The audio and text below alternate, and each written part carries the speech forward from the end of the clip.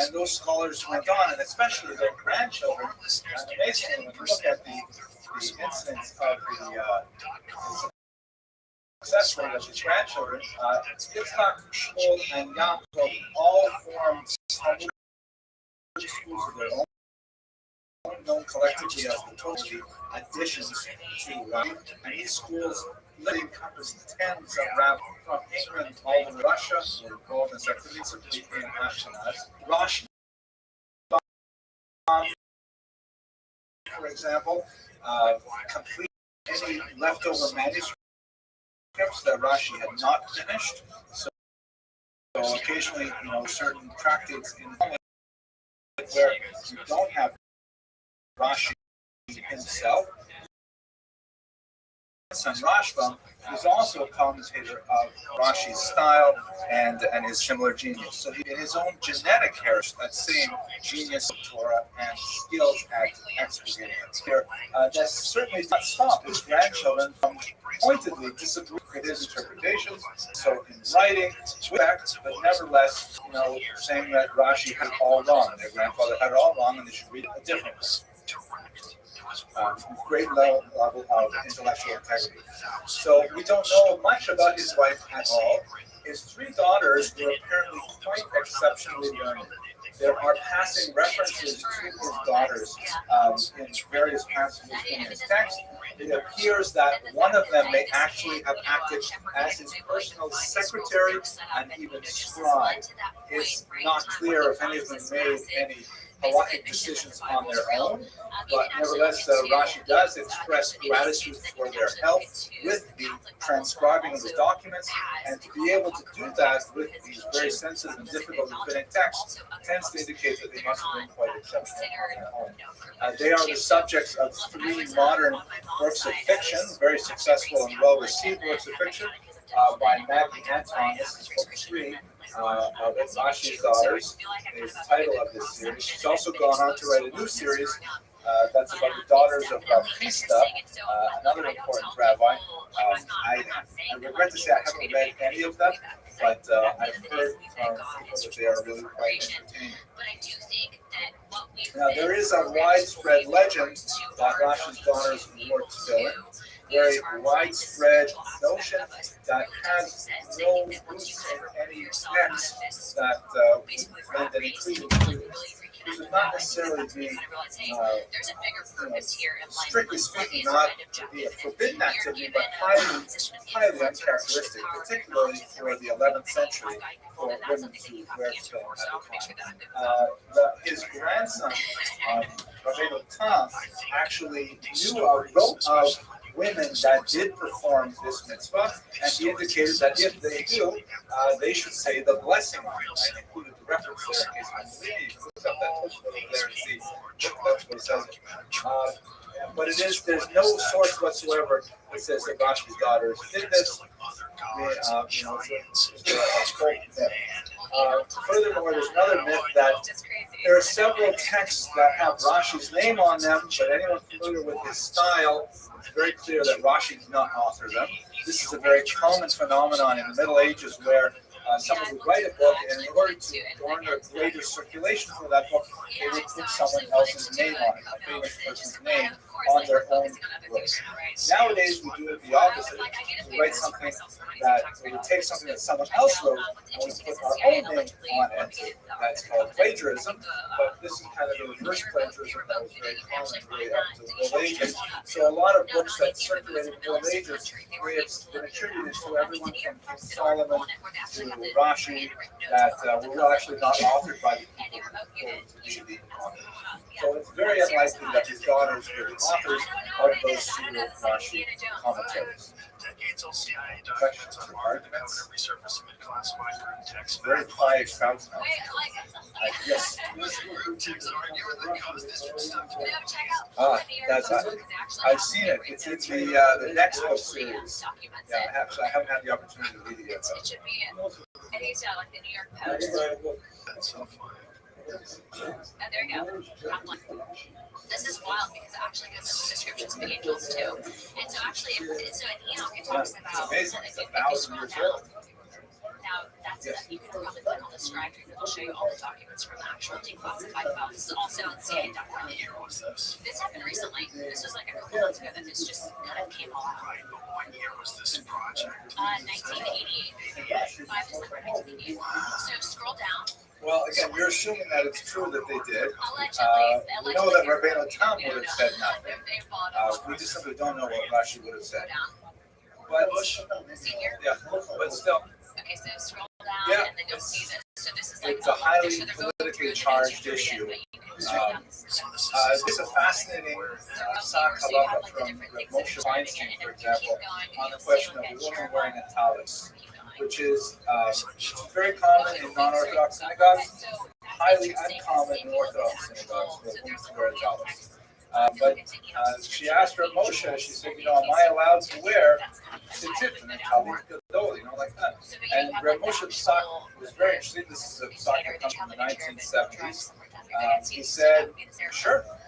He said, if you, he says to this woman, if you feel motivated and elevated by the love of God and the love of Torah, and you want to fulfill this mitzvah, that's fine.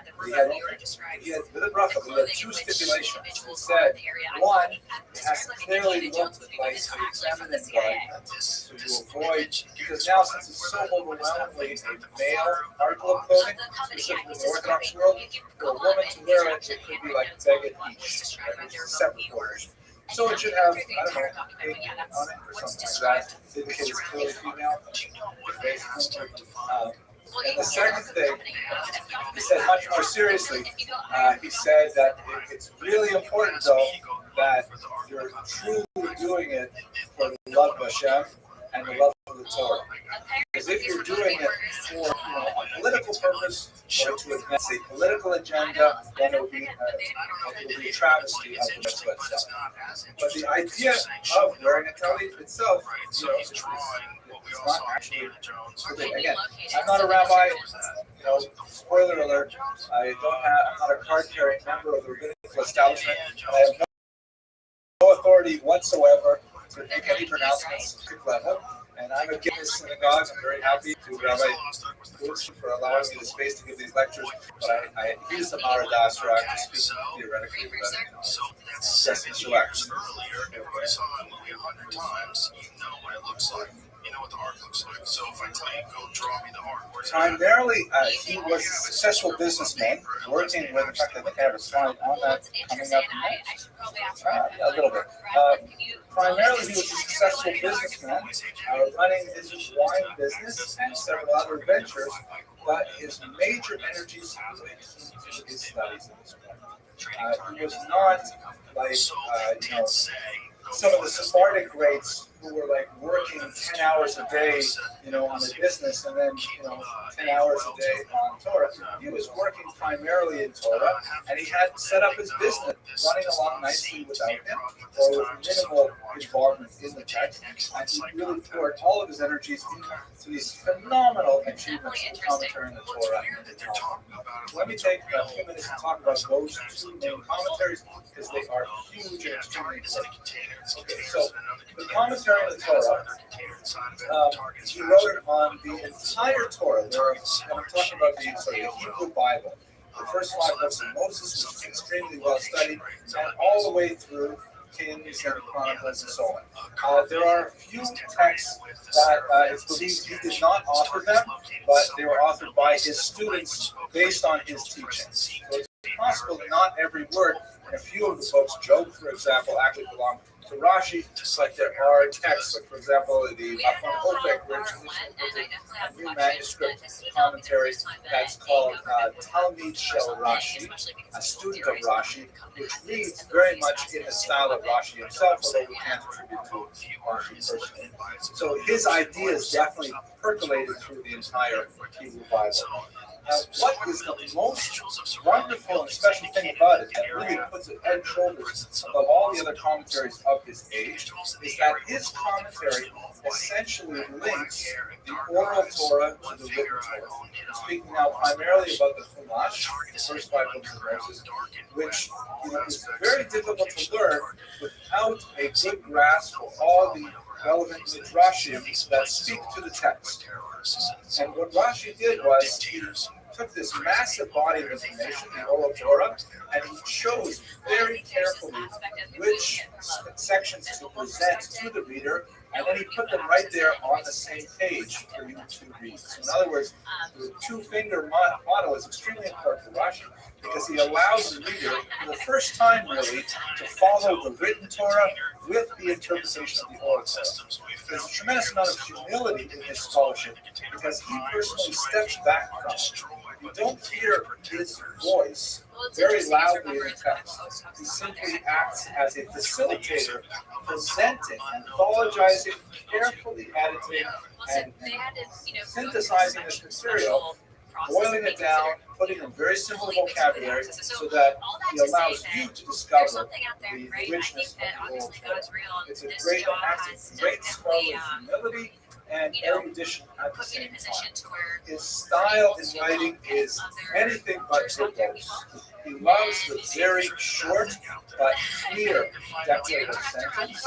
He doesn't strive for poetry with complex language that has to be unpacked. He just likes to speak in a very clear and straightforward manner without any kind of ambiguity in his language. Studying the specific choice of words of Rashi is actually a major scholarly enterprise, just as it is with Maimonides, but it is a work of great brilliance that you really appreciate when you go to the original sources that he took his commentary from and see how well he edited it into the Hebrew of his day. This has become so significant that in the halakhic literature written after Rashi, there's a very strong imperative, it's not quite a commandment, a very strong imperative that not only should every Jew review the Parsha twice every week in Hebrew, and once with the Aramaic translation of Onkelos, they should also study it with the commentary of Rashi. Meaning that most of the halakhic disciples strongly urge all Jews to study Rashi on a weekly basis. Something that really no other commentary has reached that level of prominence. Another way to measure his greatness is to look at the number of super commentaries that are written on Rashi. Remember, Rashi is a commentary on the Torah, and now you have a commentary on Rashi known as a super commentary. And some of the greats of the last 1,000 years have authored super commentaries on Rashi's works, as it is able to. Oh, well, that's much different. So that whole thing at the end of it was what they were saying it was. When they were Right. How was his manuscript circulated? I love those kinds of questions. They're very talkist oriented. Like, how did this idea get out there? So they used to call him Pirush HaKuntras, which means a notebook commentary. So he would himself author the commentary. We know that he went through, by the way, several revisions. We have different layers of his own commentary where he tweaked every word. And then he would have his students write it out. And so they would spend a large amount of their time actually copying out his manuscript and generating, who knows, maybe, it's hard for me to measure, but I would guess maybe generating one copy of the entire Torah commentary, maybe every 2 or 3 months, and then providing it for sale, for donation to the synagogue, things like that. Highly prized manuscript versions. Later on, they started to print them or started to write them out next to the Torah itself. So you could buy, a handwritten Torah, not a scroll, but a handwritten Torah that would be bound, much like a book is bound in signatures, with Rashi on the side. And finally, when you get to the 15th century, then the invention of printing, and it just takes off. And it is rare to find a Chumash printed at that point without Rashi on the side. In fact, if I can just walk off screen for a minute, just keep it facing forward. Experience is something that you can make as special as you want, and this aspect of us being able to have those little quantum breadcrumbs, what I like to call them, like you Of the Chumash, this is a Hebrew English version because that's the closest one I had in hand. But they're almost always printed something like this. So you know the English side of the page. You always have the Torah commentary in large print. You have Onkelos, which is the Aramaic translation on the side that It's mandatory study, and then you have Rashi below. And these three texts are pretty much ubiquitous on Chumash for 500 years after. So the Gemara is different. Yeah, that's the next slide. But this is Chumash is the commentary on Torah looks like that. Instantly, those I always wonder if is it that, or is it that we used to have that like before language? That's all we had. I think that before tech really evolved, there was a bigger aspect of spirituality that actually talks about that. So, like discernment in the Bible, you can talk about, this aspect of being able. People say like, oh, it has really bad Absolutely, it's energy. commerce accelerated it. But I think that because and it's really happening. These things work together, it's for commercial networks, but the genius of the commentary was apparent to all. So he was actually famous in his own lifetime. There's more of that aspect of spirituality that needs to be removed from society. I think it's Yes, he actually had a yeshiva. taken away our ability It to established respect one the another and Beit value Rashi, life. And I a think school, that not a that yeshiva like we have in the 19th century, but he attracted students right after he came from Worms and Mainz. He actually developed a small institution with a small number of students, many of them were his own children and grandchildren, and he taught for 60 years in this yeshiva. So he's really involved, not so much in business, although that's happening very nicely, but he's deeply involved in yeshiva. Not yeshiva like we have today. Yeshiva back then were more like discipleships, where there'd be small circles of students gathered around a single master, maybe a dozen at a time, not like 200 students with a dorm and a cafeteria. It was very small. It's much earlier than the first big yeshivas in Lithuania were established, about 800 years. And I had a meeting recently where I was with two other members of Congress that were helping me with the JFK investigation. Explicate. I like the way it sounded. It's sort of like explain and complicate. To the Russian government. This is a full service lecture. Look at this. I'll change it right here on the spot. You know what? I don't have like a spell check on it. So let's. Hang on. Okay, hang on. Let's try spelling. This is everybody here is so Jewish. Okay. Let's check spelling. It doesn't like the word posting, but it does like the word explicate. All right, well, I don't have it. Let's go by through anyways. So, commentary and Talmud. What's different about that? The Talmud commentary is much larger. We're talking about a document that takes, in the document only cycle, about 7.5 years to study the entire text. And he went through the entire document. There again, a few missteps, a few tractates that he may not have authored, but the vast majority of them are under his name. And the same kind of approach as you have with Chumash, but this distinction is since the Talmud is oral Torah itself, he did not have to anthologize written Torah to insert in there. Instead, his task was more like holding your hand and guiding you through the text step by step. In modern times, he was only in a very small way challenged for that supremacy by, let's say, Rabbi Steinsaltz, who wrote a Rashi-like commentary in the 20th century. And in fact, many people found that very controversial because, how could you somehow rewrite Rashi? It's only been 1,000 years. I mean, come on, they don't need a new version yet. But nevertheless, his style is monumental for its clarity, its simplicity, and above all, accessibility. Oh, I forgot to mention in terms of his humility, in Chumash, some of the most beautiful passages in Rashi are those passages where he admits ignorance. And he simply says, I don't know what this means. You're so used to Rashi knowing everything and helping you with all these bizarre things that when he finds it necessary to tell you, I don't know this, he could have just omitted it. Like, you feel stupid for not knowing it. How come Rashi didn't help you? But he says, what? Don't feel bad. I don't know this either. It's an amazing thing for someone to say. But going back to this, so we have the The same kind of thing is going on in the Talmud, although less with the oral Torah, because the Talmud itself is oral Torah, more in terms of the hand-holding through the text.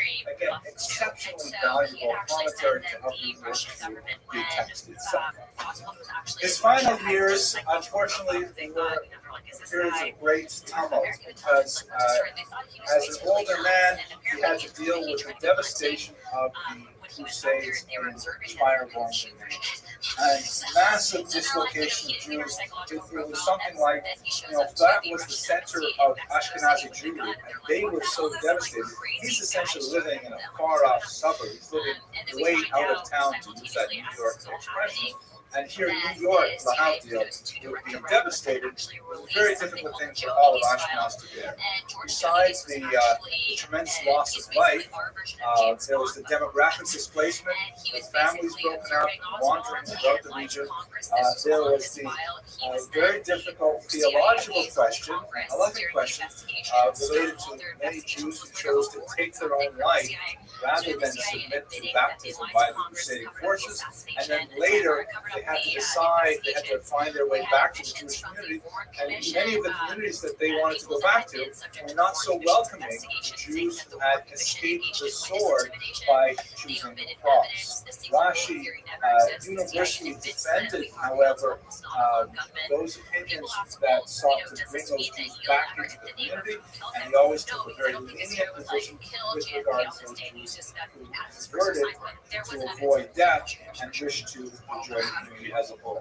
And this was the principal activity that he was involved in the waiting years of his life. He died in the year 1105, still quite active as a scholar, still working on his commentary. According to tradition, the last words he wrote immediately prior to his death was on Tractate Makos, page 19b. The last word he wrote was the word tahor, meaning pure, associated with a person who dies full life without a taint of sin. Yes, sorry. So he's born in 1040, died in 1105, so 65. His legacy, of course, is us. We are overwhelmingly the product of Rashi's activity. He virtually single-handedly made the Torah and the Talmud relevant for a large percentage of the literate Jewish population, and virtually single-handedly made it possible for Jews to access these central texts of our tradition. We are deeply indebted to his scholarship, even though he himself tried to stay behind the scenes and not present his own personal ideas, except when it came to the situation where Jews needed intervention, such as in the case of the Crusades.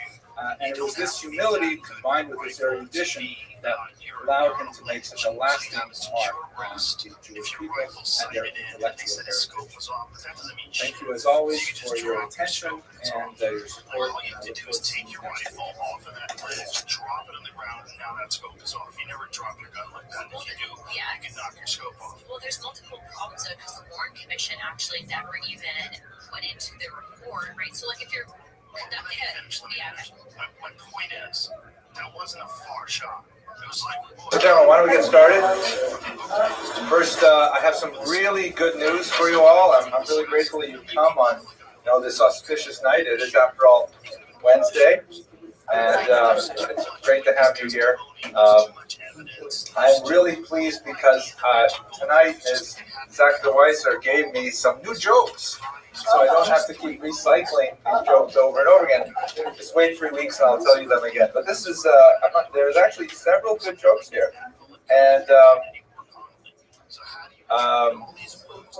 okay, I'll tell you one. And maybe I'll tell you the other 3 later in this lecture because they're really funny. So it goes like this.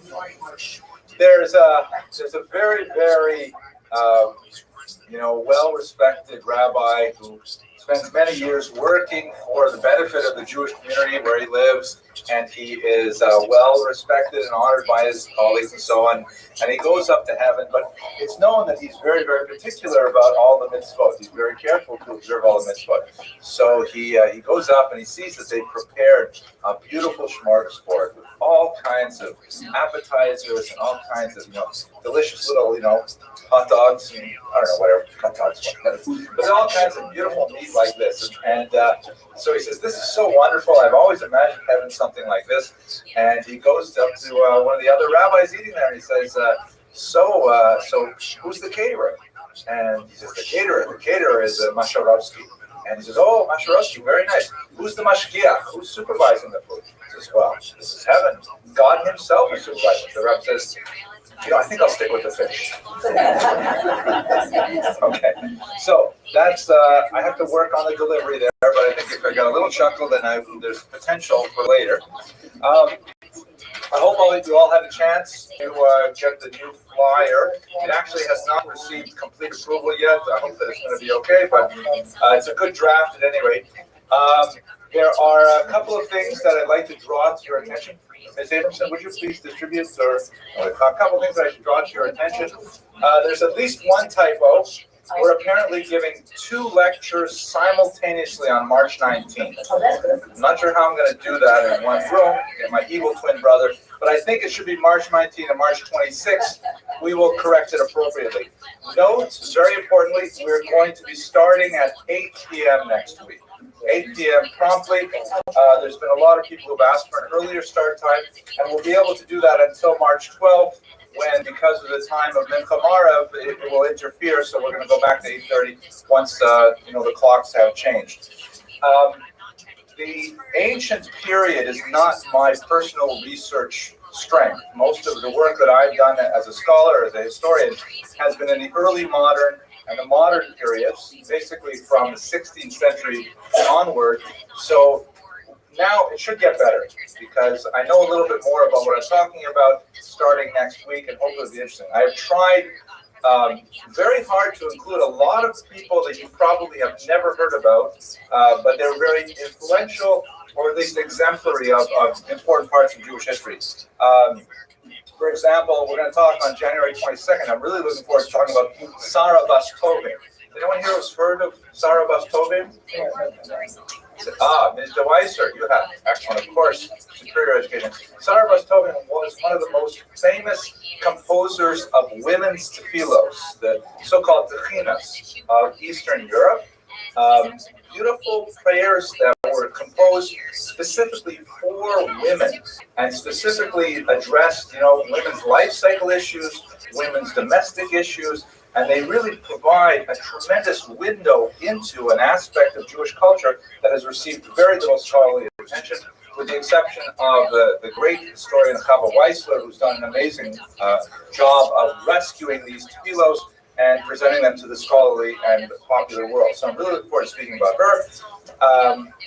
I'm going to speak about, God willing, the Vilna Gaon, and immediately afterwards the Alter Rebbe. So the two of them had some significant conflict, or at least their followers had some extremely vituperative words to share with one another. So I think that will be an interesting kind of combination of the two of them.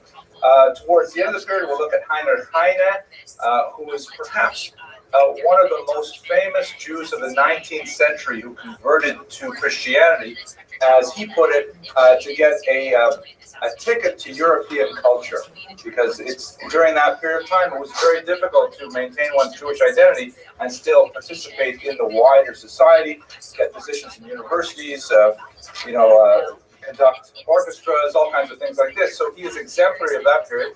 But as soon as he did it, he regretted it immediately, and he spent the rest of his poetic life. He really was one of Germany's greatest poets of the 19th century. He spent a lot of time lamenting that decision, and so it speaks to the dichotomies of the trajectories of Jewish identity in the modern period. So I think over the next few weeks, we're going to have a fantastic series of lectures, and I'm really looking forward very much to engaging in them with you. One other change that's going to happen besides the timing, this semester I experimented with not having an email list, because it was a lot of work, the old Constant Contact that I used to have set up, and I didn't feel like I was getting really a lot of responses to it, so I dropped it this semester, and it was a terrible mistake, because I think a lot of people really rely on just a little email nudge to remind them that there is in fact a class going on. So I'm going to try this coming semester to return to an email sort of reminder format with materials, videos online and things like that. So if you would like to participate in that, and I don't have your email, please send me an email to the address that's listed at the bottom of this page. That's the website. You can sign up right there, and I'll make sure that you receive the Eventbrite notices as they go out. I think that's about it for my announcements. Any other good and welfares? No, I don't think so. So let's go on.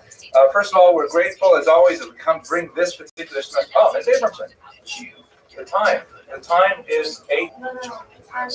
You're not paying attention. She's so brilliant. I said that first thing. We're for those of you like my daughter, we're starting at 8 p.m. next week. 8 p.m. promptly. Okay. So we're grateful to the Young Israel for providing this space and providing this opportunity where we can get together and discuss history and discuss some of these turning points and turning personages in our past. And we're welcoming sponsors to help support this class, this series, which the money goes to good purposes. Supports these 2 young students who will greet you when you come in and do the filming. Mr. Rodriguez actually has an online fan club. I received a message from Germany recently. It said, "Go, Mr. Rodriguez." I'm really not sure why.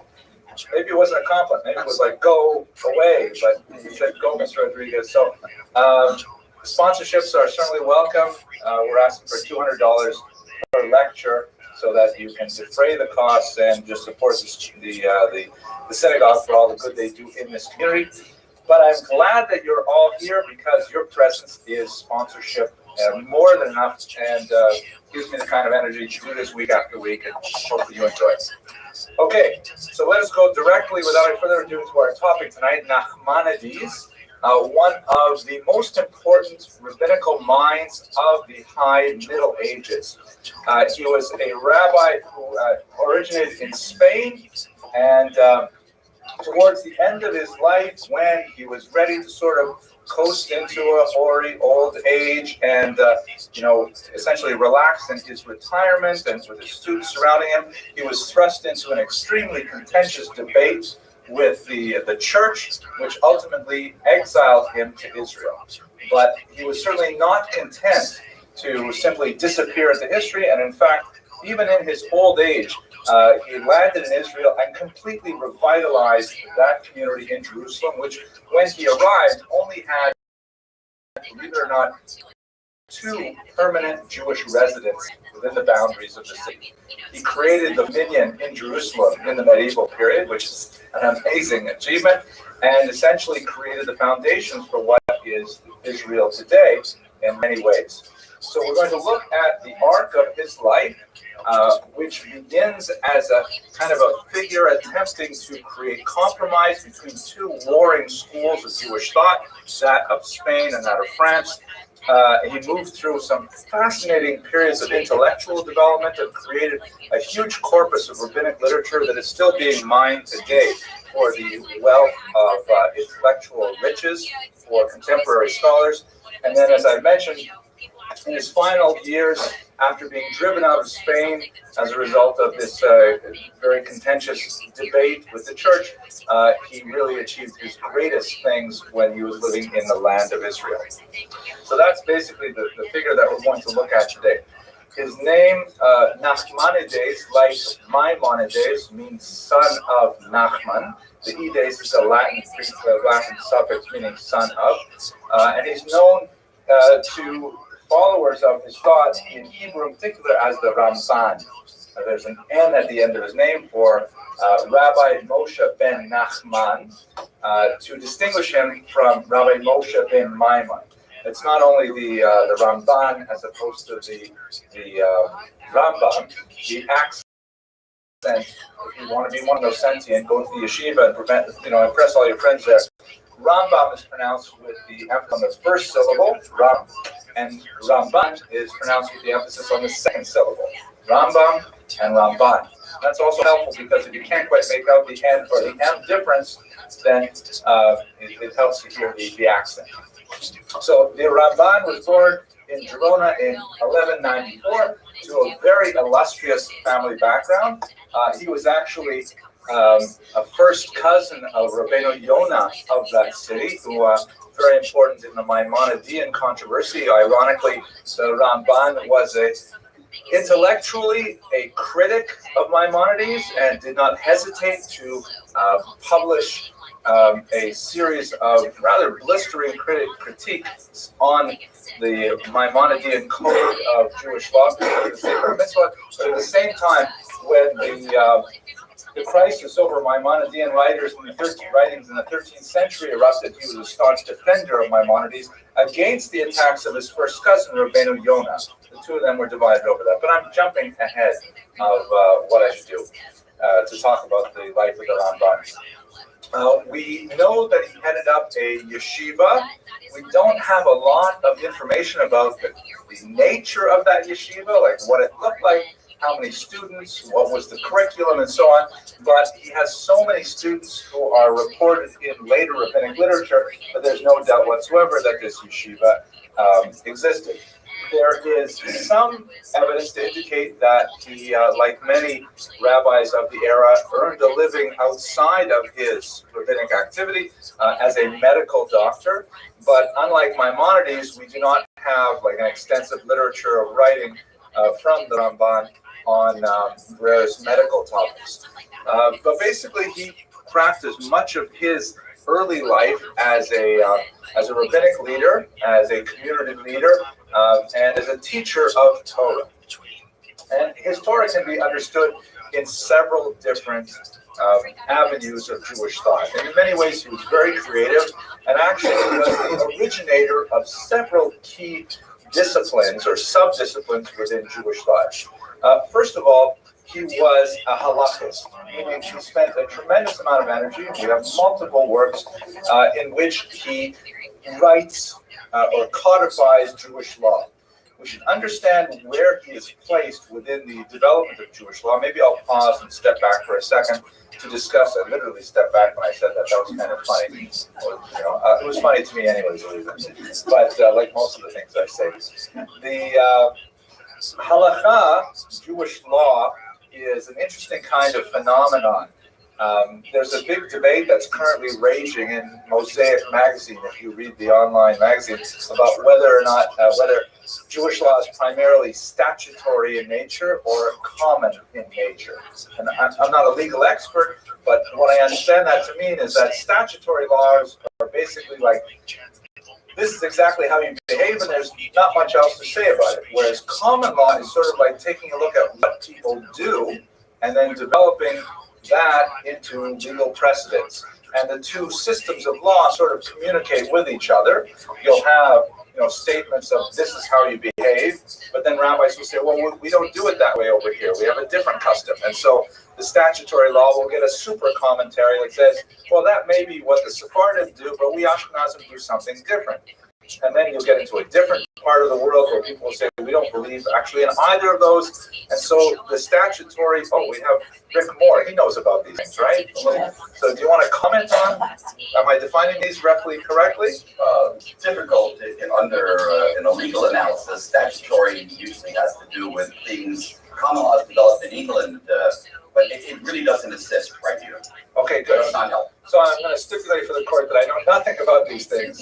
Read the Mosaic magazine, you'll see where that debate is going. But in terms of the evolution of Jewish law, I can say a little bit about that with some authority, that, for the majority of Jewish legal history, as we have in textual sources, we have the Mishnah, which we discussed long ago in this, I believe in early October or September. The Mishnah is basically a whole bunch of statements of opinions of various rabbis with very rare examples of a decision between those opinions. You'll have a question about a given topic or behavior.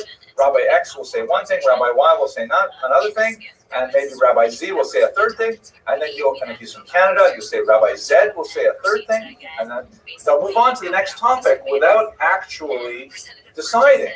And you read the Mishnah and say, well, what kind of a law code is this? Where's the law? All I see is opinions. Then you move on to the Talmud, And the Talmud expands this tremendously with a lot of debate, again, without saying what's the bottom line, what is the conclusion.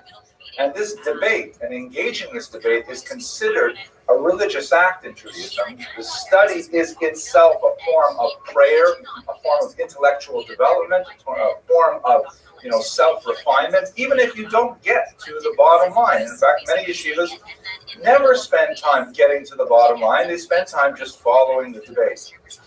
So this is fascinating, and it's all well and good in terms of intellectual exercises, but at the end of the day, someone has to say, is the chicken kosher or not? Are these couple, are they allowed to marry or not? What's the decision? So at some point, this Talmudic debate is transformed into a halacha, which means the way, which is transformed into some kind of statutory law. This is the law, they can marry, the chicken is not kosher, that kind of thing.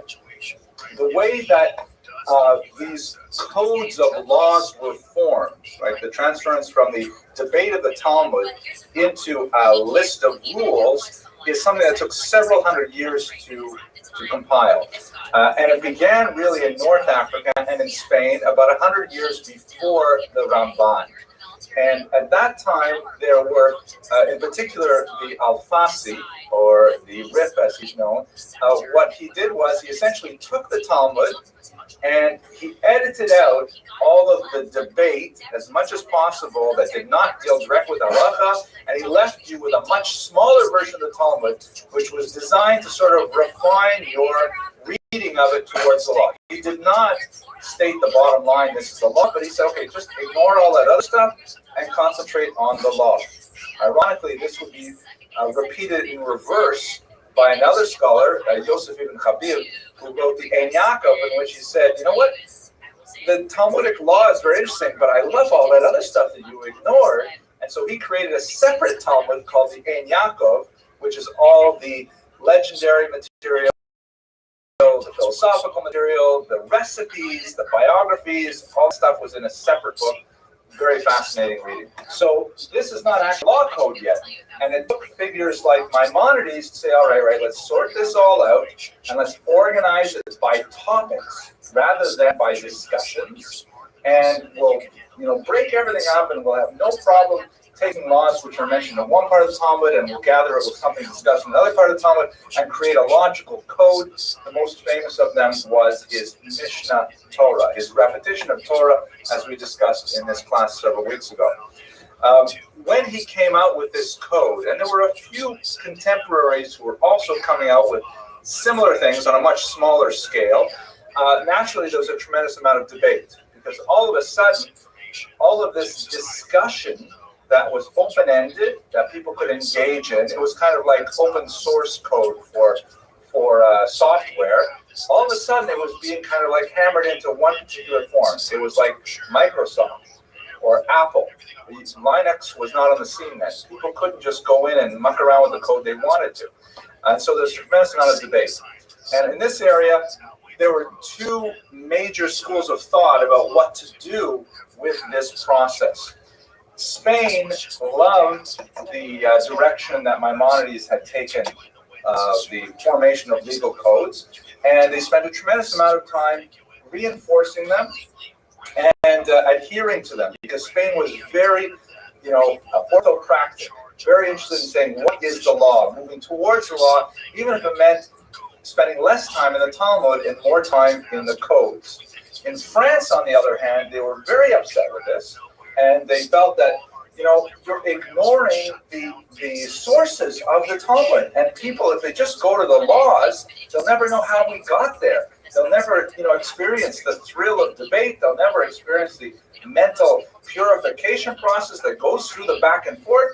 And so the schools in France were very upset about Maimonides. And in fact, as we discussed earlier, in 1232, they succeeded in having the church burn Maimonides' works. That's how extreme the tension was between the French and the Spanish scholars.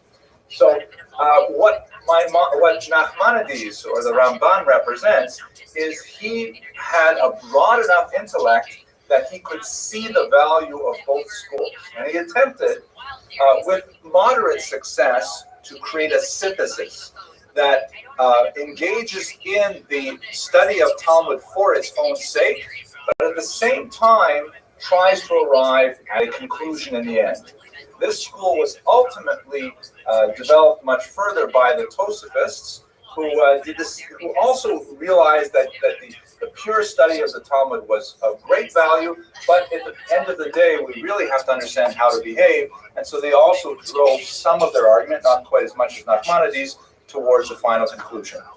This is the kind of work that Nachmanides did primarily within the halachic realm, and truth be told, this sort of combination of theory and practice formed the foundation of the next 800 years of Talmudic and legal study of Judaism.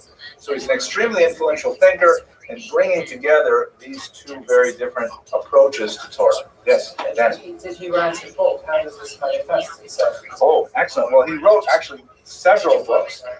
His collected works today were published.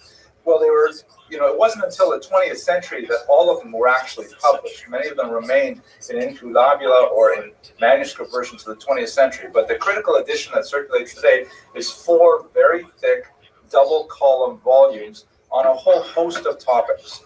In this particular area, he was mainly writing commentaries on Talmud and standalone works that dealt with specific subjects. For example, he wrote a fantastic book on death called Torah Ta'adam, which deals with the practical and the philosophical implications of death in Judaism. Very, very profound.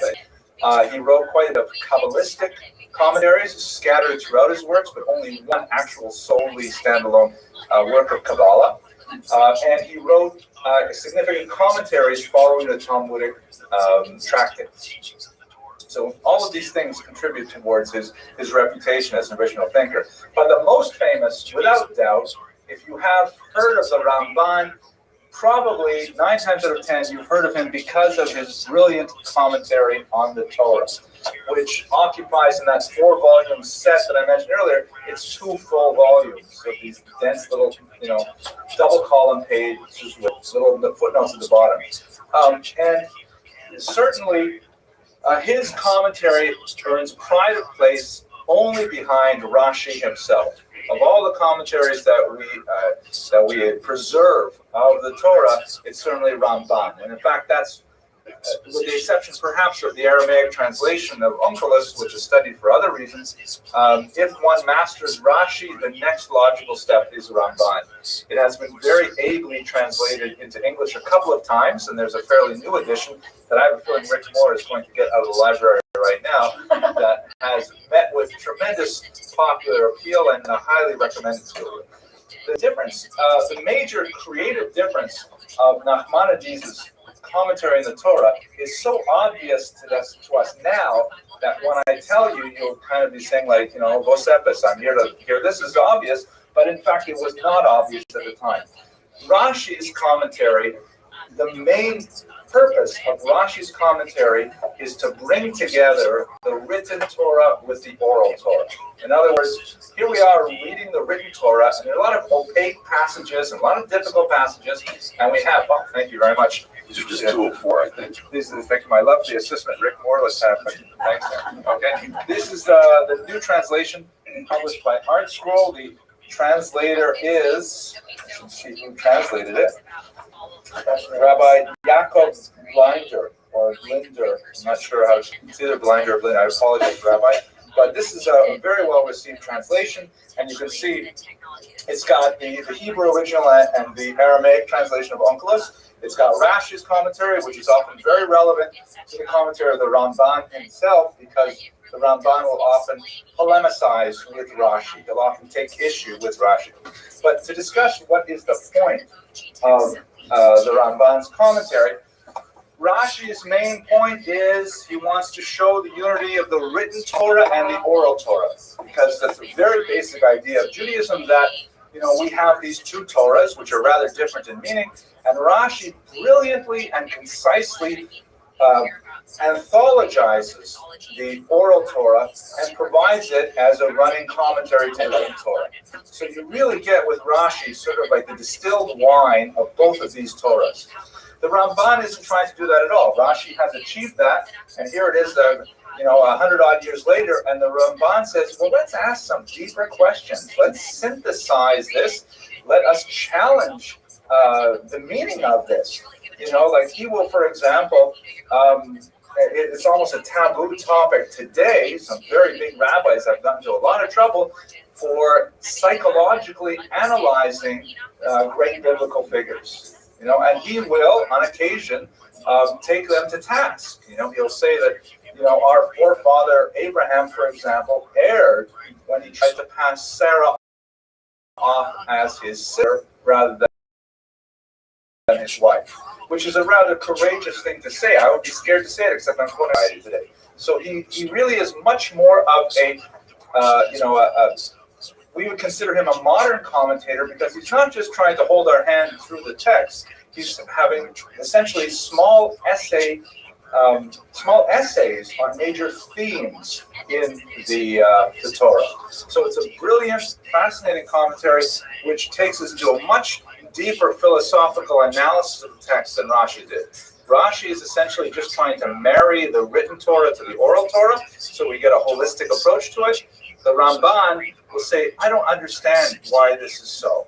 And he'll opine various approaches to the text and really provides a much more engaging and fascinating approach to it. His style is quite different from Rashi or from commentaries of his era, whereas Rashi's comments are famous for their brevity.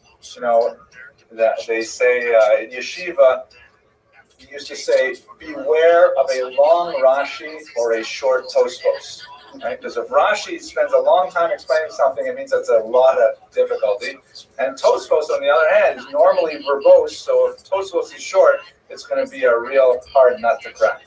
The Ramban tends to be like Tosfos in the sense of being, takes a much more space, much more loquacious, not to the point of tedium, God forbid, but he will, really discuss an idea to its fullest. Whereas Rashi will only offer little, hints and nuggets at deeper psychological and philosophical interests. Yes, Daniel. Was this commentary written in Spanish or? No, Hebrew. Absolutely, rabbinic Hebrew.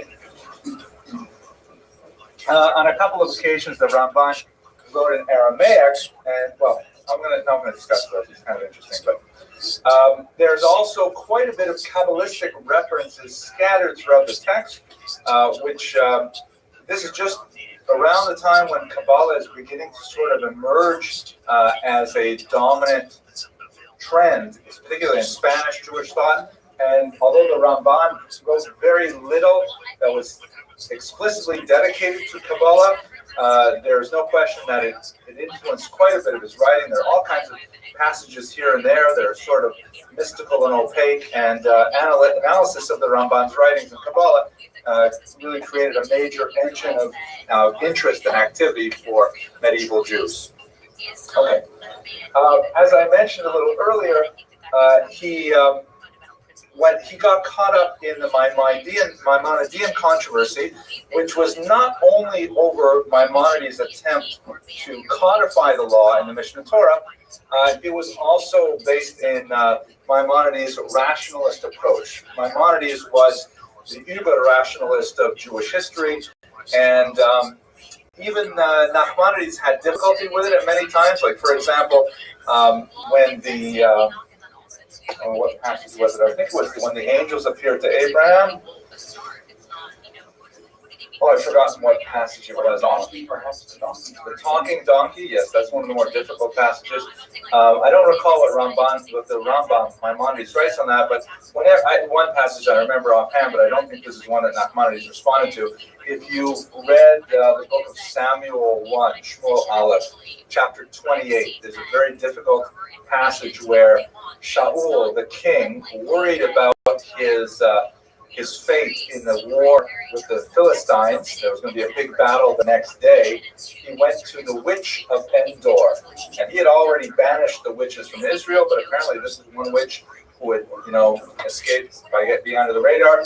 and he, it's very clear when you read the text, it's straightforward. He convinces the witch to bring back the prophet Samuel from the dead, kind of like a seance.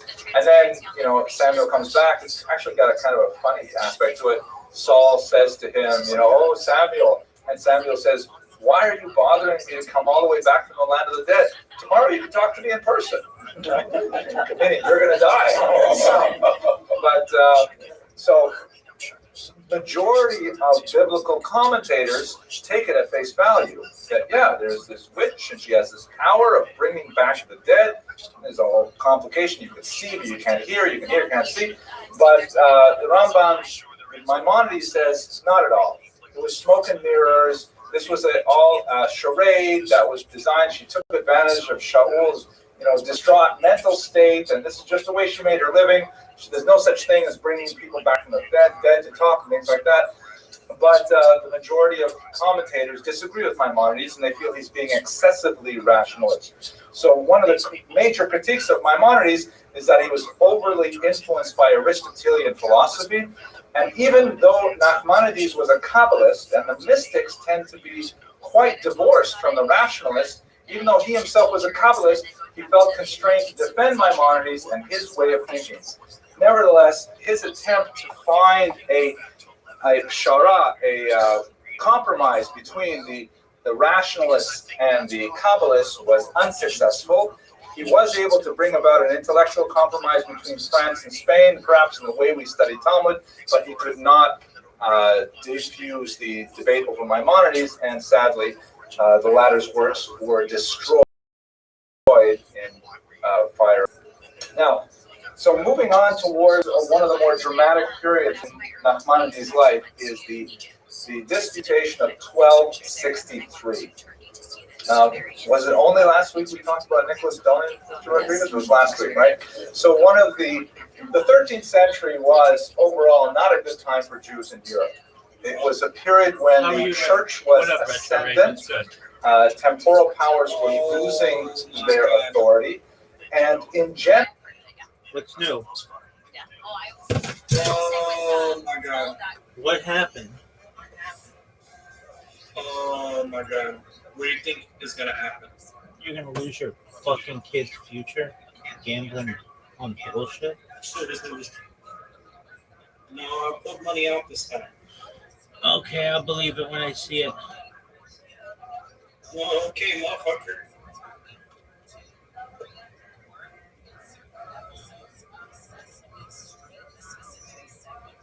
Alright, how much you losing? He said, I'll believe it when I see it. I said, okay, motherfucker, look at my camera then. Fucking. I'm looking at it.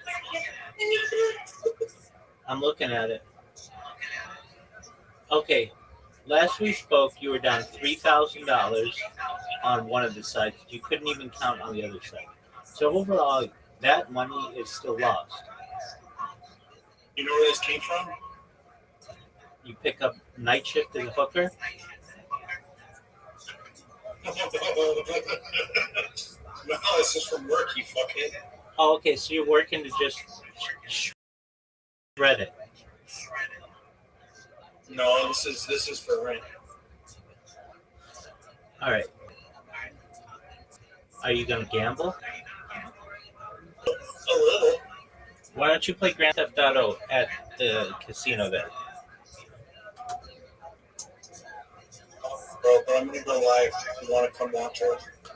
Yeah, No, it's up to you. I need people to react to my stuff. I'll watch. Alright, bro. I'm gonna send it to you on which account. Dude, don't send it to me. I'm a big boy. Just tell me your screen name. Gambling Schools with a Z. Oh, okay. Very original. Pull it up. I'm gonna be live in like 2 minutes. Dog, I'm already on it. I'm waiting for you. Alright, bro. You'll be my biggest number one fan and supporter. Always have been, always will be. You have 1.4. Love that for you. Doug, you have 1.4 thousand followers. Why don't you create a bot to just give you followers? That's what that is. Alright, I gotta go. I'm gonna go live. Okay. Okie dokie. Alright, bro.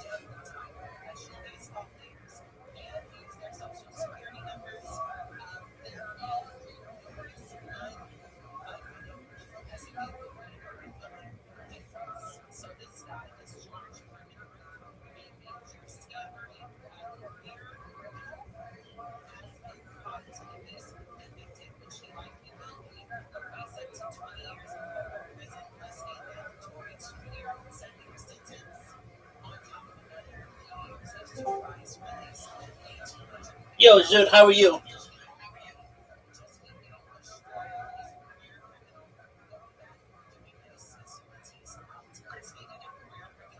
Zoot, how you living, pimp? I'm good. Are you ready to lose? I'm ready to come on some of the face. Calm the fuck down, son. The only person's face you're gonna come on is your own.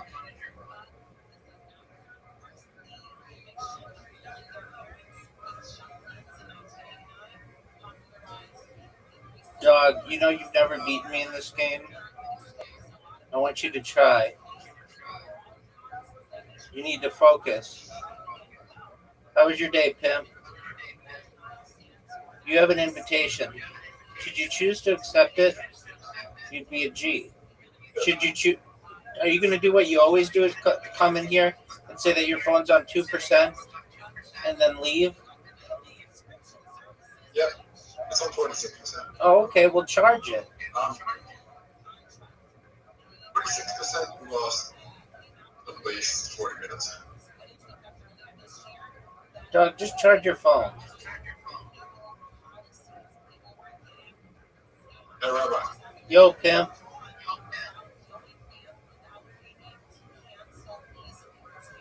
What's up, big dog? Dog, are you going to talk or are you just going to jerk yourself off raw? I'm here. What a shot. I don't think any mental illness exists. I think other people just take time to learn things than other people. Okay. Dog, I am playing Yeah. so fucking well. Some people take longer to learn things, and then I'm not saying that mental illness don't exist. I'm saying people with schizophrenia and you can't convince them that like you can't convince me that someone with schizophrenia is normal. But I'm saying that you can help that person get better. And all that person has to do is acknowledge the fact of the things.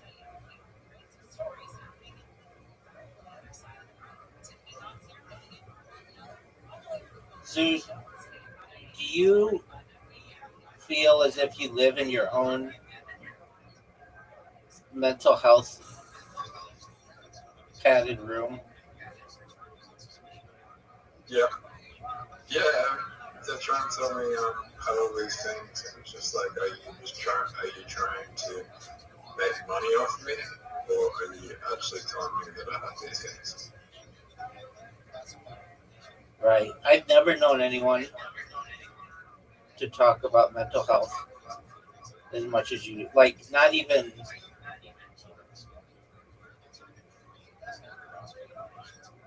1/10 as much as you do. You're obsessed with it. You're absolutely obsessed Okay, with it. I know this guy with schizophrenia, like I know that he doesn't really believe things that are going on in his head. He just can't complete himself otherwise because he's medicated. Okay, big dog.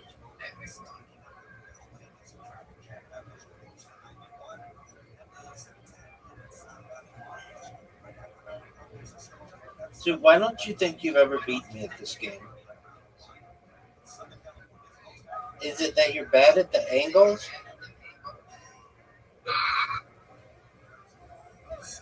Why do you think you suck so much dick at the angles?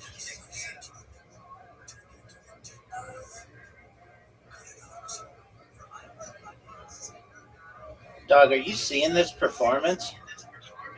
Dog, are you ready for this? You need to get 8 in.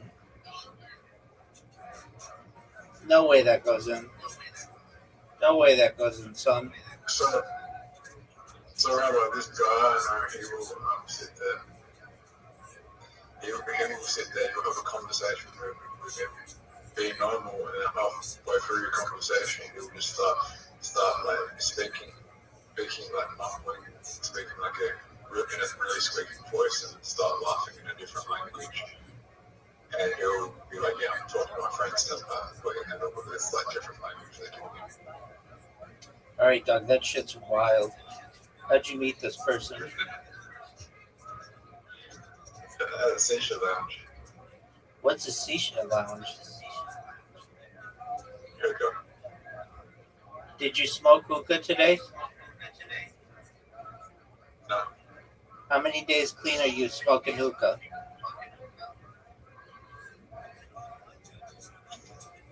3. You were 3 yesterday. Cool. Well, this is my 4th day. Are you proud of yourself? If I can get through 2 weeks, I'll be happy. There you go. Why are you choosing to quit? Waste money.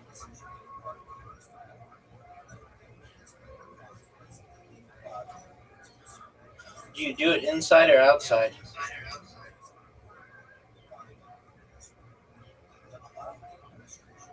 Outside. Are you going to win here? Yeah. Dog, you're not even going to come close to winning. Outside, but there is an area that I can do it inside. There is a store that I can do it inside. Where's that?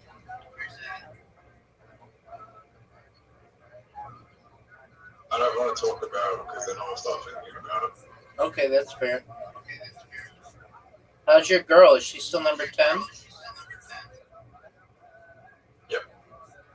Are you proud of her? She needs to do more.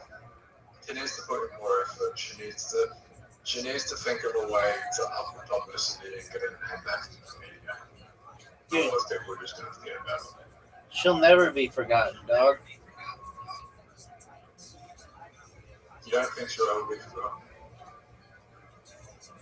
She's like Roger Bannister, the man who broke the 4-minute mile. She broke the 1,000 penis record. Oh, that was a really bad move that I made. Zoot, what do you mean to do about it, son? Actually, I think that was also a really bad move that I made. I forgot about the 3-point damage. 5-point damage, dog. 5-point damage. Well, it doesn't matter. I can heal myself. Are you proud of yourself? I feel like that was an okay move. But you're going to do a lot of damage to me. You can do a lot of damage to me here. But you can do a lot of damage to me here. No, I can't.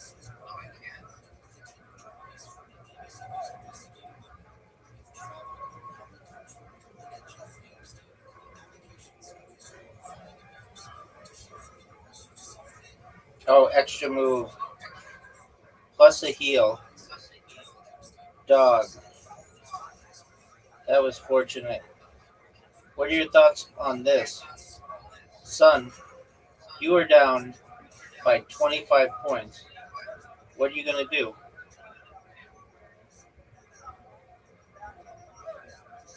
Go for big.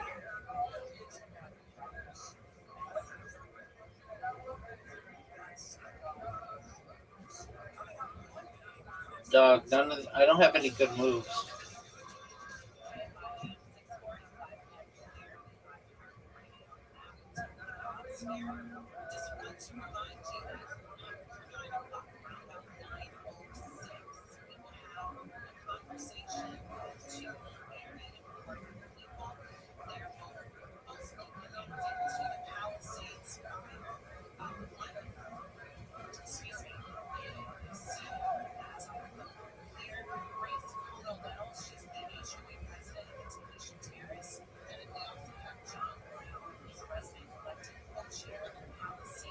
Dog, did you know that I just evolved? Do you know that I have Tourette's? Because that is the most obvious thing that I'm saying. Yeah, dog, I know you got Tourette's. I wish I I could know help. you're involved, it's just obvious in Tourette's. I wish I could I help wish I with didn't that. have Tourette's. I wish the same, Zoot. I feel like my life, the quality of life would improve if I didn't have Tourette's. I'm in agreement with you, especially in interpersonal relationships.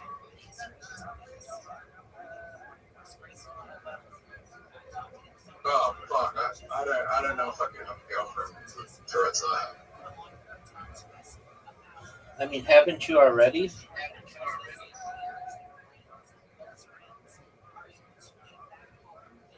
Look, she didn't, she didn't stay over. Didn't you say you had a girlfriend of like 2 years? The girl with whom you went to go see Wicked in November? So pronounced.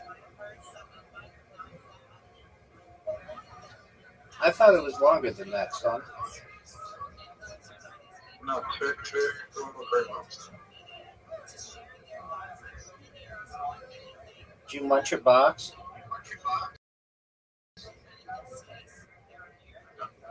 No? Why not? I don't know. You don't know what.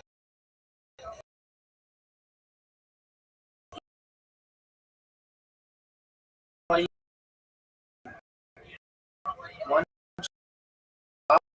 box? Eat that peach? Why not?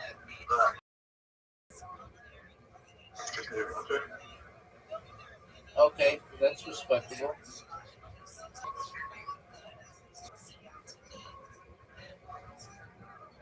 She just like, or you didn't even have sex with her?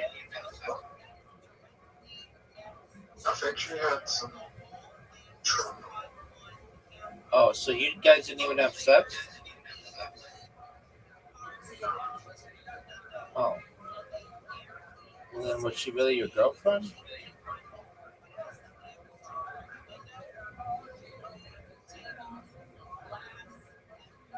She didn't give me a hand job. I mean, come on, it's like a bare minimum.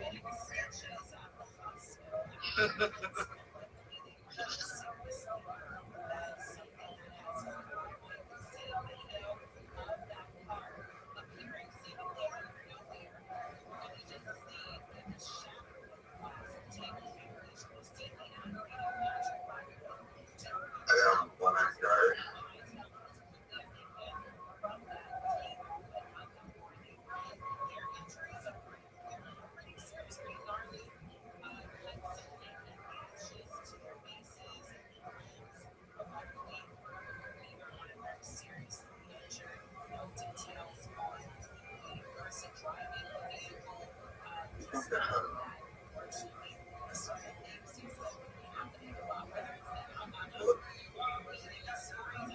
Ready.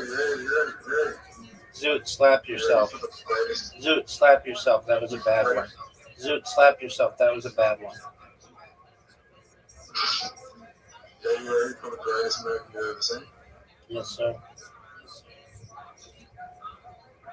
You know why this is the greatest movie you've ever seen? Did you slap yourself? I fucked up. Yeah, you did. Nah, I really fucked up.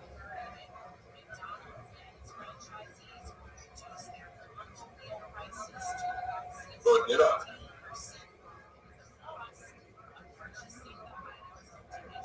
Bye-bye. Yo, pimp. That might have been the greatest movie I could have put on. Until that happened.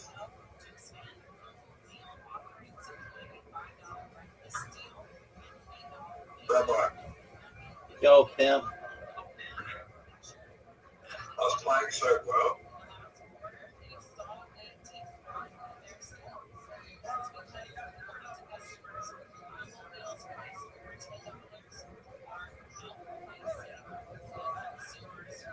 What an extra move! What an amazing extra move!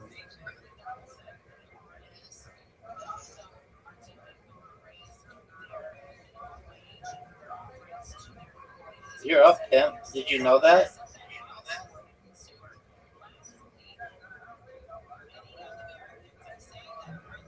Zoo, did you know it's your turn?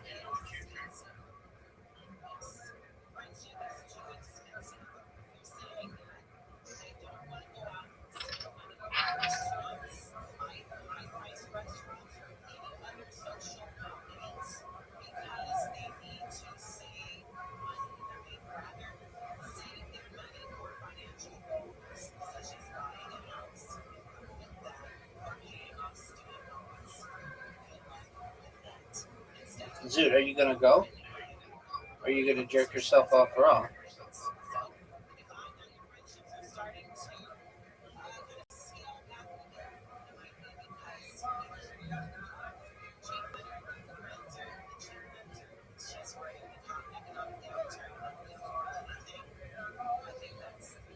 Dog, look at this evolution, son.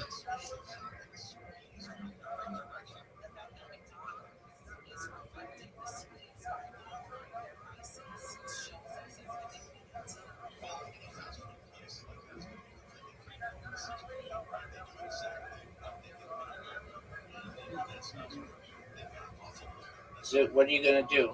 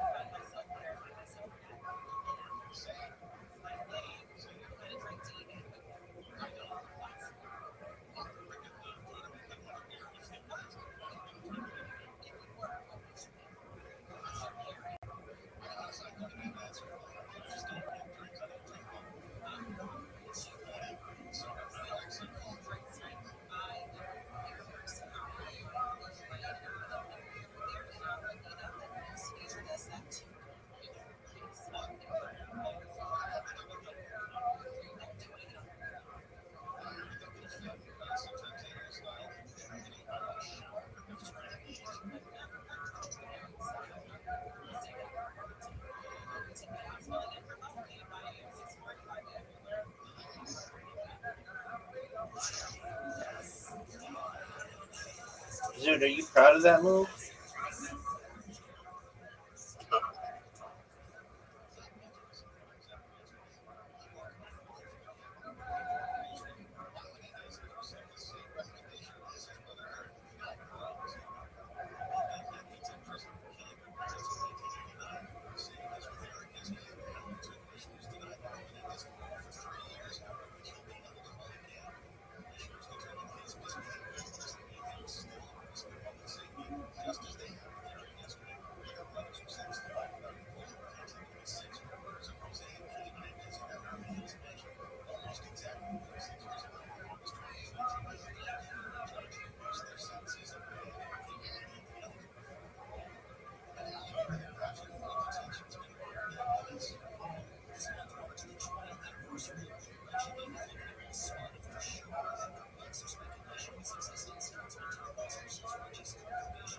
This is gonna be big, Zoot.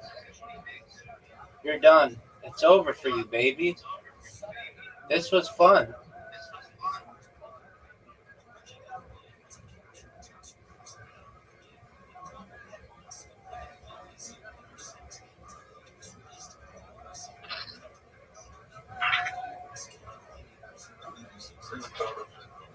No, you're not, Zoot. Well, I'm not sure that's. I know. I don't know. Zoot, you're up, Pimp.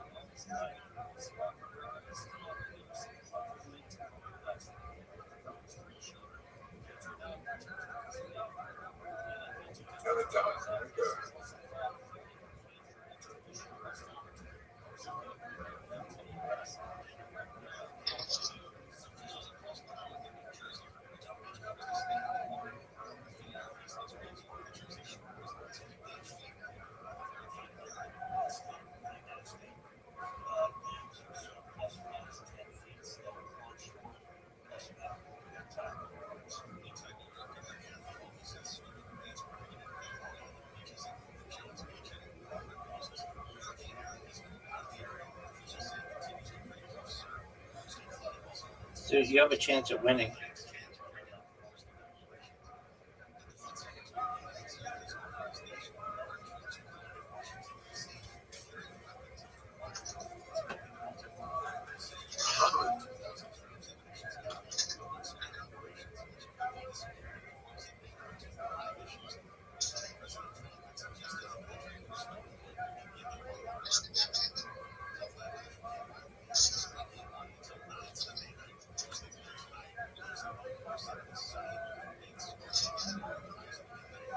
Dude, I'm gonna make this amazing.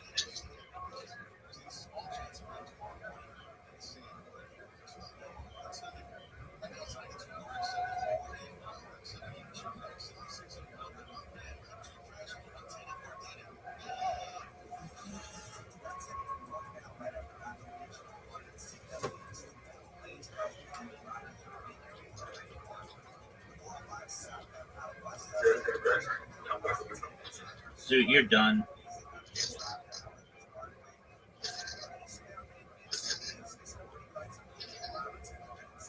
Oh, am I done?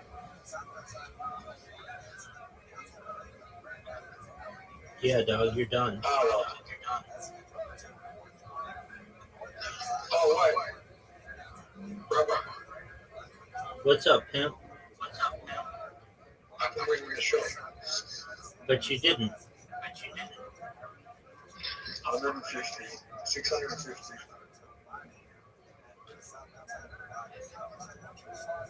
Yeah, okay.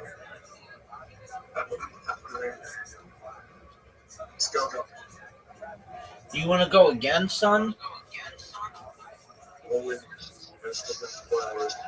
We're gonna play Dungeons and Dragons. All right, just one moment, dude.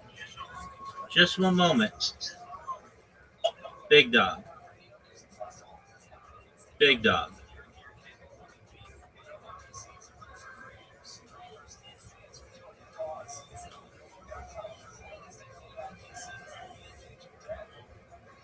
I played Dungeons and Dragons. Did you like it?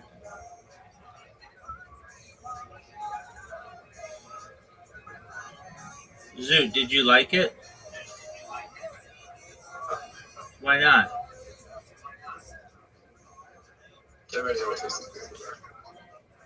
Oh, you like played it in real life? Yeah.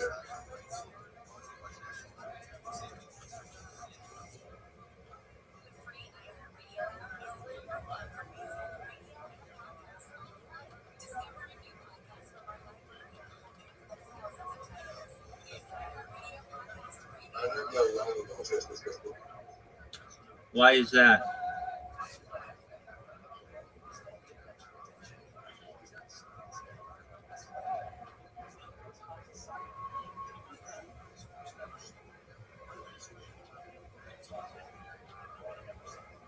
Why is that, Zoo?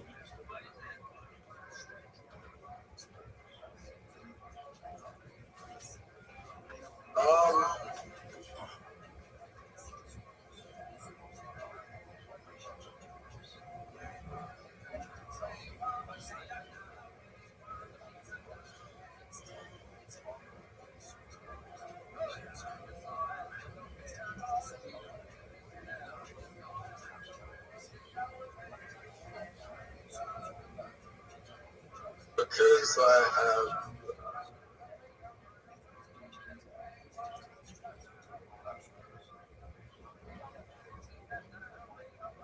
different opinions. Okay, did you know that I have an opinion and it should be that you should accept the invitation that I've sent you?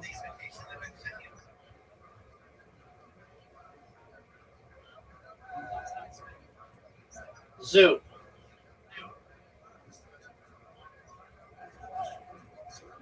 Zoot, you have an invitation, dog.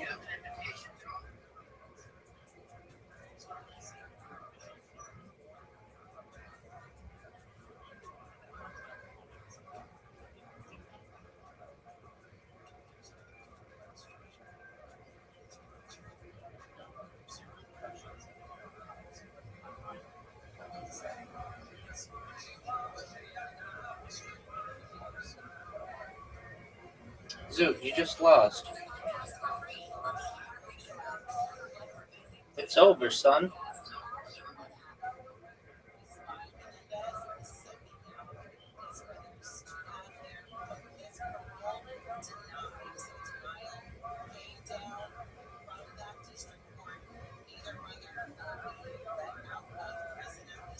Playing bunch of times.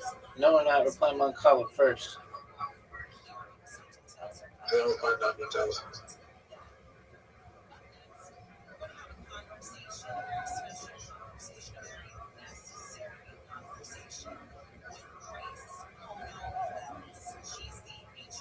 Grandma, I tried to find your.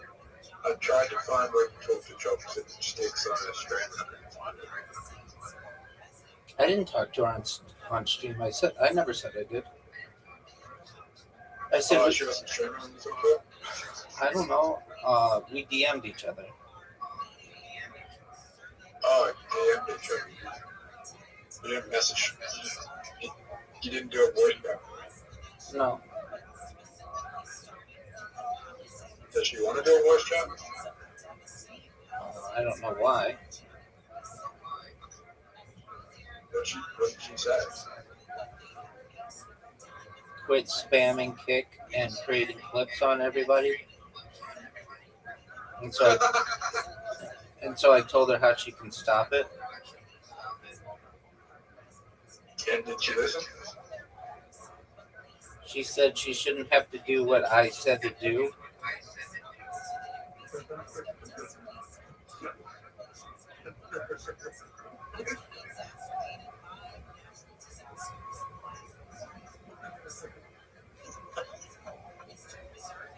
Why did everyone on TK? Because I spam them and I create clips on them.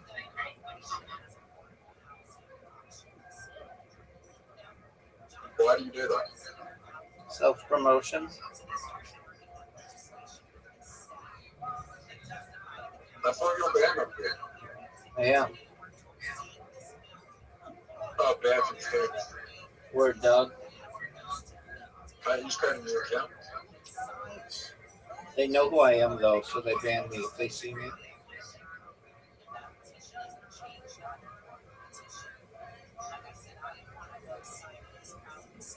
So if I go to people right now and say hello, River Restaurant, Yeah, you'll get banned from basically every chat into which you go.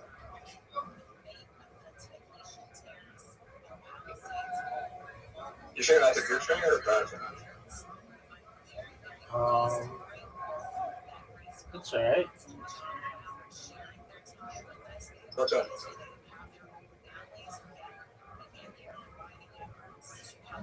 Who won? Who won? Oh, it's not over. Dog. That might have been the voice message.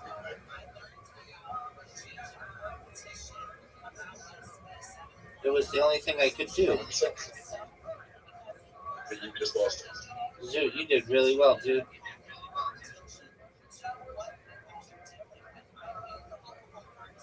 I doubled your score. I mean, what do you want me to do about it, son? Don't lose.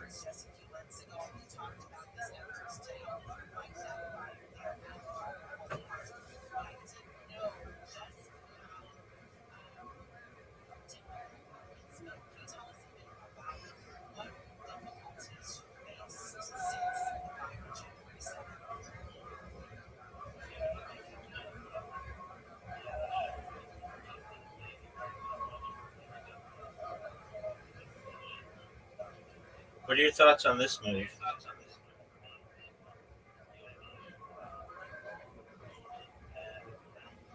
So Rabbi, I have to wait another year before I can take an IQ test, but this time I'll pay attention. Okay, why do you have to wait a year? Testing really hard. You have to go wait a year, so you're not familiar with the test.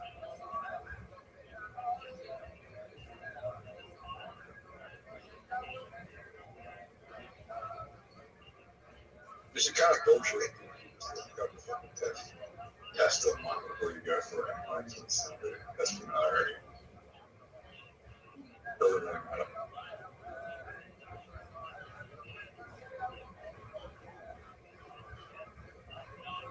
I don't feel like there's really a way you can measure out IQ. You can just look up the results online anyway. So, then you can't, sorry, you can just look up you can prepare yourself online before you go into the test. And then the second thing you can do is if you're not paying attention, you're going to be scoring lower scores if you're not paying attention. Whereas if you were in a really, if you do pay attention. And I wasn't paying attention the first time I was doing the IQ test. Because when I was doing the IQ test, it was also an ADHD assessment, so I wasn't paying attention as well.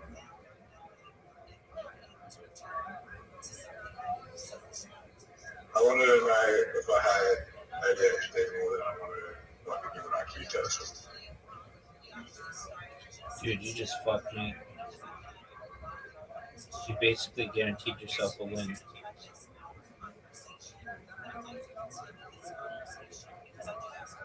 Good job, Zoot.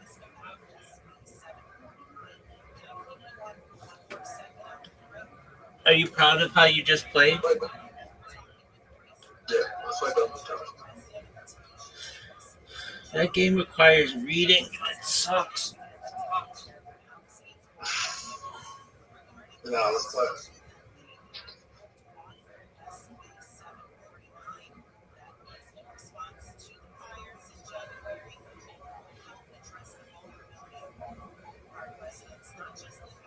I feel like the game sucks.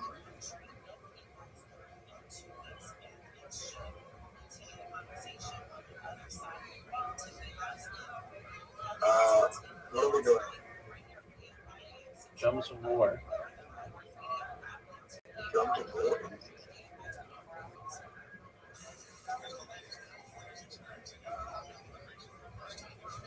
Who are you picking? Wizard, because I'm a pimp.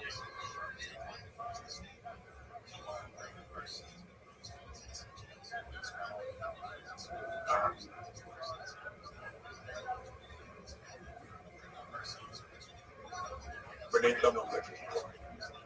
Even at a distance, you can hear the pounding of war drums. The orcs are preparing for battle. We already played this. Alright. You stride boldly to the fort. A sentry spots you. Human no here. The sentry snarls. Me destroy you. The sentry snarls and stomps the ground. More orcs are gathering near the gate. Jump. Okay. The wizard begins a charm incantation.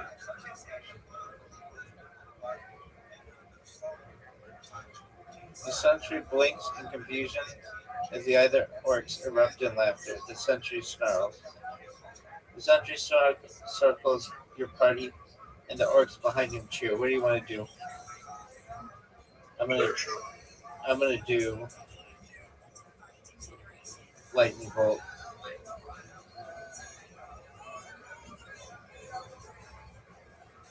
The rabbi used lightning. I got 38.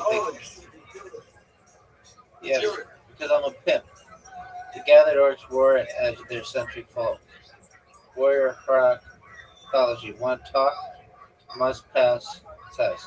He gestures in the bed. Show up. Show off. Show up. We're gonna kill him. I got a 9. You got a 19. Oh, yeah. Well, we're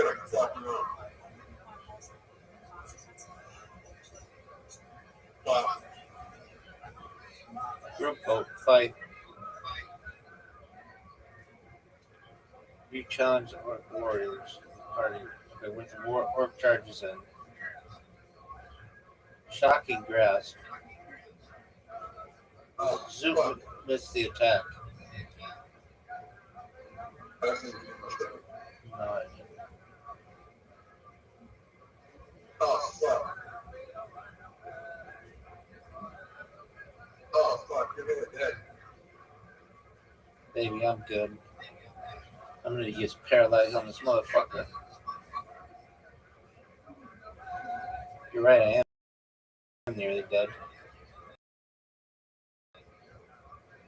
Alright, Thanks, baby. That sucked.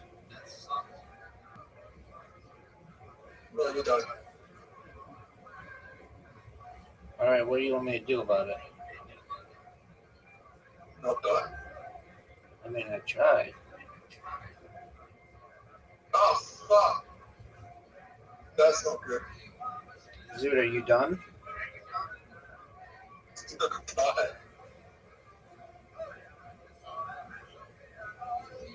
Okay. We suck at that. One should worry. No, the game sucks. If it doesn't suck, It's awful how is it bad? because you have to read so much. I want to see you beat me in bounce. I wanted to see you beat me in bounce.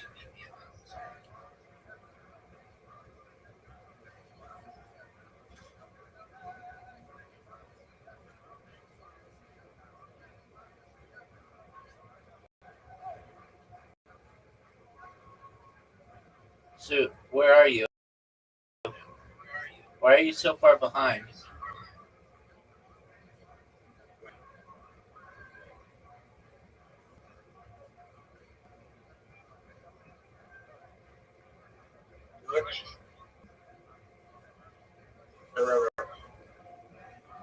Pinch yourself, Zoot. You like Stranger Things? I liked the first season, some of it, but it got weird in the last season. And it just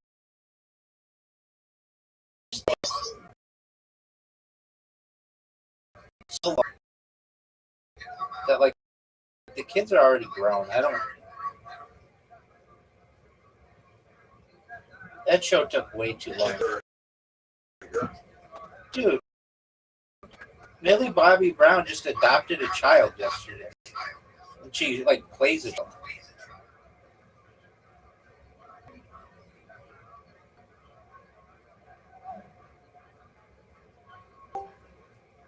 Welcome. You're saying it's not delayable with Destiny Joker? Right.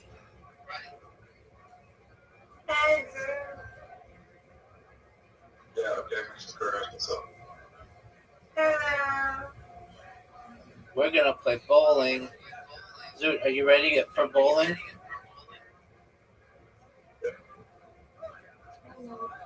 Can I take over this? Yes, ma'am. How was your day? It was good. How was your day? It was lovely. What'd you do? Anything fun? Physical therapy. Second to last time. Second to last time, right? Yeah. Monday's the last day. Yeah. You excited?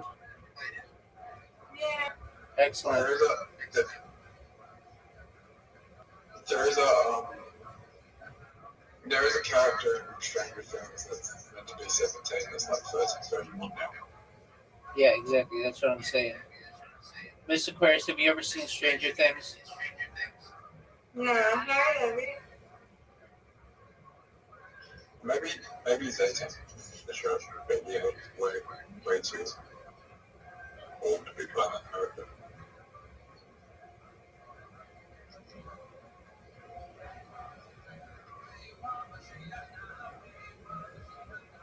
I do like the set Right. and the environment and such, and the theme song. But I don't like that it's like not realistic. It came out in 2017. Now it's 2025. It came out. We'll see. It came out in 2016. Did it? Yep. So 9 years. Word, dog. Nah, it's 2017. Nope. 2016. Let me look this up. Look it up. What in the world? Look it up, Zoo.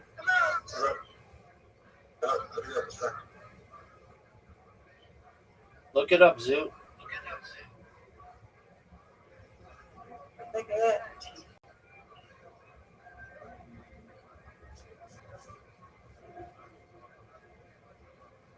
Yeah, it's 2016. What did I say? So it's nearly a 10-year-old chart. Word, dog. I mean, it would have been filmed in 2015 as well. So they've been on the set for 10 years. Mom, Zoot, come on. Zoo.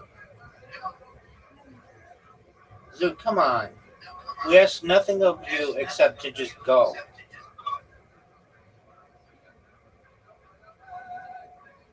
Zoo, what happened? Did you get disconnected? It's got distracted again. Zoo, what happened to you? You made me look up what Stranger Things is made. I mean, I didn't. I told you when it was made. You're the one who said I need to look it up.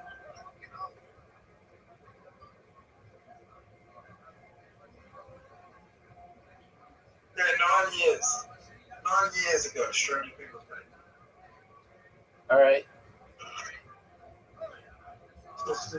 And like I said, nobody believes that those people are teenagers anymore. Mom, Zoot. Mom, Zoot. Mom.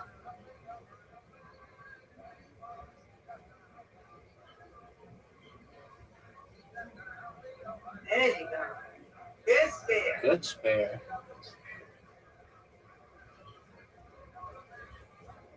No one believes that.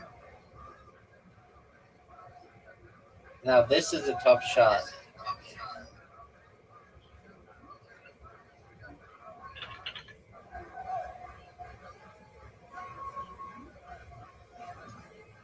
Yeah, Millie Bobby Brown's about 22 now. Yeah, probably 22. I think she's older. Miss Aquarius. Big shot here. Oh, what a spare. High five. That was beautiful. Now get this. Get at least 7 pins. Oh, get that last one. That's all right. Welcome.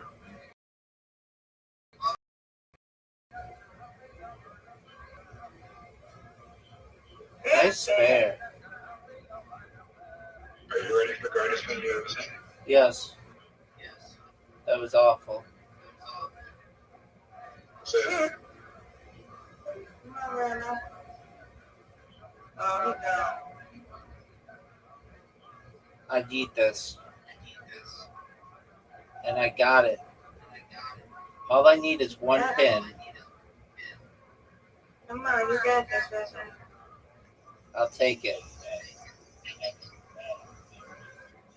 Yeah, I don't think she like losing. But it's not losing, he's winning. That's right. He's a winner. Did he leave? Yeah, Zoot, are you gone? yeah, it's just me, you, I, and more. What up? How are you?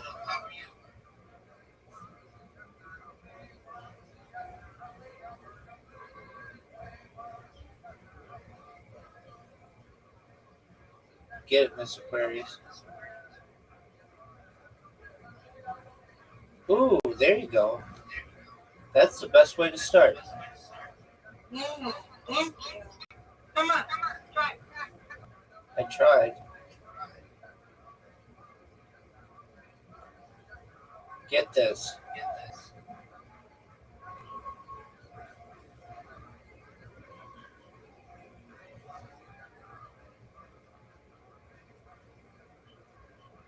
Get it, girl.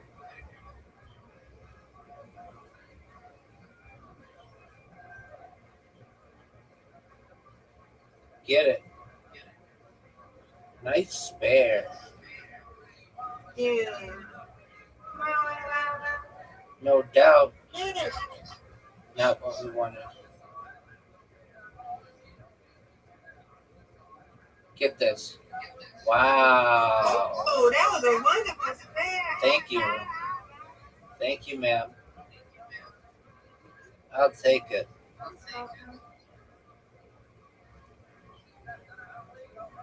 Get it.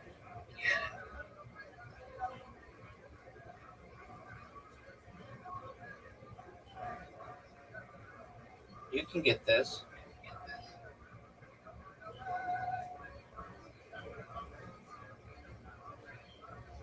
Get it. Come on, come on.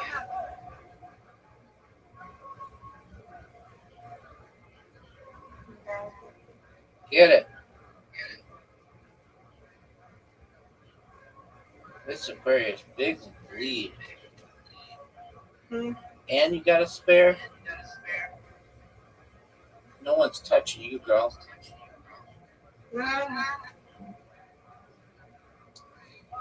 Get this. Just get it. All right.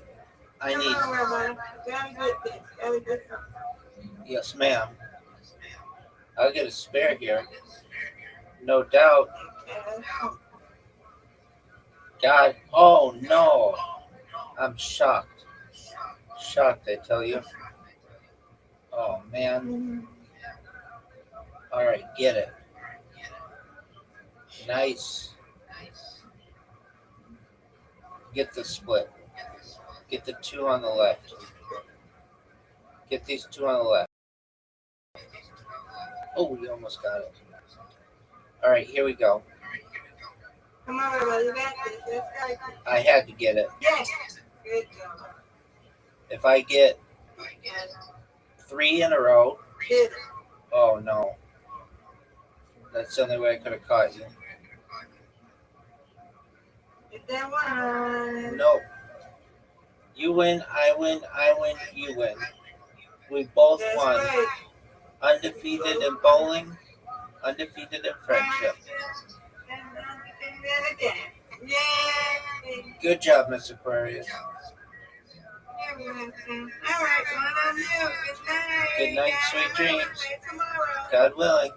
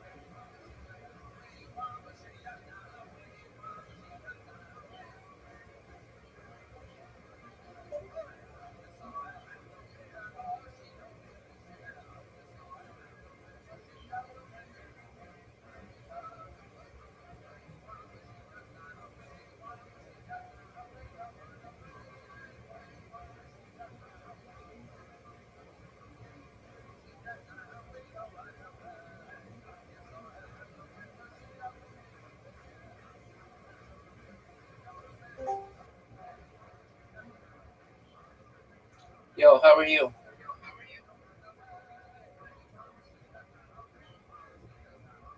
How's your day going?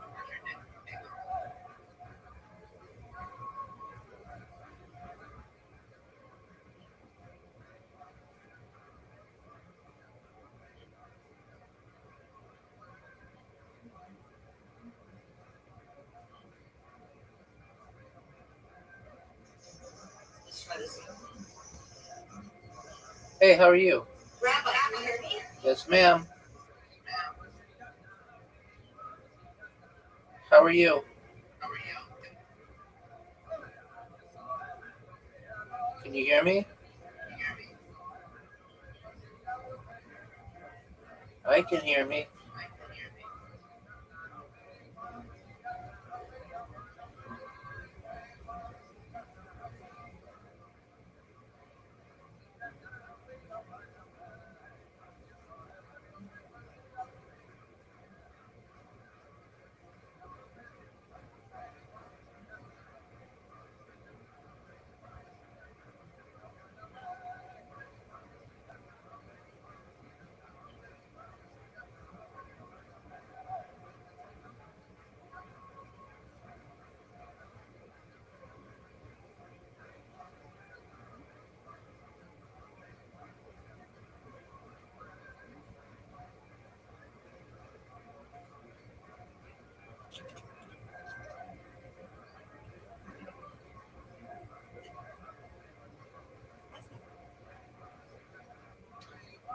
I thought I heard something. If you tried to talk, try it again.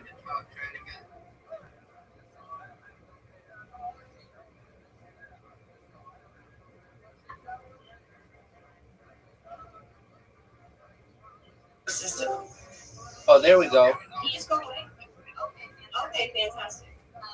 So basically, I need your assistance on something we spoke about many months ago, where you used to go into X spaces and you used to have a little video in that video, right? Yeah. Okay, so you had X spaces going live and you were able to insert a video. How did you do that? And you did not need to buy a basic premium subscription. Correct. I'm still doing it right now. But I have an iPhone. I want to do it right now. How do I do that? Yep. You need an iPhone. Is the iPhone the only way? Because I have Androids. Yeah. To my knowledge, iPhone's the only way. Unless they change something on Android, and we can walk you through it. Get ready to start a space. Create a space. I have a space on already. Okay. Well, right before you start the space, there's a little toggle that says record. And there's another little toggle that says show video. But it's only available on iOS devices. Okay, so I did that space because no one's showing up anyways because they're all probably like partying and stuff. Okay, so there's actually the only two options on the Android is like title.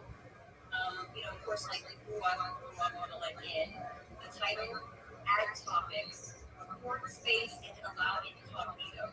Yeah, so it would be right below record space. It should be, but it is not. Is there any type of emulator I could use to do like a loop to be able to do that on Android? Not on Android. You would need a Mac computer. Okay, so I need to make peace with Siri. Yeah, I mean, if you want to be able to stream video on Twitter, the best advice I would have, probably the cheapest way, is to buy like a $100 iPhone, and then you'll be able to do it. Is there any cheaper ways of doing the iPhones? You can buy a used one. Yeah.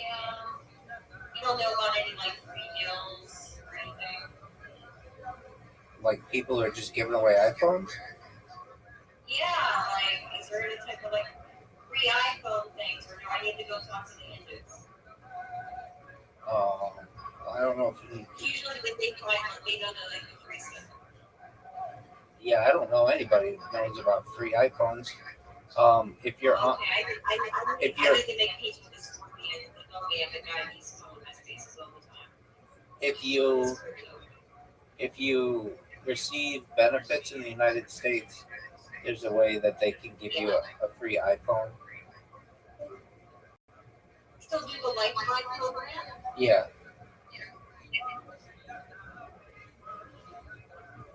Okay, that is a brilliant idea, Renee. That's why I come and check in on you all the time. I'm sorry if I interrupted anything. You guys sound like we're having trivia. We were just playing a game. No big deal at all. Yeah, so I think with the Lifeline program, they have some kind of deal. I don't know. I don't have one, but I've heard that it's either I think it's a uh, free iPhone X, or I mean, it's not like the newest iPhone, but it is free, and I think you get one per year or one per 2 years. So what you do is you go to one of the providers, you put in your benefits information, uh, and then they give you a list of devices that you can get. And from what I've heard, they offer about 5 different Android phones, and usually they offer one iOS phone, and so you can get an iPhone that way. That is fantastic. I just asked Rock and says yes to Lifeline program still exists as of August 2022, or 22nd, and it provides discounts for free phone, internet, low income, the ACP, blah blah blah, June 1st. Okay, and the affordable. Okay, the ACP is the thing that ended, but Lifeline still exists. Okay. So it's a discount up to $9.25 or $34.25 for tribal lands. Low income, basic program, okay. If you get any of those benefit needs. And here's all of the different Lifeline that you use. And okay, Air Talk Wireless is offering iPhones. Okay. I'm going to go through each one of these, and I appreciate you so much. How have you been doing? I'm lovely, thank you. Is that program, do you have to pay for it at all? Looks like it's Rock is suggesting that Air Talk Wireless has offered iPhones such as like 7 Plus to customers who qualify for the benefits. Sometimes with a small one-time copay of like $20. Yeah, something like that. Assurance Wireless provides free phones with talk data to T-Mobile. I didn't know they were T-Mobile, but it might be specific models for iPhone. Is there a certain time period in which you think iPhones? I can ask Rob. You probably don't know. Like which iPhones would be compatible with the option for X? You know what I mean? The X-based thing. Yeah. All of the models work, but it's like will the older ones do it too, maybe? Yeah. Yeah. No, I know what you're saying. And they also don't publish this information very well. Meaning, like they don't say iPhone 11 and up or whatever. Have this ability. But to my knowledge, I'm on an iPhone 8 actually, and it works. So if an iPhone 8 works, and that's like an 8-year-old phone, then anything should work. Yeah, it is. I know, but it's not my main phone. It's just a backup phone that I have. I don't need to update. I have a much more recent iPhone. Just some old phone that I have that I keep in a space 24 hours. Why would I want to update it if it works? Yeah, I know. I got like 6 phones that I run videos on that are old Androids too. But like, I understand. You just keep a hold of them unless you trade them in for something, right? Yeah, I get how it works. I don't really even trade. I don't really even trade them in. I keep them for just this purpose. Yeah, exactly. I keep them just for this purpose. When they become outdated, I just use them as like just like to stream video or something. So Is if there anything new with you? Is there any good news? nothing too big, Am I hearing anything? no, I would say if I were you, I would go on what was it, AirTalk Wireless. Yeah. There's about 5 or 6 drops just gave me. Do Okay, you want me to send you the link? no, I'm not eligible, but Okay. Because you're not interested, you're just trying to help me. I get it. exactly, but just see how much they are. Absolutely. I'm gonna do that. I'm gonna be doing. I'm finally doing that fundraiser. Okay, remind me what fundraiser? So I'm moving again, and Yeah, so last we spoke, thing didn't work out with the person, which is fine. yeah, but I heard that someone's sitting in my room, so that might work out. You have someone in your room right now, Yeah. like in person. Yeah. Oh, that's cool. I met them on Facebook. Oh, that's great. So, did you go move to them? No, I'm not gonna probably live with them right now. They got their own situation. But I've made a friend down here in the East, and they haven't murdered or raped me. Well, that's good. We appreciate that. And that's good, right? Yeah, definitely. You know, right? Excellent. They're decent people. Excellent. And how long have you known them?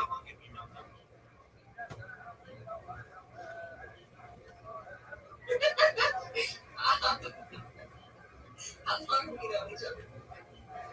A few days. Okay. But I spent all day on like the phone with them. You know how I do it. Okay. Excellent. Well, I spent all day on the phone with somebody. I know their whole life stories. that's. He was only like 17 minutes away from me. Oh, wow. That's really great. Yeah. Excellent. So right now, like, I'm going to do a fundraiser for some funds, and then I'm going to relocate, and then I'm going to start doing some other things. I don't know how you feel about it, but I might actually sign up to work with ICE, which is like a $50,000 sign-on bonus, and I might be able to do my RV that way. Okay. Well, do whatever makes you happy. Right? So, are you going to just keep streaming like forever? That's my plan. You're never going to stop? I ain't ever gonna stop. No, I'm not suggesting you should. It's just like I don't know. Like I think about it sometimes. Like I should check to see if he's still doing it. Because you know how people say like this is gonna be forever thing, but it never be done. I mean, I've been doing it longer than anybody, 3.5 years.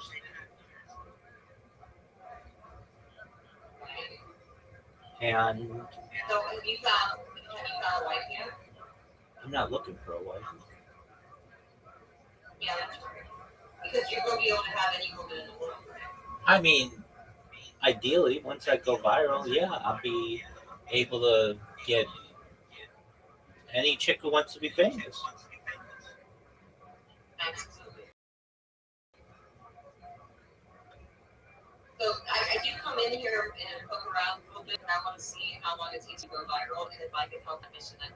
Well, I appreciate that. I, at this point, don't need any assistance. I've got my robots that are promoting me, which is great. And I get people who talk about me every minute somewhere on the internet, especially on Kick. Yeah, what were you doing last? With the audit box, you were doing like a bunch of like really weird sexual things. Yeah, I gave that up. Not because it wasn't working. It was working. It was working too well, to the point where the moderators of Blue Sky really upped their game. Shout out to them, and they just made it really difficult for me. Like whenever you put my name into their system as a username, or like just Rabbi Rothschild, yeah. it banned your account no matter what. Okay. So So they definitely everything is just like so fed up with you. yeah, exactly. But like, have you? but I within Kick, I've done You're still on X though, and you're streaming, so that's good. yeah. I don't promote myself on X anymore though. I used to, but Again, their moderators caught up with me, but Kick is one that I still do, and their moderators have not caught up with me. And Is there any type of like monetization on Kick? yeah, they're making $16 an hour. On Kick, they're making $16 an hour. Yeah, they pay you For what? Game streaming or what are they doing? anything if you. Okay, let's say anything. You mean like OnlyFans, anything? No. I mean, you could literally just sit there and stare at the camera. No, you keep your clothes on. You can't be naked on, or even like even like overly sexually explicit on Kick. Um, but they have a program that's called Kick Partner, where they pay $16 an hour for you to stream, and then you also get subscriptions in there, and um, those pay out really well. And it's probably the most lucrative platform to stream because no other platform pays you hourly. They'll pay you for the amount of viewers you get, or the amount of clicks you get, or the amount of chatters. It's not like an hourly wage, right? Exactly. You spend hours and just get like quarters. Exactly. So this is a first of its kind program, and so I have friends of mine who have bought cars on it using what they make. I know one guy who bought 2 cars recently, and all he does is he loves it. He gets up at like 4:30 in the morning. Doesn't have to. He's excited to do it, but he's always streaming by about 6:30 in the morning, and he streams for like 8 hours at a minimum. He doesn't have to though. He can stream as long as he wants, but he really likes it. I mean, he likes to go fishing, so he'll just go and film himself going to Walmart and getting his bait and his fishing wire and his lures or fishing. Okay, so he's like live streaming his shopping and his duties and all that. He get paid. Exactly, and then even just him driving in the car. Do you know whether or not Kick, like if you have a Kick affiliate program for the partner program, does that is that a conflict of interest for Twitch and YouTube? Yeah. You do all of it. It used to be, but they changed their program. So they previously said you could, if you're going to do Kick Partner, you can only do Kick Partner, and you can't multi-stream. And they'll pay you $16 an hour. Right. But then they had people who said, "Look, I want to be able to multi-stream, but I still want to do the Kick Partner program. So how could I do that?" And they just recently stated that you get paid up to $8 an hour, and you can multi-stream. But then you can stream on everything that you want.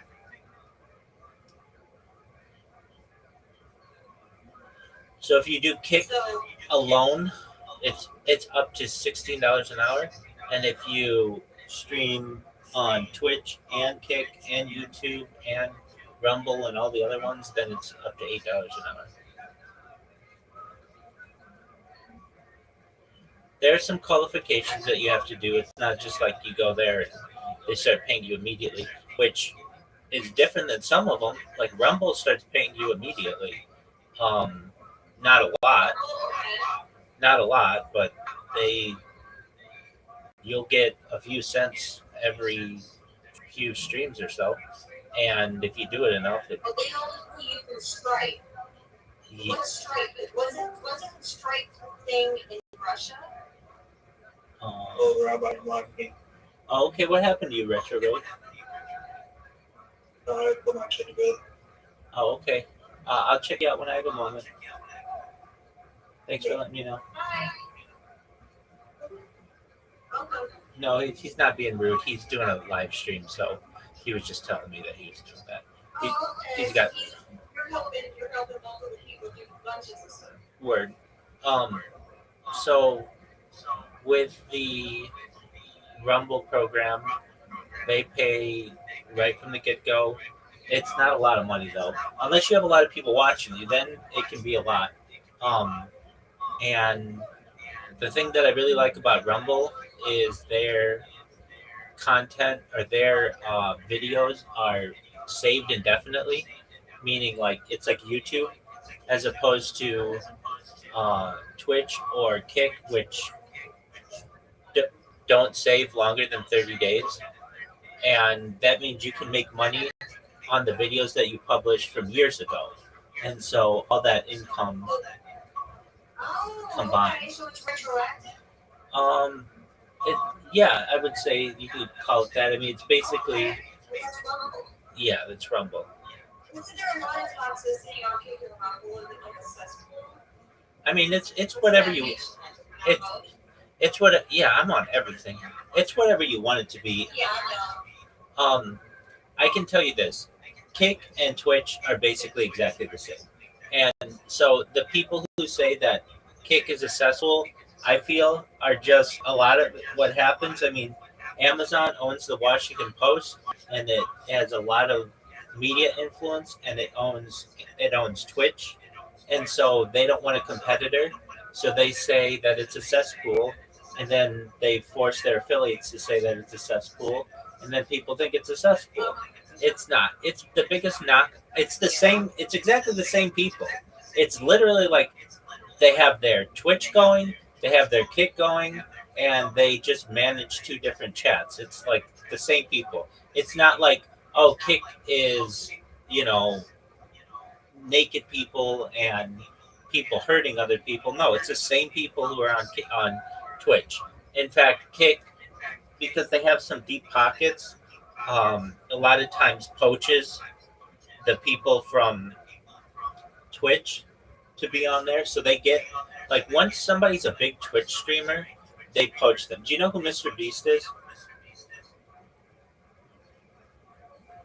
Mr. Beast is like, he's almost as rich as Elon. Well, I mean, he just no, This YouTube rapper, he wanted to run for president. yeah. So he just started doing Kick, and he has a charity called Team Water, and they raise funds for helping people who need water around the world, and he's a Kick streamer now. So I mean, they're very mainstream, um, and the difference in the two platforms is if you're on Twitch, it's going to be very hard to get found. It's going to be difficult to get found on Kick too, but there's just less. What do I need to do to be found on there? Well, it's kind of one of those things that takes. Do I need to do something controversial, or No. like do good deeds? No. Like, what would get the most attention? Good deeds are great. Frankly, I know somebody. He's from Clothes, like a fighter? He's from India, and he lives in Singapore. And what he does is he like helps charities every day. So, for instance, I was talking about Mr. Beast. He has this charity. It's called Team Water, and just like last weekend, they raised $12 million on Kick for this charity. So I know somebody who all he does every day for like 8 hours is just picks a new charity and says their charity name the whole stream. Now he'll talk about other stuff too, but he'll just literally say the same word. So what does he do? He is trying to say the phrase Team Water, which is kind of a hard thing to say, 1 million times. And so he is at like 400,000 right now. And so every day he just comes in and for like 8 hours, he'll just say Team Water, Team Water, Team Water, Team Water, Team Water, Team Water. And he has a little counter. And then the people on Kick see him and do that. And they know that that helps promote their platform, and they raise him to the front page. So then he gets like basically free advertising that way. So what could you do? In the same way that guy just says Team Water, I know it's a lot of work, but you just go on there, you say Team Water, whatever charity you want to boost, and the people at Kick will see that, and then they put you on what's called the front page, and then you get hundreds of viewers who come in and follow your chat and chat with you or whatever. And you don't have to just keep saying the same word, but they'll like, that's kind of one of the reasons why they promote you, is because it's like, who in their right mind would say a phrase a million times, but it helps their charity and it helps their recognition. So that's why they do it. I'm not saying that that's what you need to do. Really, the big thing would be Grand Theft Auto 6 is coming out. I don't know if you play video games. Whether you do or don't, Oh, okay, so whether you do or don't, was everybody mad at the last one because they didn't really have any updates? no. The last one is the second biggest game franchise in global history, only behind Super Mario. So it was huge. It's a multi-billion-dollar enterprise, and it launches May 26th, 2026, like 250 away or so, and um, it's going to be a revolution, and it's going to change everything that's going on within the video game industry. And so you can get started with that. And if, I mean, that's a way to do it. There are a lot of ways. I mean, I know people who just live stream their day, and so there's like one lady. She's just like a mom, and she live streams herself taking care of her children and doing gardening and stuff. And if you just do enough streaming, then people are going to get associated with you. What hurts people is they'll do like a stream every like 2 hours every 2 weeks. That's not good enough. People aren't going to get associated with you. In psychology, it's known as mere exposure effect. Basically, the more that you see someone or see a symbol, the more familiarized you become with it. And the same is true with streaming. If you're just always streaming, you're always going, then people on the site are going to get associated with you. They're going to follow you. When you go live, they're going to check you out. They're going to say hi. And that's how you build a um, community. Now, but that's all good to say that. That's great. But if you want to be a big time streamer, then you've got to know that everybody is botting themselves. So, like I said, it takes money to make money. And what that would consist of is you buying bots that watch your live streams. Because even if you're a good streamer, it's hard to get more than 30 people watching you on a given platform at once. It's just hard to keep people's attention. But Right. so that's why people bot themselves, and everybody bots themselves. I mean, everybody. There's a website dedicated to it. It's botted.wtf, and you can go there and see on both Twitch and Kick who really has legitimate numbers and who's botting themselves. And the top 1,000 people on both platforms, they're all botting themselves. Right. Well, you know what I'm trying to do, right? With like the whole interviewing people doing other projects in technology and innovation. So I'm trying to find the people that are doing little projects, and I'm do taxonomy on that, like a phone book type of thing, to where I can actually refer people to other places. You know what I mean? Like a little recruiting thing, and do interviews on what they're working on and stuff. You know what I mean? Absolutely. I had a very good strategy of doing something similar. I did a podcast, Right, and I know you did. and Yeah, that's and what you're trying to do, and that's why I come to you. yeah. So I Um, can help you with that, correct? well, so I don't want to be a podcaster. That's not my thing. I just wanted to see what it was like, and so Vogue magazine published. They had like this series where they would ask people 73 questions, and they're the same 73 questions that they ask everybody, and they'd ask, Charlize Theron and uh, Pablo Pascal and all these famous people, the same 73 questions. They were like very low pressure questions. And so I took that question list, and then I would just go into people's chats. Hey, do you want to be on a podcast? And everybody wants to be on a podcast, you'll find. So they'll be like, yeah, sure. What is it? And you'll be like, okay, well, for time you want to, so like we can do it right now if you want.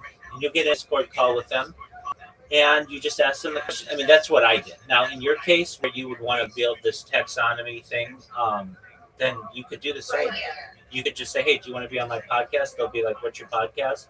You'll be like, it's it's the Morph Retro podcast or whatever it is. They'll say, okay, Yeah, where, I'm gonna retire that.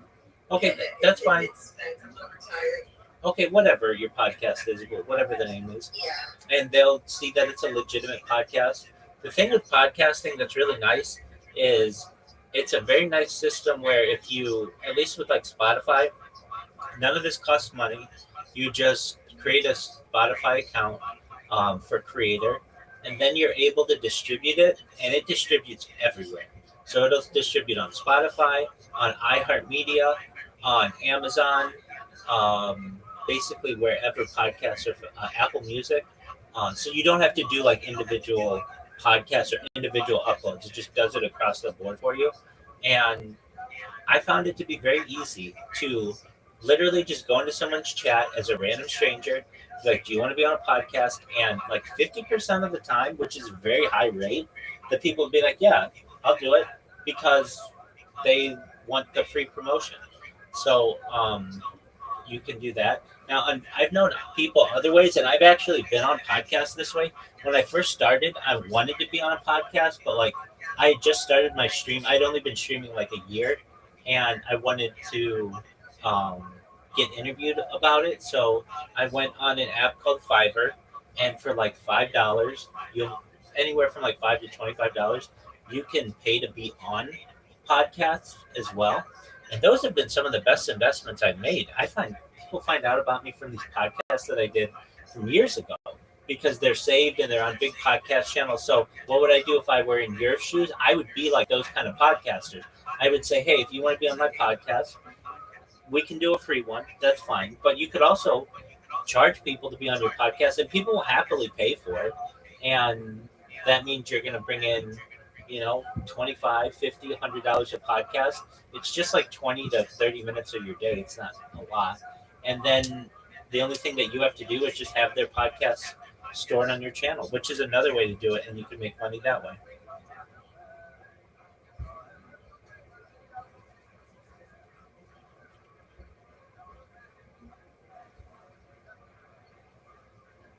I do love that advice. If you can hear me, Yeah. I do love that advice. And Okay, good. like I'm starting to get the things implemented now.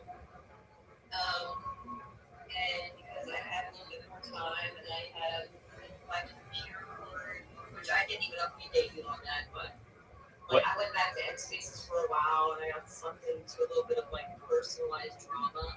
What happened? That's not really what I was trying to do. What happened? Just like, I don't know, people get feelings for each other and it turns into something more and then like, you know how it is. It's like high school. And people go through certain situations and you try to be there for them. And yeah. So it just turns into like a high school, like, favoritism thing, or now I'm evil. I don't know. It's just like there's just a small circle out of like the entire. Yeah, you took the words out of my mouth. Twitter Spaces is a small circle, and when you're on it enough, you realize it's the same people on it. Okay, so you. Yeah, because they just change their names. Yeah, or they get banned and they get a new account or whatever. I totally get that. Okay, so you understand very well what it's like when you're a live streamer when you first start off, because you do a lot of Twitter Spaces to no one, and that's how it is when you're streaming. Basically, like, it's sometimes you go a couple hours before somebody comes into your Twitter space, and you're just doing whatever you're doing. I mean, maybe it's not that long for you, but Do you know what I started doing? what's that? Rabbi, do you know what I started doing? I started listening to other people. I will open the space on my phone and then play another space from somebody else's. Oh, You know what I okay. mean? Like, Yeah. I'll play somebody else's space, so I'm in two spaces at once. And so people see me, but I'm also like kind of listening to another space. Right. And then I start following people that I might like or can collaborate with in the future. But I'm not messaging people yet. You understand? Like I'm just like I'll listen to other people's spaces and have it play in my space. I gotcha. So it's kind of like hobby, right? Enrichment, but that doesn't exist in spaces yet, right? Right. That's a good way. It's not like it's monetized. Be copyrighted. Right. I get that. Keep listening to the space Right. That's what Okay, that's great. But as you know, even still, sometimes there aren't people who come into your space, or it takes them a little while to come into your space, and that's kind of how it is with live streaming, where when you first start and you don't have anybody promoting you and you're new and you don't have a lot of followers, you'll just start your space or start your stream, and you'll just get random strangers who come in and talk with you, and that's how they become your friends or following or whatever. um, but if you can make it through that initial boredom of the stream, then you're gonna be able to start to grow it. And I mean, I even look at myself in this Discord. I started it about a year ago, and I've got over 1,900 people in here organically, which is a really big accomplishment to get people in a Discord. Discord's difficult to use. It's kind of closed off to a lot of people. I'm asking people to social media jump. And also, I don't send people Discord messages to join my Discord. I only send people on different platforms because I don't want to get banned. Um, and, the more and more you pump it out, then you get just random people who come in. You make friends throughout the world, and so it is rewarding. It's like an uphill climb, but if you're willing to take that climb and start it off, then you're gonna, if you have the grind, you're gonna be successful. You have, and I've said it too before, a major advantage of being a woman on the internet. You're just gonna get about 10 times as many people interested in you, because you're rare.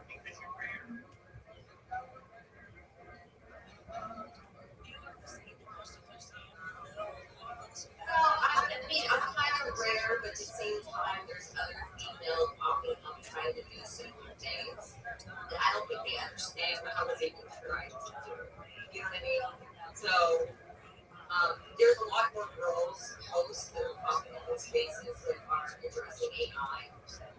But they're really stuck on the chatbot stuff, and then like they'll gravitate to like there's more woman empowerment starting, and some like reproductive men, um, girl power pretty much. Like there's this one girl that popped up, and she's doing like she does songs and things like that. So she likes the horoscopes and astrology, but she also mixes it with like the digital AI and stuff. So she's extremely smart, right? Right. She's actually creative. Well, as you know, though, approximately 90% of all people in spaces are men. Just women are rarer in Twitter spaces, and they're also rare as streamers. So I'm saying that as a positive for you, that you're gonna not that you're gonna have to work hard, but it's gonna be a little bit easier than if you were just a random dude.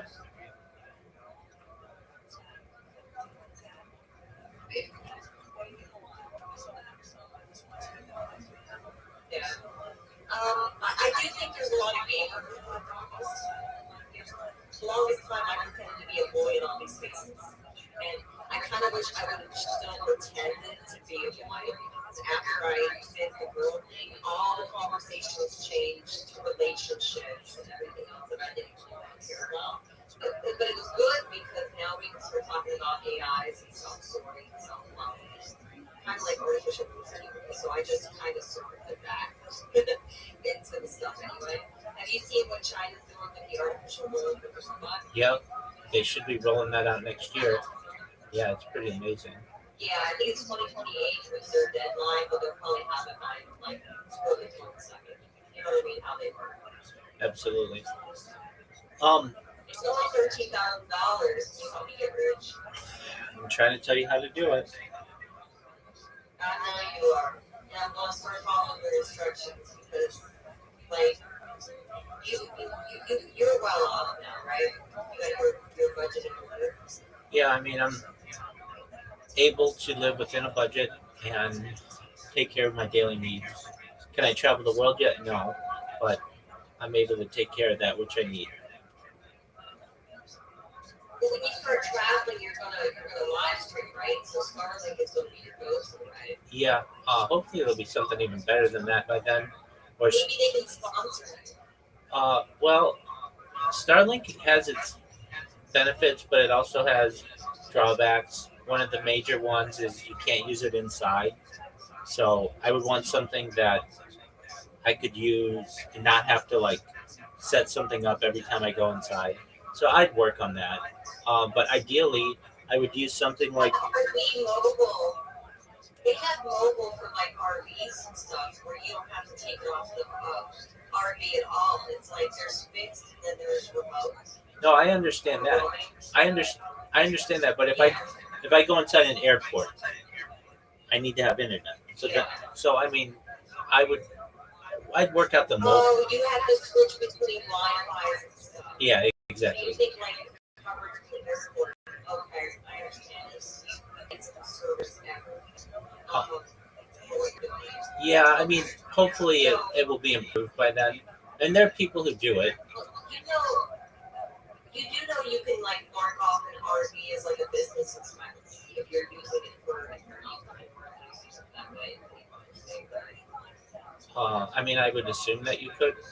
Uh, I don't necessarily want to be in an RV. I do. Most states have laws to write it off as a business expense. Okay. If it's applicable, even the internet, you can get like money back from taxes for the internet you paid to run the business. Okay. Yeah. You're not supposed to use it for personal reasons. Yeah. Right. Ideally, so Google has put out the Meta glasses, or not Google, Facebook or Meta has put out the Meta Wayfarers, and I would ideally like to just wear those, but instead of having to upload the data, I have heard that they're going to have a live streaming version soon enough, so that you could just see my life in first person. Well, that's going to be neat. Do you think you can make money off of our own data yet, or are they just going to sell us like, Well, it's going to be a way to allow people to literally view your life through your eyes, and I think that'll be very attractive to people. POV streams, point of view streams, are very popular. People like to be able to see what life is like through the eyes of another person. It's very immersive. So the idea of the Google or the Meta frames, I think, would be beneficial as well. Currently, the Meta frames work really well. They look beautiful. If you've ever seen somebody like whitewater rafts with them or does roller coasters with them, it's really, really cool. The issue is there are a few issues. One, they're glasses still and they break, and they're very expensive. Two, the battery life isn't that great, and three, they don't live stream. So they have to, get through those issues. But um, once they're able to do that, I think that there's an opportunity, a major breakthrough will happen within the streaming world, where you'll just get people who not only are streaming their face, like with a handheld camera, but then they're just wearing glasses that allow people to see what they're viewing simultaneously. And the new iPhone is going to, like, Androids. Some of them already have this feature, but the ability to have a front and back camera and be able to stream that simultaneously, that'll be a game changer as well.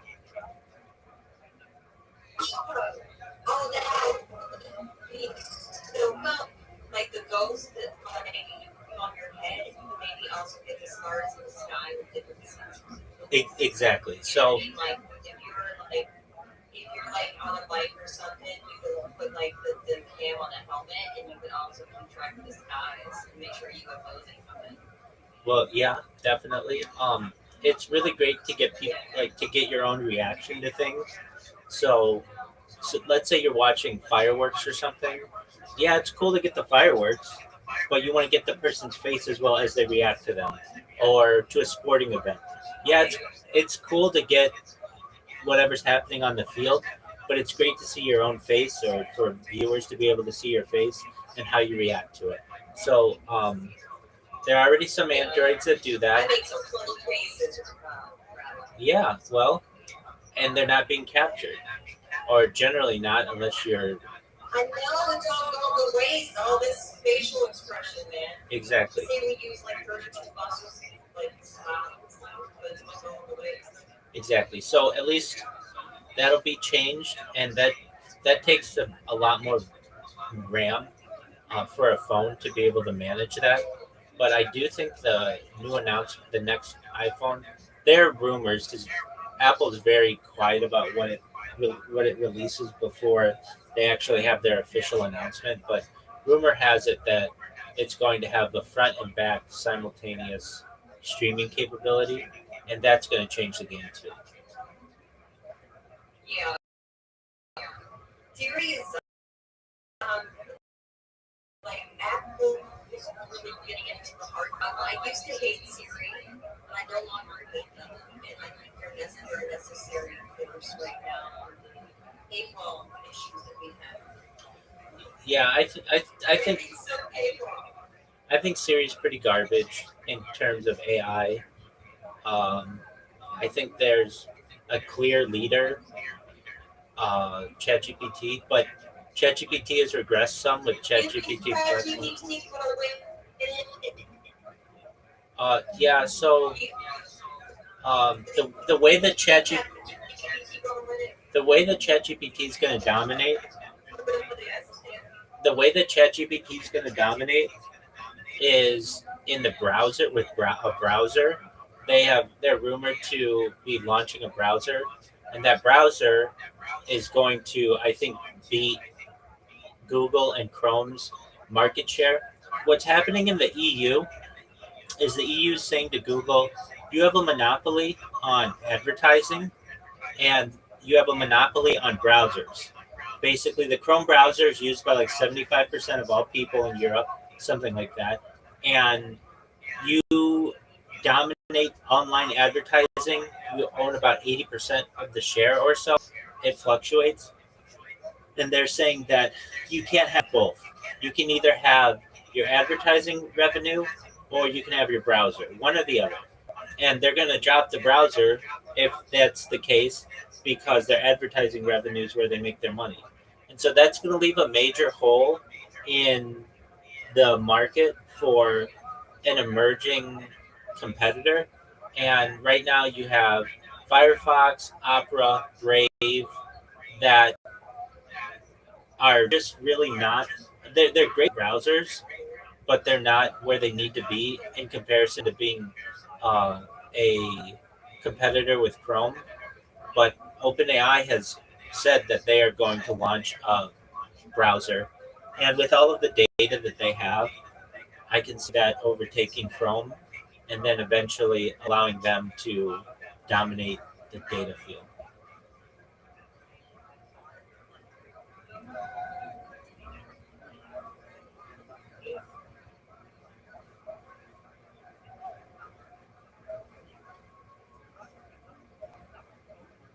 There. Yeah, are you talking? Yeah, that's a good indicator. Whichever wins, it's like we all win, right? So I'm not against ChatGPT or anything. I used to love Sam, and I still use Suno. You mean Sora? But now, on Suno, like the music thing, I haven't used Sora yet because it was only on Apple. I need to get a freaking Apple device. Hold on. I used to work for them. Hold on. Maybe I should Hold put on. it in my application. Hold on. I forget the Hold on. Siri is Apple. Sora is ChatGPT. Right. But I mean, like, it's only available on it. It was only available on Apple. Like the Sora is OpenAI. I understand that, but the app was only available on Apple, just like they did with Grok. Like the Grok companions and all that. Like everybody goes to Apple first because it's so hard to get through Google right now. Their process takes like months. It costs too much now. I've got you. You can use it on a browser, so Android, iOS. You can use Sora for free on there. Really? Yeah.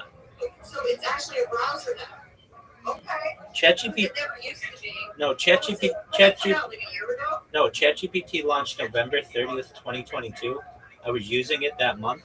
Right. and it started in a browser. It was not an app until last year or so. Okay, but Sora came out. One of the very first videos I loved so much, and now like VO2, and Google has VO2, and now Grok is starting to make music videos too. Right, and they're getting really good. Like the whole industry is just like a merry-go-round about things.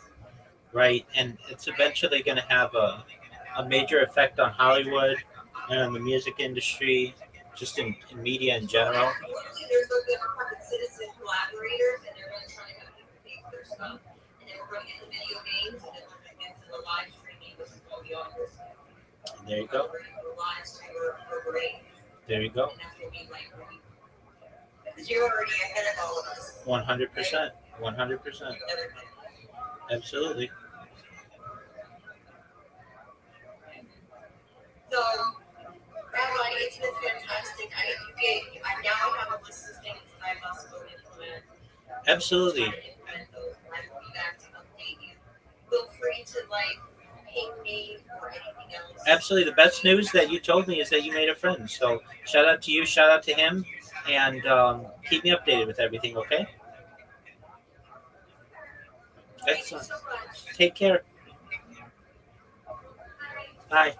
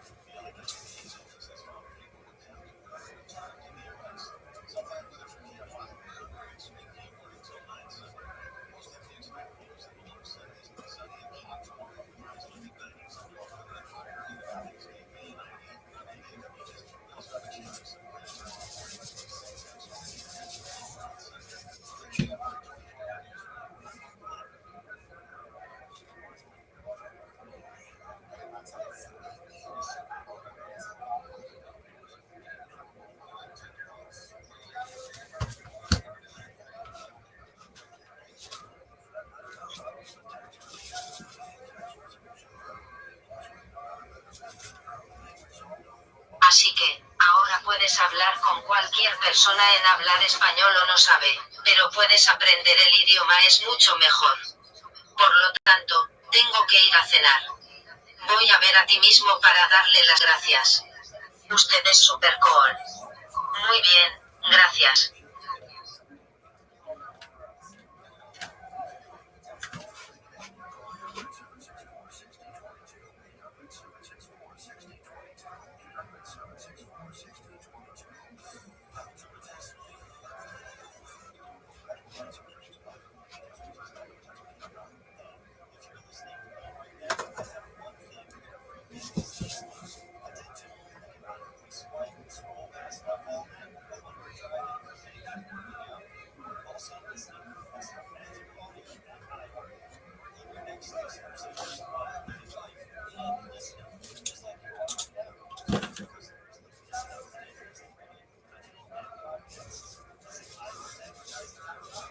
Saul S. General.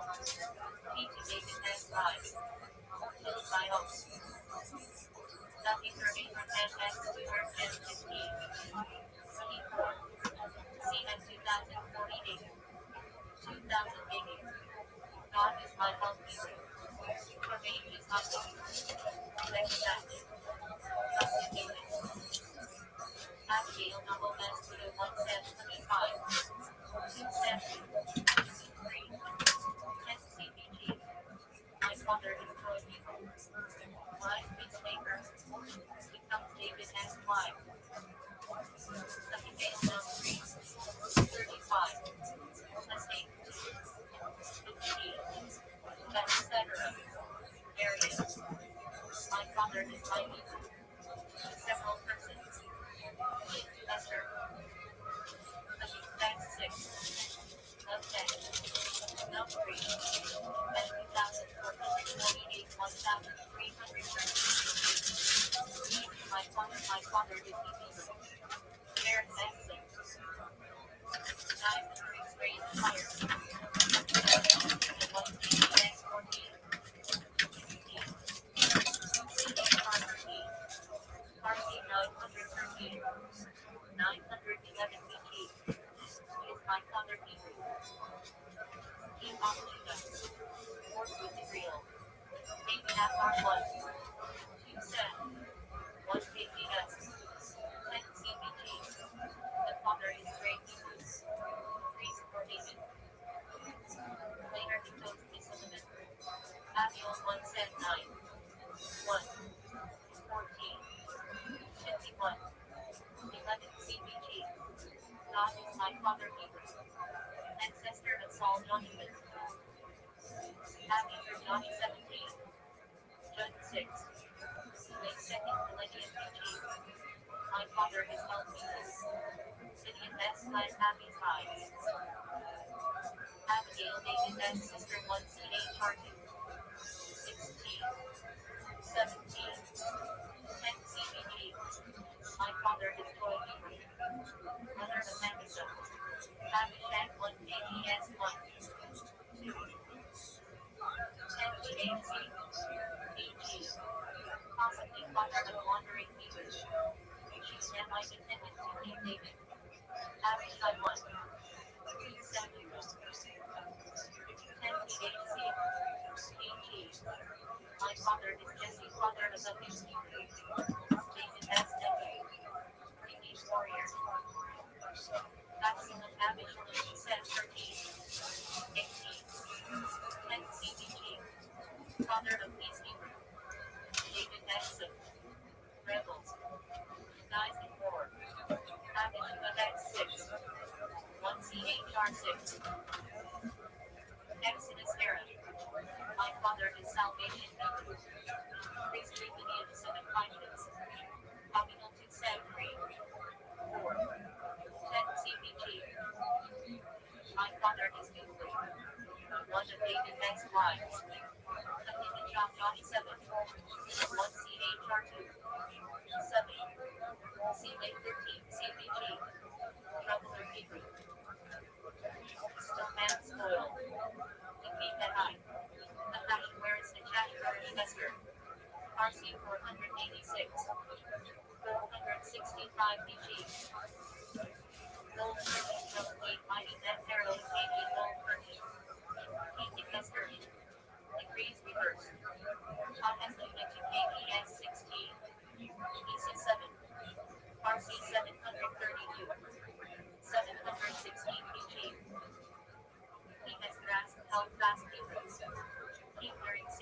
My prices. Amaziah Israel 1 KPS 22.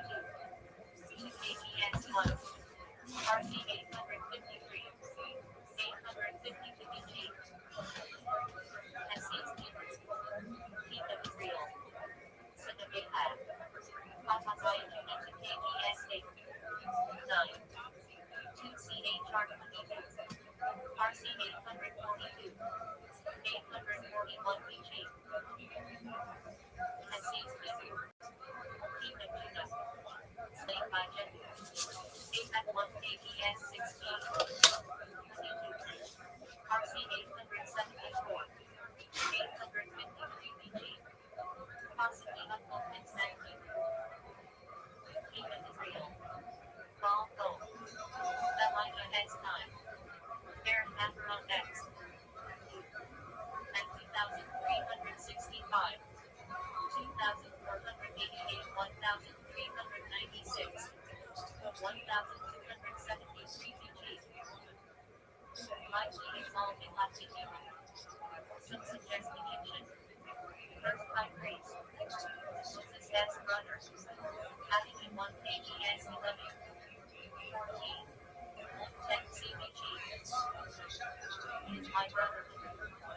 Prophet River holds in the kingdom to Jeroboam. 72 KPS 26, 39. 27. 36 C. BG. My brother has risen to it. Protected Jeremiah. Father of Gedaliah. Ahimelech 171. 22. 11 CBG.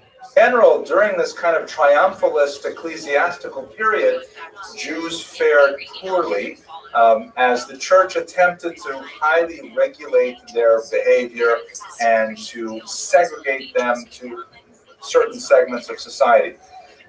It's not that the kings were great friends of the Jews, but one of the things that kept the Jews in the good favor of the kings and had the kings really defend them was something that, I don't know if I've ever mentioned it in this class. It's the Abramson rule of history. I don't know. No?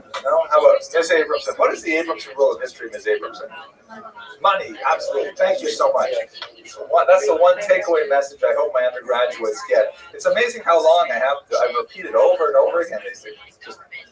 Maybe it's something about being 20 that you just can't think about those things. But at any rate, the Jews occupied a very interesting niche in the economic system of the High Middle Ages Europe. It was a corporate structure or a feudal structure in which the Jews had a status called servi kamarai, which means the servants of the royal chamber. And just in a nutshell, maybe in another lecture we'll expand on this, but basically the Jews occupied a certain status in the economic structure of what was basically a barter society, where they were one of the few groups that actually dealt in precious metals, in coinage. And this was through petty money lending, it was through small-time commerce, sometimes larger commerce. And so that meant that they generated a lot of cash money, as opposed to chickens and pillowcases and fields of wheat. They actually had ready cash, much more than most elements of society, because of that particular niche. So what the kings did in medieval Europe is they said that the Jews will be taxed directly by the royal chamber. That's what that servi kamarai means, is that they are servants of the royal chamber directly. So you could have, like Shlomi and Yitzchak and Rivka and Shprinza and Seitel who are living in a little shtetl, and they're living in a shack essentially, but they are actually direct subjects of the king. They are not subjects of the local duke or the baron or the lord. They actually report directly to the king. Not that they would ever see the king, but their money would. So the Jews, on the one hand, didn't necessarily have a very high lifestyle, but the fact that they lived in urban areas and worked in industries that generated cash meant that they could generate also a lot of tax revenue for the king. And the king, in return for that tax revenue, protected the Jews. Hence the phrase, the king's Jews, which you may have heard of. Which is kind of funny. We have at the college, we have an excellent librarian, really one of the best librarians I've ever worked with. She's Cuban and not Jewish. And all her friends ask, how are your Jews doing? All of us at the college are her Jews. I find that amusing, but at any rate, let's tell another joke. That one, here we go. So, here we go. There's this old rabbi is walking out of shul one day, and a gust of wind comes and blows his hat off his head and across a busy street.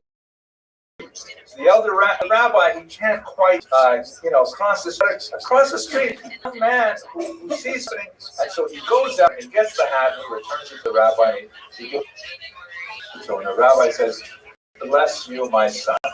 So this guy, he says, "Wow, I've been blessed by the rabbi. It must be my lucky day." So what he does, he goes to the racetrack and he's looking at the names of the horses, and he sees there's a hat named Cap. So he says, "Cap, fine, I rescued the rabbi's hat. I'm going to bid on Cap." And sure enough, Cap comes and makes a lot of money. And he says, "Wow, this is great." He looks at the next race and he sees there is another horse whose name is Top Hat. Wow, this is great. Puts all the money first. And it goes on and on all day with all these kinds of hat metaphors. Finally, he comes home at the end of the day. He's all depressed and it's happened. And he tells her the whole story. And she says, "Well, what happened? I mean, where's the money?" He says, "Well, at the very last race, I bid on a horse called Chateau." And she said, "You idiot. You're thinking of chapeau in French. Chapeau is hat." And she says, "Oh, it doesn't matter. It was some Japanese horse called Yamaka that won in the end." Thank you, Mr. Weiser. That's good. Okay, that's it. I only have like 3 jokes left now. That's the year. Okay. Anyways, so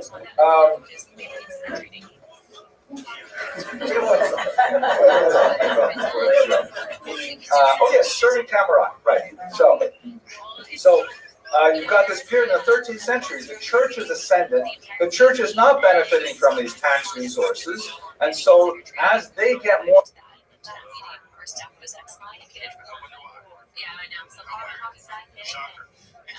and more powerful, various reasons that are beyond our scope here, they pressure the kings and say, "What are you doing allowing the Jews to prosper like this? I mean, we know what you're doing. You're getting tax revenue, but this is not right. You have to keep them down lower. They have to have a subservient state, because how does it look that those who reject Jesus, that they should be in such a high level in our society? How appropriate on Wednesday we should be discussing this."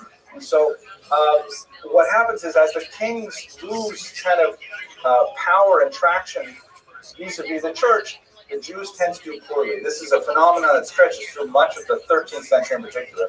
And one of the expressions of this was so-called disputation, where churchmen, for various reasons, we saw Nicholas Dolan last week, would sponsor a forced debate between representatives of Judaism and representatives of the church. And these debates would often be held in churches with an audience of dignitaries and nobles, and the Jews would be expected to, put forth an argument for Judaism, which would then be thoroughly trounced by their Christian interlocutors, and then everyone would go home at the end of the day saying, "Wow, this is great. We have this amazing religion. Those Jews are so obstinate. Look, how can they keep believing this stuff?" That was the way the thing was supposed to go. Typically, the debater on the Christian side would be a convert from Judaism to Christianity, who had some knowledge of Jewish and so forth. So, in the case of Nachmanides, it was a man who took the name Pablo Cristiani.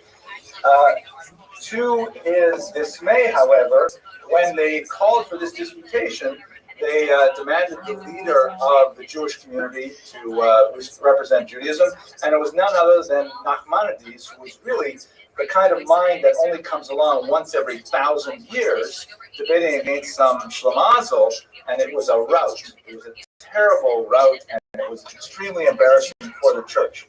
But when he was invited to this dissertation, Ms. Abramson, a brilliant question.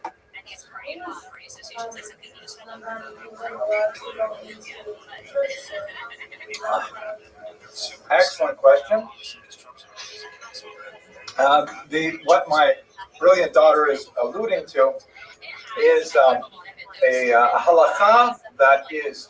I'm not paskening halakha, especially not in the shul where the Rav is the posek, but there is a large body of traditional religious thought that argues that Jews are not allowed to go into a church or into a mosque, although there's a lot to say about both of those. The main idea behind that, in my humble opinion, is what's called marit ayin, meaning what will people think? The seeing of the eye.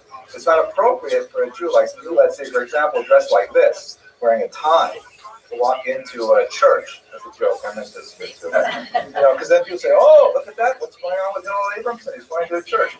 So marit ayin does not apply when people know why you're going into a church. You're not going into the purpose of worship. So, like, let's say, for example, as happens sometimes. Because churches are large, open public spaces, they're sometimes purchased by synagogues or by yeshivas. So, the rabbis are allowed to go in and check out the space to see if it's, if it says a big for sale sign out front, no one's thinking it's Maradine. So in this case, I would humbly tender that he's certainly allowed to go in because everybody knows he's forced to go in there to participate in this debate. Very subtle question, isn't that amazing? And she's going to Israel in next September, where she will become even greater and become a leader of the Jewish people. God willing. Okay, so anyways, Nachmanides, before he participated, he insisted successfully that he said, if you want me to participate in this debate, one basic rule, I have to be allowed to say whatever I want. You can't make me go into this debate and tie my hands behind me. I have to be able to muster any argument you ask for. So they agreed to this, and in the summer of 1263, they had 4 dates for the debate in that summer, and Nachmanides came out with just absolutely destroying his opponent. The results were interesting. We do have 2 accounts of the debate. We have the Christian account, in which, of course, you probably figured out by now the church wins, because how can you sponsor a debate like this for the whole point of diminishing Judaism and have the church do poorly? So the judges were all clergymen to decide, yes, Christianity wins.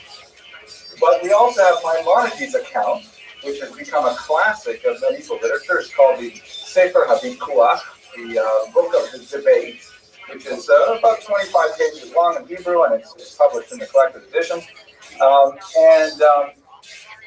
Reading the Christian side, it looks like the Christians win. Reading the Jewish side, it looks like Nachmanides wins. But when you look at a few other, external factors, it seems pretty clear that Nachmanides was the winner. First of all, the church ended the debate early. That is too much already. Enough. And even though they pronounced the church the winner, public Christianity the winner, the king gave Nachmanides the bonus money of 300 gold coins. Normally you give the bonus money to the winner, but the king obviously enjoyed himself thoroughly. And Nachmanides was then invited to visit the palace to meet privately with the king. We don't know exactly what the content of their conversations were, but obviously the king was well taken with Nachmanides. And if that wasn't enough, the church demanded that they banish Nachmanides forever, because he's just dynamite. You can't have this guy around. It makes us look bad. And unfortunately, that's ultimately what happened. Reading the accounts of the debate is quite fascinating, but I'm not going to go into that right now. The Damascus wanted Nachmanides to stand trial for blasphemy. And you recall that he had said, listen, if you want me to really participate in this, you got to let me say whatever I want and speak his mind. So when they threatened to place him on trial, it seemed that the only way that he could survive this is if he accepted to be banished. the Dominicans went over the head of the king. They went to the Pope to try and get the Pope to support them, and that's when Nachmanides realized that he was lost. He fled Spain for Eretz Israel. He was already at this point, I believe, in his mid-70s. So he's really towards the end of his academic, intellectual, rabbinic career, and yet it is this point that in many ways he achieved his greatest successes. Just one point about the debate, though, that really should be discussed. Nachmanides employed an extremely subtle and brilliant and elegantly simple technique to diffuse one of the strongest attacks on the Talmud. And you recall from Nicholas Donin, the discussion last week, that if this ended badly, that tens of thousands of precious manuscripts could be destroyed if Nachmanides doesn't hold his own. So one of the biggest charges, and probably this Christianity was actually much better prepared than Nicholas Donin, was that the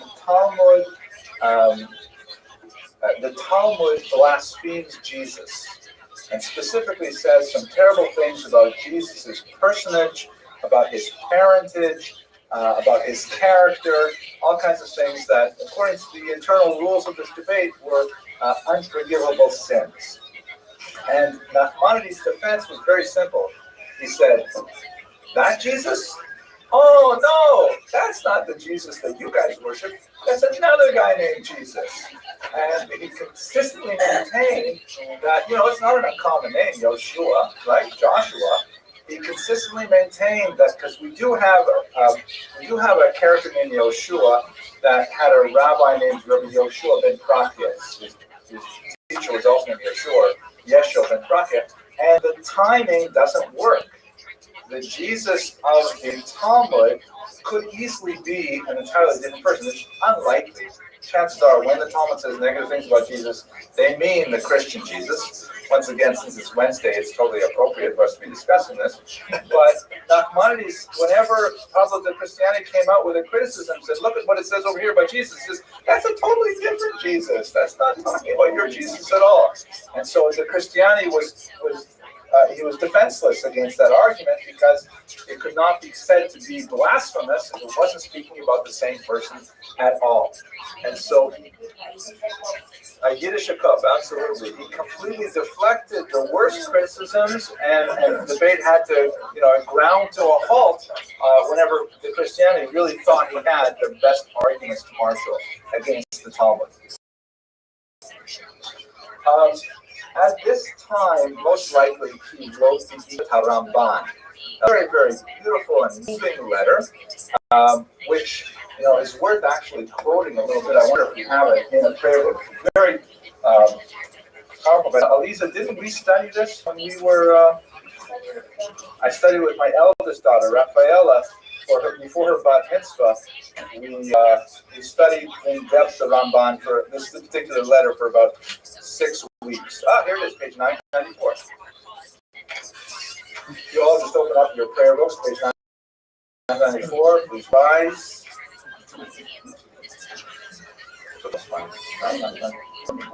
Where is it? Let me read it to you because it is really it's a beautiful piece of rabbinic writing. He wrote this to his family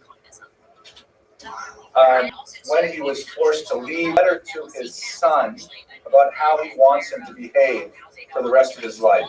It's part of a long tradition of what's called the tzavah in Jewish literature, or the will, the ethical will.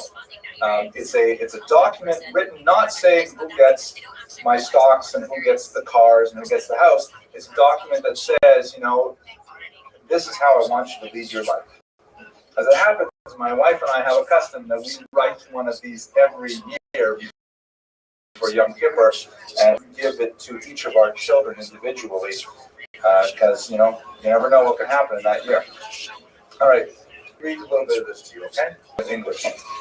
My son, the discipline of your father, and do not forsake the guidance of your mother.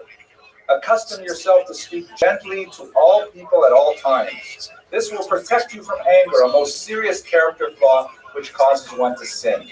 Our rabbis taught whoever flares up in anger is subject to the discipline of Gehenna, hell. As it is written, banish anger from your heart and remove evil from your flesh.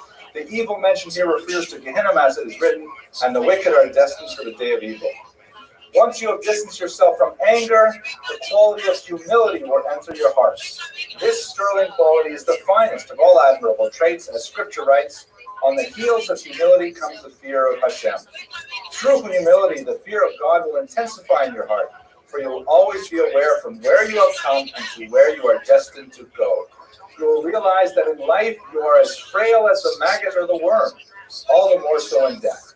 It is this sense of humility which reminds you of the one before whom you will be called for judgment, the King of glory. Of him it is written, behold, heaven and the heaven of heavens cannot contain you, surely not the hearts of men. Furthermore, it is written, do I not fill heaven and earth, says Hashem? After you give serious thought to these ideas, you will stand in awe of your Creator and will be guarded against sin. Once you have acquired these fine qualities, you will indeed be happy with your lot. When your actions display genuine humility, when you stand meekly before men and fearfully before God, when you stand wary of sin, then the Spirit of God's presence will rest upon you, as will the splendor of His glory. You will live the life of the world to come. And now, my son, understand clearly that one who is prideful in his heart towards other men rebels against the sovereignty of Hashem, for he glorifies himself in God's own robes. For it is written, Hashem reigns, he dons the mantle of grandeur. For indeed, of what should man be prideful? If he has wealth, it is Hashem who makes one poor or prosperous. And if honor, does honor not belong to God? As it is written, wealth and honor come from you. How can one glorify himself with the honor of his maker? If he takes pride in wisdom, let him understand that God may remove the speech of the most competent and take away the wisdom of the aged. Thus all men stand as equals before the Creator. In his fury he casts down the lofty, in his goodwill he elevates the downtrodden.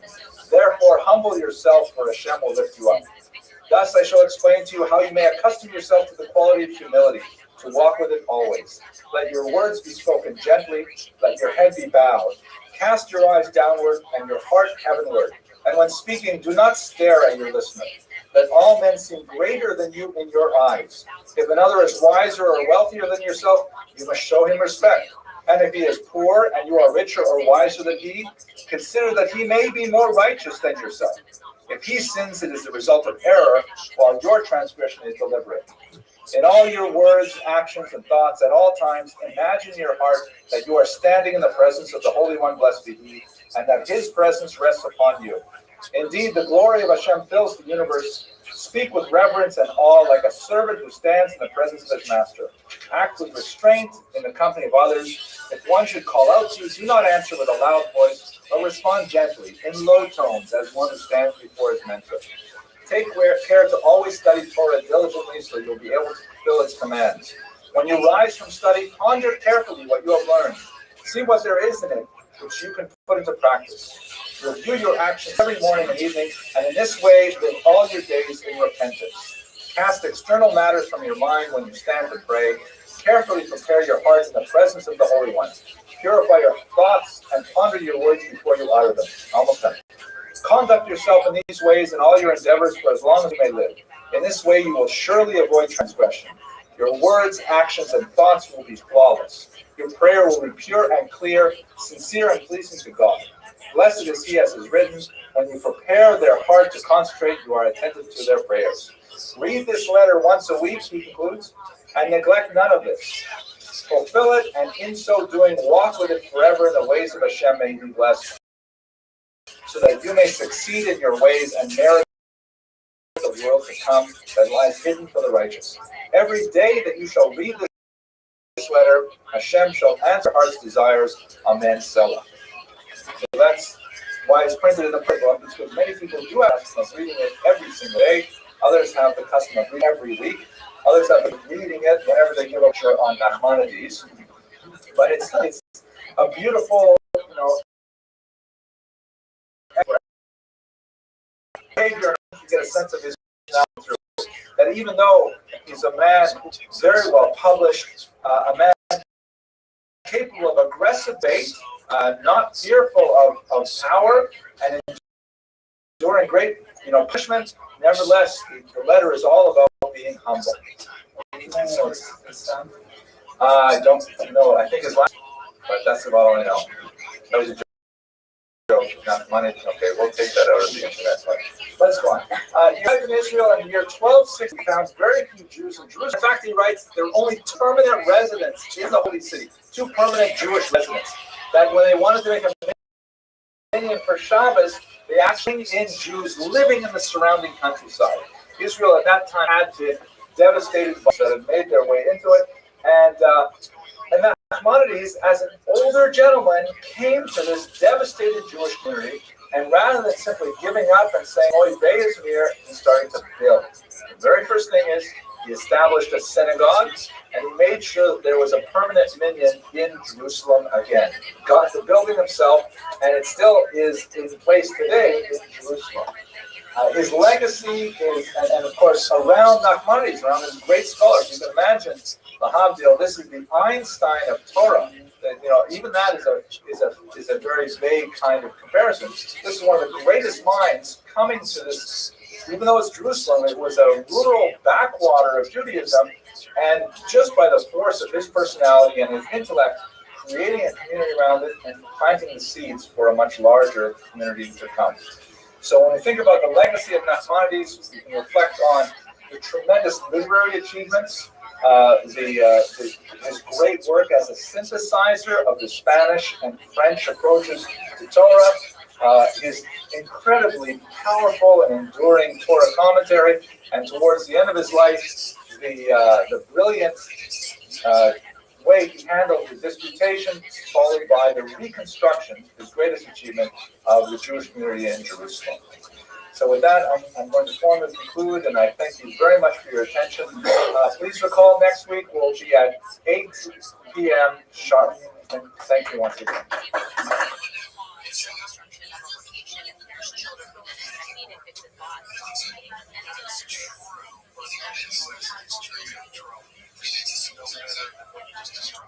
Well, there are investigations, especially if it's in crisis. I would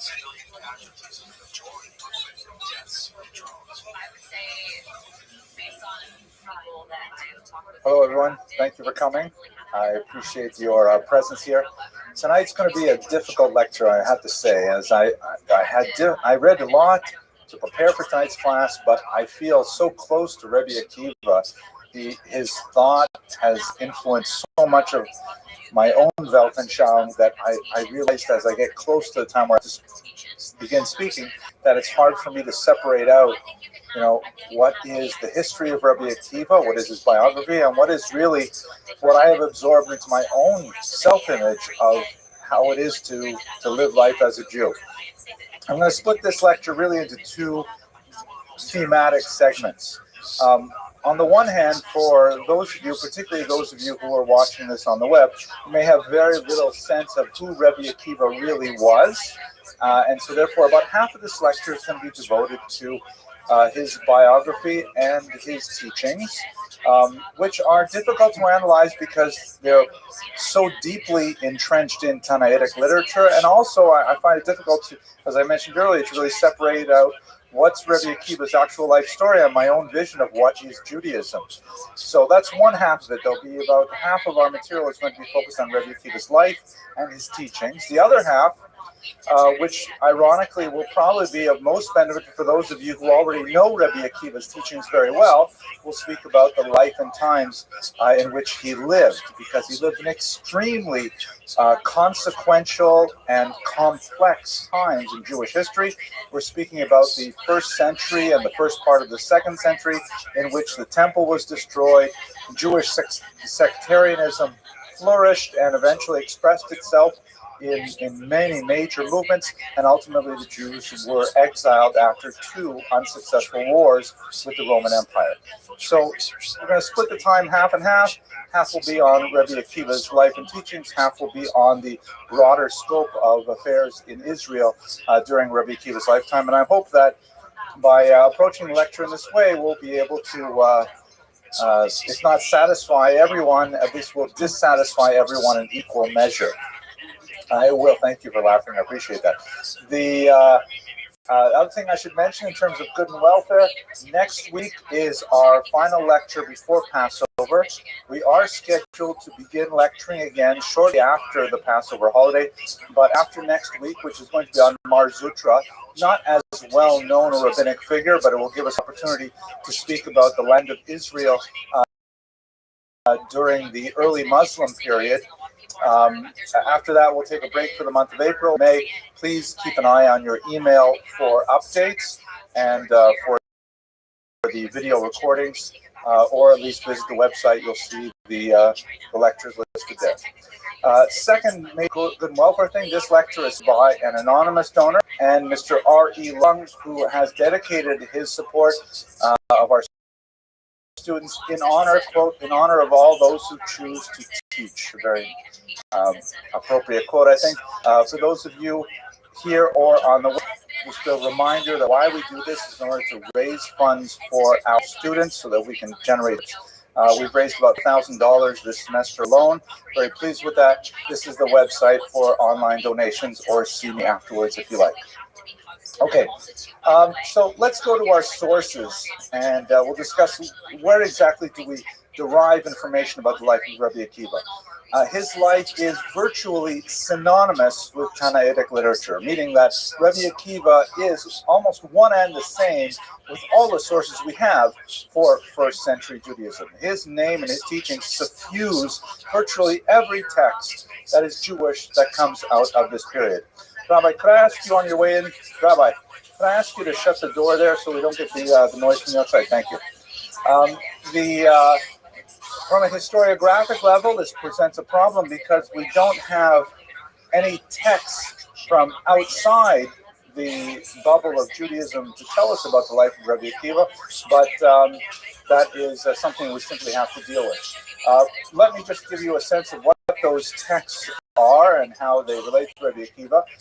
There are basically two geographic areas from which this literature emerges. There is, of course, the literature that's produced in Israel proper, and there's also, by this time, we're talking about the first century, there's a significant population of Jews living in Babylonia, here in the region where the Euphrates and the Tigris rivers meet. That would be lower Iraq or Kuwait region, where there are major yeshivas. And there's a tremendous amount of Jewish civilization active there, and they're generating a lot of literature.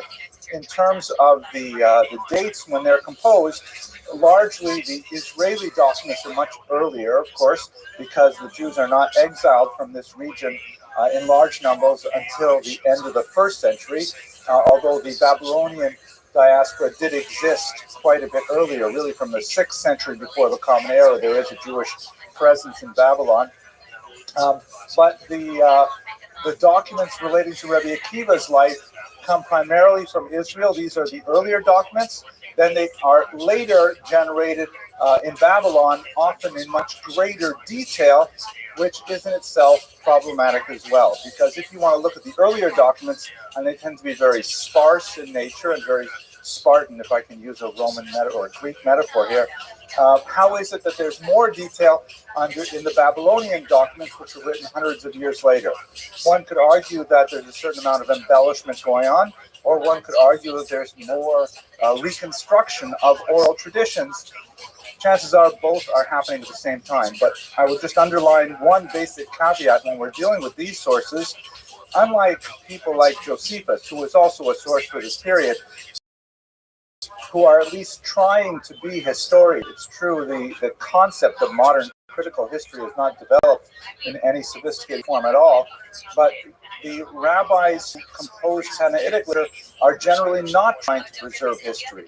They are trying to present truths, but those the far more important truths are religious in nature, moral in nature. And so therefore, when they're composing biographical information about Akiva, the veracity of these statements themselves on a kind of like an objective vision are not nearly as important as the truths that they convey. Let me give you an example. When I first met my wife about 32 odd years ago, one of the very first did for her was I wrote, because I was, really overwhelmed, amazing young woman. I wrote her this poem, And the poem described the color of her eyes. The problem is, I got the color wrong. It's true, I know. I think it was because I met her on a ski hill and it was a night time, so we had the artificial lights or things like that. But I wrote her this poem that was really based on the color of her eyes, and I got the color wrong. So, fine, sue me, as it were. What is important about that poem? Is it important that I describe the color of her eyes right? Or is it important that I expressed in writing my feelings towards her, which ultimately were far more significant and say a lot more about my relationship with her and our children and, so that's the kind of thing we're dealing with here. The Tannaitic documents are very, very true, but they're not necessarily, they cannot necessarily be held to the same standard of truth in every aspect as we might like if we're using a modern historical yardstick to measure them. So, what are those sources? The first major source is what's called the Midrash. Midrash is a complex, sophisticated, beautiful collection of teachings by the rabbis, basically discussing biblical verses, sometimes elucidating legal aspects of how they are to be interpreted, sometimes elucidating poetic, exegetical aspects of how they are to be understood. These midrashim are preserved primarily in later texts. We have some that go back to the ancient period, but most of them are preserved in later texts, some of them even medieval, but they can be fairly dated back to the 1st century and much earlier as well. Rabbi Akiva is quoted as the author of many of these midrashic statements. We also have the Talmud. Now, just to take a minute and explain what is the Talmud, something for which I'm sure most of the audience in this room is very familiar.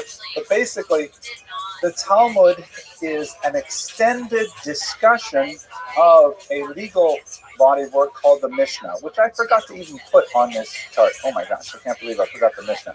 Rabbi Akiva is so intrinsic to the Mishnah. Oh well, mea culpa. But the Talmud, the Mishnah is essentially a document which was codified based on oral traditions in the 2nd century, and the Talmud is an extensive discussion of that codification. Mishnah tends to discuss law, although it does have a lot of digressions into other fields that we would associate with philosophy or aesthetics or many other fields. The Talmuds are discussions that are expansions of the Midrash itself. There are 2 Talmuds. The first was composed in Israel approximately in the year 300. So this is only about a century and a half after the life of Rabbi Akiva, and it records many, many of his teachings, the document itself. It's a rather lengthy. And then it continued by the Babylonian Talmud, also known as the Talmud Bavli. Bavli in Hebrew means Babylonian. This essentially forms the same function as the Jerusalem Talmud, but it was written in far-off Babylon, and it was only set to writing about 200 years later.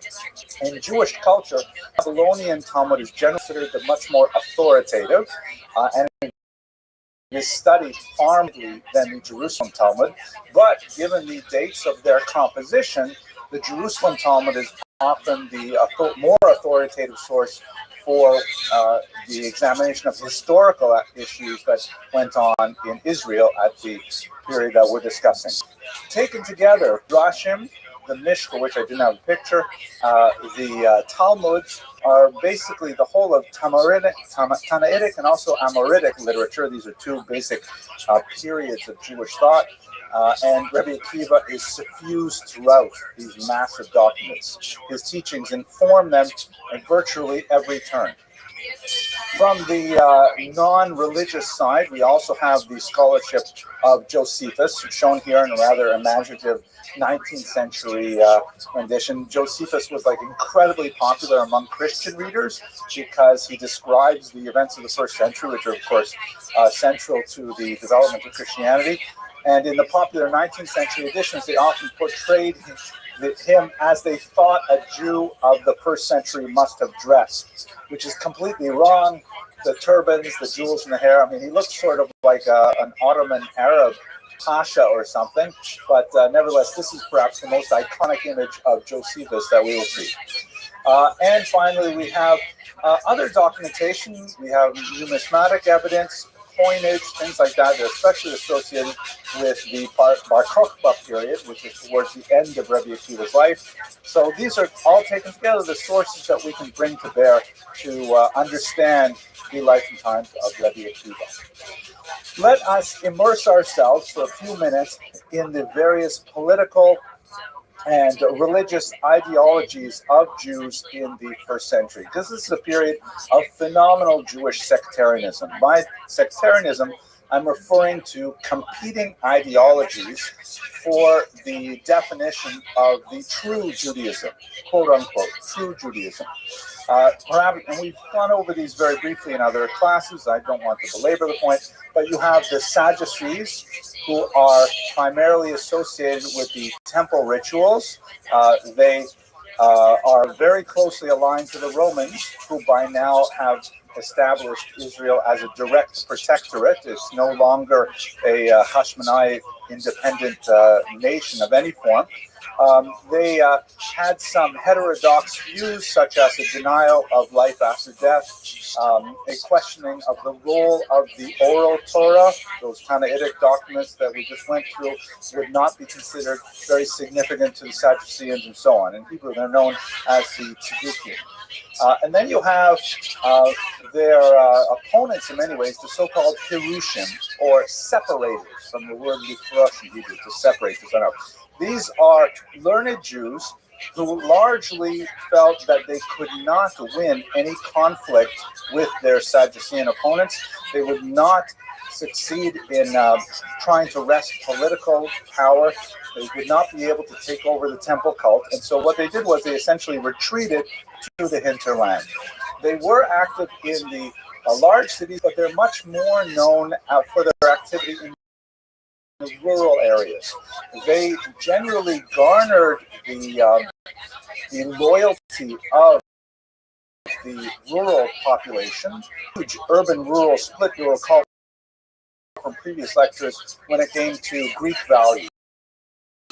The Jewish cities, including Jerusalem, tended to be heavily Hellenistic, tended to absorb Greek values, gymnasia, the mathematics, the Greek language, and so on, whereas the rural hinter with simple Jews, the agricultural workers, and who wanted inspirational and old-time religion charismatic leaders. The Pharisees largely filled that role. They are the progenitors of the modern rabbinic as we understand it today. You can see here on his head, this is obviously a 20th century reproduction. We don't have any actual pictures of Pharisees from this time. Oh, by the way, the term in English is Pharisee. In Christian thought, Pharisee is a swear word. Not quite a swear word, but it's a derogatory term, primarily because the founder of Christianity was often arguing with Pharisees. The reason he was arguing with Pharisees, perhaps more even than Sadducees or the Zealots, was because he himself came from a Pharisaic background. And one argues the most with the people with whom you are most closely related. For example, it's much more likely for a young woman to argue with her sister than to argue with a stranger in the parking lot. You know, sisters will argue all the time, brothers will argue all the time, because they are so closely related and so heavily invested in each other's worldviews. So that's why he is always involved in those kinds of discussions. And the Pharisees, to the less sensitive reader, tend to come off as the enemy. Let me also take a quick moment to pause. We haven't talked about the Samaritans very much, but perhaps in another lecture series we'll spend more time with that group. But that's also a Jewish group whose Jewish status actually was debated for several centuries by the rabbis. They were centered around Mount Gerizim, where they had a separate temple established up there. And they were frequently at odds with the rabbis. They had all kinds of sometimes mischievous ways where they actively tried to disrupt Pharisaic life. For example, perhaps most well known, the rabbis would calculate the new moon by the sightings of the moon. Right? Someone would see the moon rise and would say, "Oh, it's going to be a new moon," and they would calculate the dates of the coming period of the month. And the way they would communicate that over distances was essentially with the Indian-style smoke rings. You know, you build a fire on a mountaintop and you put a big leather blanket on top of it and you take the blanket off and the smoke goes up. So the Samaritans, in an attempt to disrupt the calendar, a very important thing, they would light those fires on the wrong days, just to try and send these signals out that they were disrupting life. So that's why, if you happen to read the Gospels, which I doubt that many of you in this room will do, there's a reference to the Good Samaritan. The story there is that there's a guy being on the road, and one Jew walks by and doesn't want to touch him. Another one walks by, doesn't want to touch him. And finally, a Samaritan comes by and takes pity on him and picks him up and takes him for some medical attention. And he is called the Good Samaritan. And the emphasis when you read it in the original is the underline is on the word good. That of all the people who would help the Jew, it would be Taka, a Samaritan. So he was the Good Samaritan as opposed to all the others who are like the bad Samaritans. That's the sense of the original version. Anyways, that's a tangent. Let's get back to where we are. Notice that he has on his head tefillin or fisheries. So this brings me to the next significant group that are active in Jewish at the time. Various groups that have disappeared in the wash of history. We saw one of them last week when we talked about the Qumran community, who were essentially Sadducees who themselves agreed with the Romans and wanted to have a more stringent observance in the temple, and therefore they separated like the Pharisees, but they kept themselves in a kind of monastic, perhaps celibate environment in the Dead Sea caves. And we have a lot of these groups. Josephus talks about the Essenes also living these kind of monastic celibate lives in isolation, all very, very concerned with the immediate end of days. Massively powerful messianic movement. Rabbi Akiva was also affected by these messianic sentiments, as we shall see. I'll show you this because I thought this was an amazing thing when I read about it last week. This is a head box of tefillin that was discovered in the Qumran caves, in the Dead Sea Scroll caves. It's been opened up.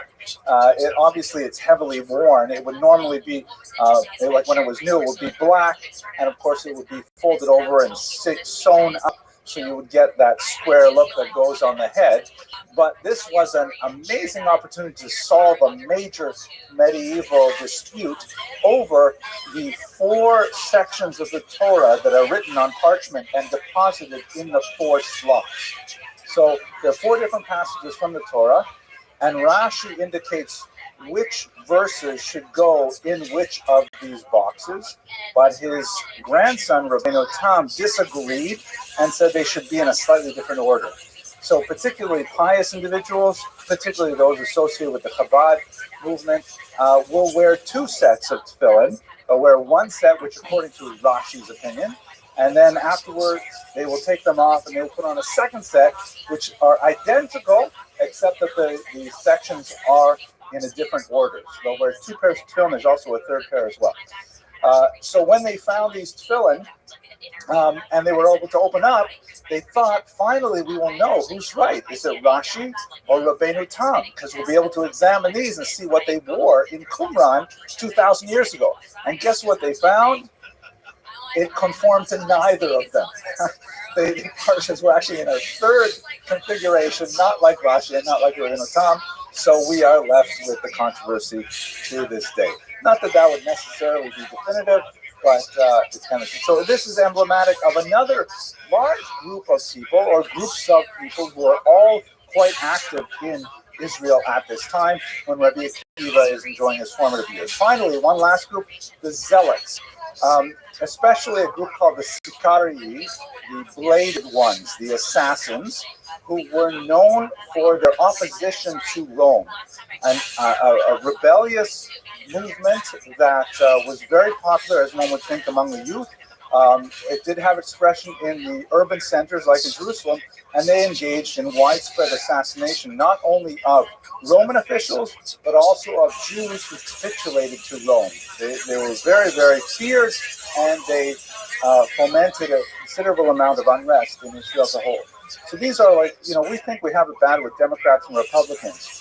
You imagine these 5 groups all vying for the loyalty and the adherence of the Jews in the first century, you can imagine how complex it really was. Oh, and I forgot one more group. Oh my gosh, the early Christians. The early Christians, of course, in the first century are all Jewish. It has not yet become a non-Jewish movement. And in fact, for the first several decades of the early church, there's a lot of debate and discussion as to what exactly is going to be its relationship to Judaism. A large number of early Christians believe that they should in fact be observing the Torah, and that Christians should remain kosher, Christians should observe Saturday, the Jewish Sabbath, and so on and so forth. They felt that Christianity was kind of like a Judaism plus. Others, however, in particular Paul, argued no, this is something that we have to take globally, and once we expose this to non-Jews, what they would call actually Gentiles in this context, like Romans and Greeks and what have you, these people would be absorbed into this new faith. Yo. And then the debate was, how you should living? these converts... What's good? Yo, dog.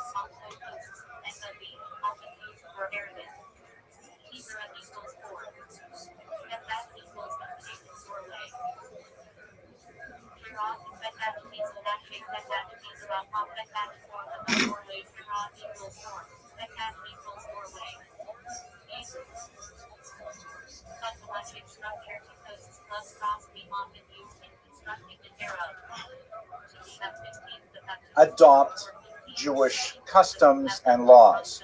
Should these, let's say, Roman converts to Christianity observe kashrut, or can they continue to eat shellfish and pork? Ultimately, as you know, the decision was made that Gentile converts to Christianity did not have to observe circumcision, the Sabbath, and so on, as Jews did, but that really didn't coalesce until the turn of the 2nd century. And it was a painful separation from both sides. Jews and Christians separated only with great difficulty in this period of time. Okay, these are all people running around Israel in the 1st century. Now let's understand a little bit of the political background of this period.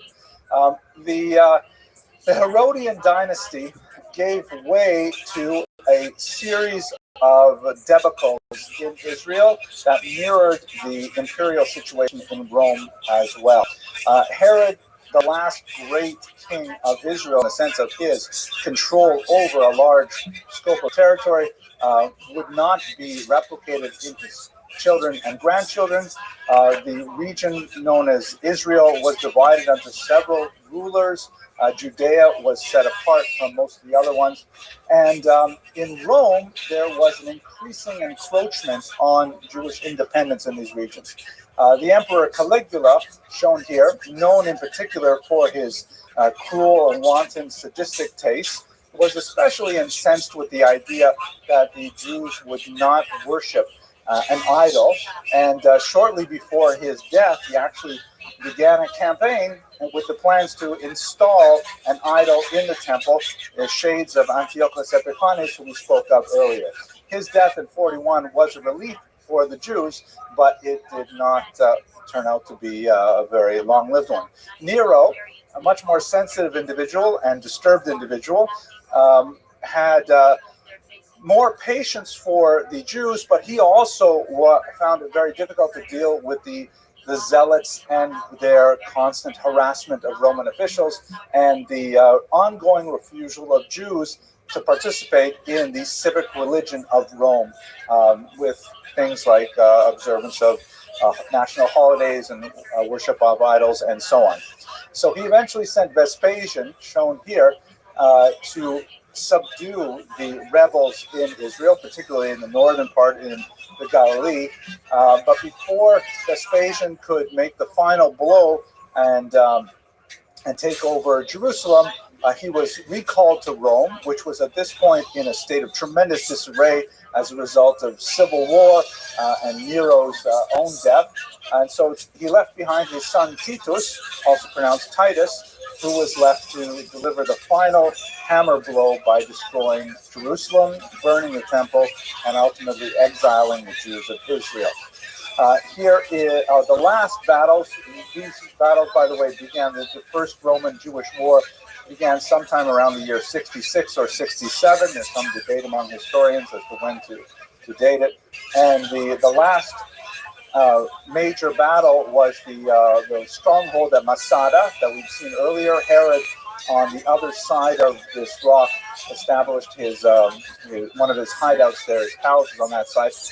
This almost impregnable stronghold, you can see the Dead Sea in the background there, was where the Zealots made their very last stand. They managed to hold out until the year 73 or 74 before the Romans built a massive siege ramp and destroyed the population after a mass suicide on the top of this forbidding rock. And that was the end of the First Roman Jewish War, with the complete destruction of any Jewish militia in the region. For the Romans, it was a huge celebration that was actually vastly disproportionate to the nature of the victory itself. This is actually a Christian version of the events told in Josephus. It dates from 1846, Wilhelm von Kaulbach. And you see several elements that are here. Oops, let's see far this way. I'm going the wrong way. Several elements that are kind of endemic to the of Josephus' tale. You can see here that the Jews are pursued, negative sort of spiritual beings, the angels. The Christians, of course, view the destruction of the temple as the natural unfolding of the prophecies. For their rejection of the founder of Christianity, they were punished, so read the Christian, by the destruction of the temple. You can see here cannibalism on her own son, which is a feature not only of Josephus's tale of the suffering of the Jews in Israel, but also of the books of Jeremiah and Lamentations, which describe the earlier destruction of the temple. On high, you have these angelic beings who are somehow looking down with approval on the goings-on of the destruction of the temple.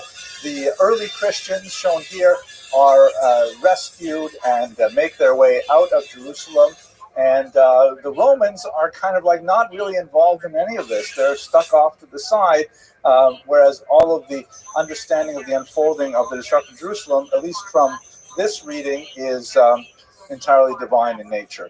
Now, the Romans made a massive amount of polemic out of this story. That's largely because the Flavian emperors, Titus and his father Vespasian, needed to create a victory for the population of the time. The destruction of the Jewish rebels in Judea was hardly the conquest of some foreign power. It hardly involved a massive amount of troops. Basically, we have a guerrilla war that simply took a long time to wend its way out, but the Romans really went way over the top in trying to celebrate it because they needed a victory and they wanted it to be something that was not associated with any of the Romans who were involved in the Civil War. They erected this famous Arch of Titus, which is a ceremonial triumphal arch. A similar one was actually discovered just recently outside the Colosseum, and it would be used for various parades. People would walk through here demonstrating their values and so on. And of course, on the inside here of the arch, you see the famous spoils relief, which shows the Jewish slaves carrying the menorah to Rome as one of the great spoils of war.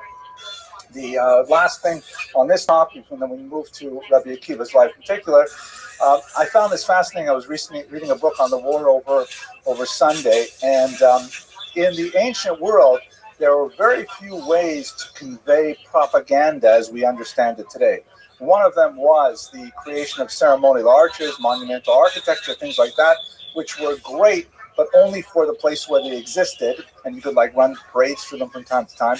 But there was no newspapers, there was no popular media, so the only other way to convey information on a wide scale was through coinage. And so therefore, analyzing the texts of coins, the images of coins, are so important to understanding the ancient world. This is the famous Judea Capta coin that was minted by the Flavians. And you can see here is the balsam tree, the balsam palm, which was considered one of Israel's most prized resources, particularly around the Jericho area. Its scent and its fruit were highly prized throughout the ancient Near East. Here is a Roman victor here, a Roman soldier sitting upright. He's got his head on a helmet here, which is a sign of victory. And you have this forlorn woman that represents Judea, represents Israel, and she's got her head down kind of like a tachanun, sort of traditional pose. And you notice the relative size is really, disproportionately huge compared to this adult woman over here, seated and totally dominated by Rome. And this was the message that the Flavians hoped to disseminate throughout the ancient Near East, that Israel was destroyed no more. We've heard this story before. Prophet Merneptah said it 13 centuries. We persist. Okay, now, as I said, I really want to try and divide our time between the background events and between Rabbi Akiva's life, because it is so difficult to speak about Rabbi Akiva in a sophisticated way. Rabbi Akiva's origins are in Lod, which is here shown as Lydda. Let me zoom in a little bit.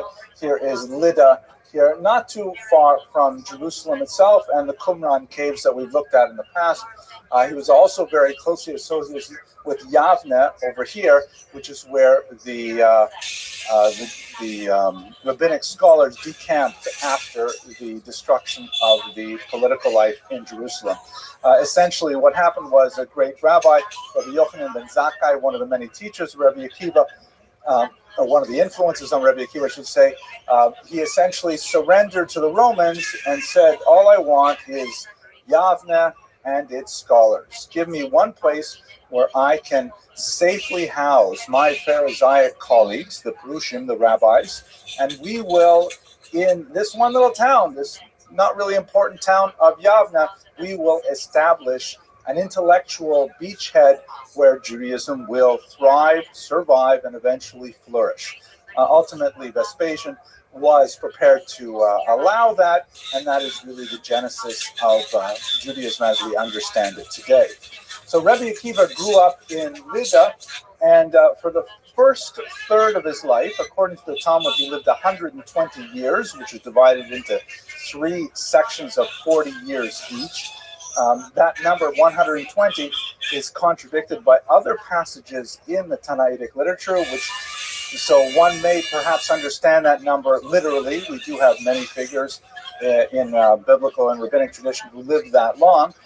One might also perhaps suggest that it's figurative in the sense that 120 means a full life, like we say in Yiddish, zum 120, you should live to 120. Or as my grandmother, Allah Shalom, used to say, when I showed her something, like if I showed her an iPod, she would say, you can live 120 years without one of those. Which means like, okay, I'm sorry, I just like thinking about my grandmother. Anyways, he grew up in Lida as an Am Haaretz. The term Am Haaretz is a derogatory term in its contextual meaning, but not in its literal meaning. It actually means man of the land, or people of the land, person of the land, or farmer. This is characteristic of the vast majority of Jews living in Israel at this time, who were agriculturalists and who were basically unlearned. It's true that just about this time, we have the establishment of universal education in Israel by one particular individual named Ben Gamla, but he is assassinated almost immediately after. He suggests that probably because he published how much day school tuition was going to actually cost. So it's much more likely that very few Jews actually had any extensive familiarity with tradition. One can expect, because of the way Jewish culture is always prized literacy, that it was significantly higher than other populations, but one might not imagine that it was near universal at this time. The Amei Haaretz tended to follow after these Pharisaic scholars, regard them as their rabbis, and rely on them for their inspiration, their religious guidance, their teachings, their lifestyle, and so on. But the rabbis generally did not trust that they were sufficiently scrupulous with many of the observances, not out of their mean-spiritedness, but because of their unfortunate ignorance. So the term Am Haaretz in rabbinic language and in modern Hebrew means ignoramus, means someone who simply does not understand what's going on. If I remember correctly, there's a story about the Rogatchover Gaon, who's an important 19th, early 20th century figure, that there was one individual. He was very famous for writing long messages that were composed entirely of reference points, where rather than writing full sentences, he would simply write this particular page in the Talmud, that particular verse in the Torah, and so on. And when you read these lists of references, you would understand what his message was. So the story goes, I'm not sure why I'm telling you this, but I'm halfway through it, so I might as well finish. There was one particular individual who was constantly pestering him with questions in writing. And finally, the Rogatchover Gaon wrote him back a letter. And the guy walked around town saying, look, the Rogatchover Gaon wrote me a letter. Look, I must have asked him a really good question. Look how many references it took for him to answer my difficult question. I must be a really smart individual. Finally, he sat down to start deciphering the answer, and every single reference included the phrase Am Haaretz, meaning ignoramus, ignoramus, ignoramus. I don't know why I told that story, but I did it. It's all over now anyways. I'll take it off the internet maybe. So he grew up in this area as an Am Haaretz, as an unlettered person. But what was perhaps more interesting is that Rabbi Akiva speaks about himself, saying that when he was an Am Haaretz, he hated the Pharisees, he hated the rabbis so much that if he saw one, quote unquote, he would bite him like a donkey. Meaning his hatred was really visceral, and that he had tremendous animosity towards them. I'm not a psychologist, but one might read within that, like it wasn't just I have nothing to do with them, I'm not interested in them. He actually despised them.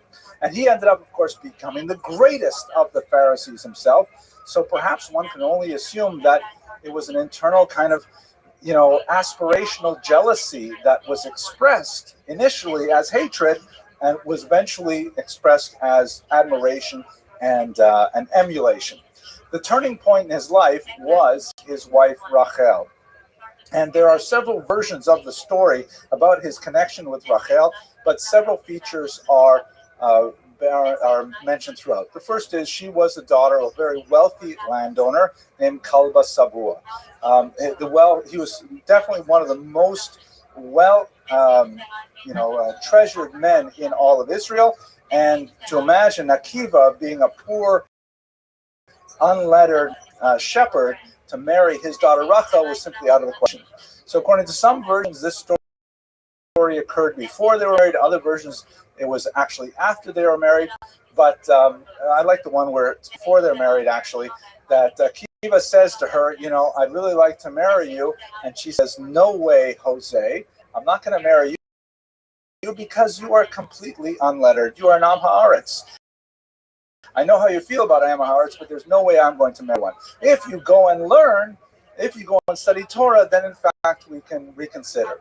So he goes and he learns Torah. He ends up, actually, there's one more interesting interlude. Again, this is according to if I remember correctly, that's described in, there's slight variations between this and the version that's described in the Talmud.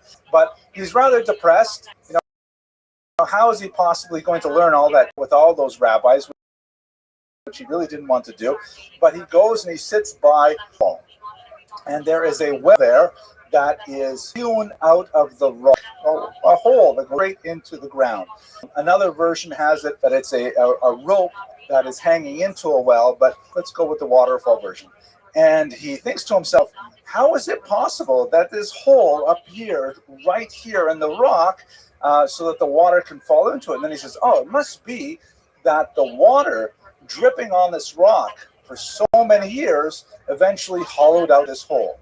And he says, a famous Kal V'chomer, an a posteriori argument, if water, which is soft, can penetrate rock, which is hard, then how much more so can Torah, which is a burning fire, penetrate my own mind? And so he resolved himself based on his understanding of the power of the soft water over the hard rock, that even a person such as he could go back and study Torah.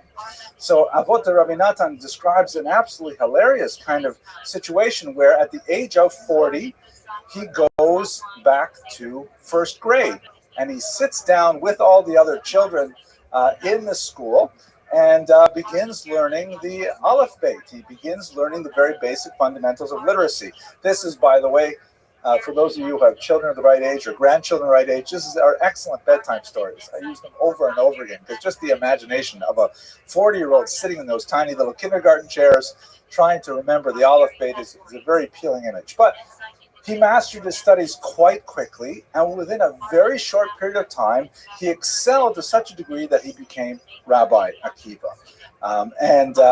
He went back to spend time with his wife, Rachel. Kalba Savua, according to the same version, her father was not at all pleased with this, and he completely cut her out of his will, refused to support them in any way, and they lived a life of great penury, to such an extent that they would sleep on straw at night, and the next day he would sell the straw to pull together the smallest provisions for them, including a little bit more replacement straw, so they would sleep on it over and over again. A very, very difficult life. Later on in his life, he was very proud that we're not exactly sure how he came to be moneyed. It's possible that he inherited money from Kalba Savua, who later approached him, by the way, apologized and asked to be removed from his vow that had prevented him from supporting his son-in-law.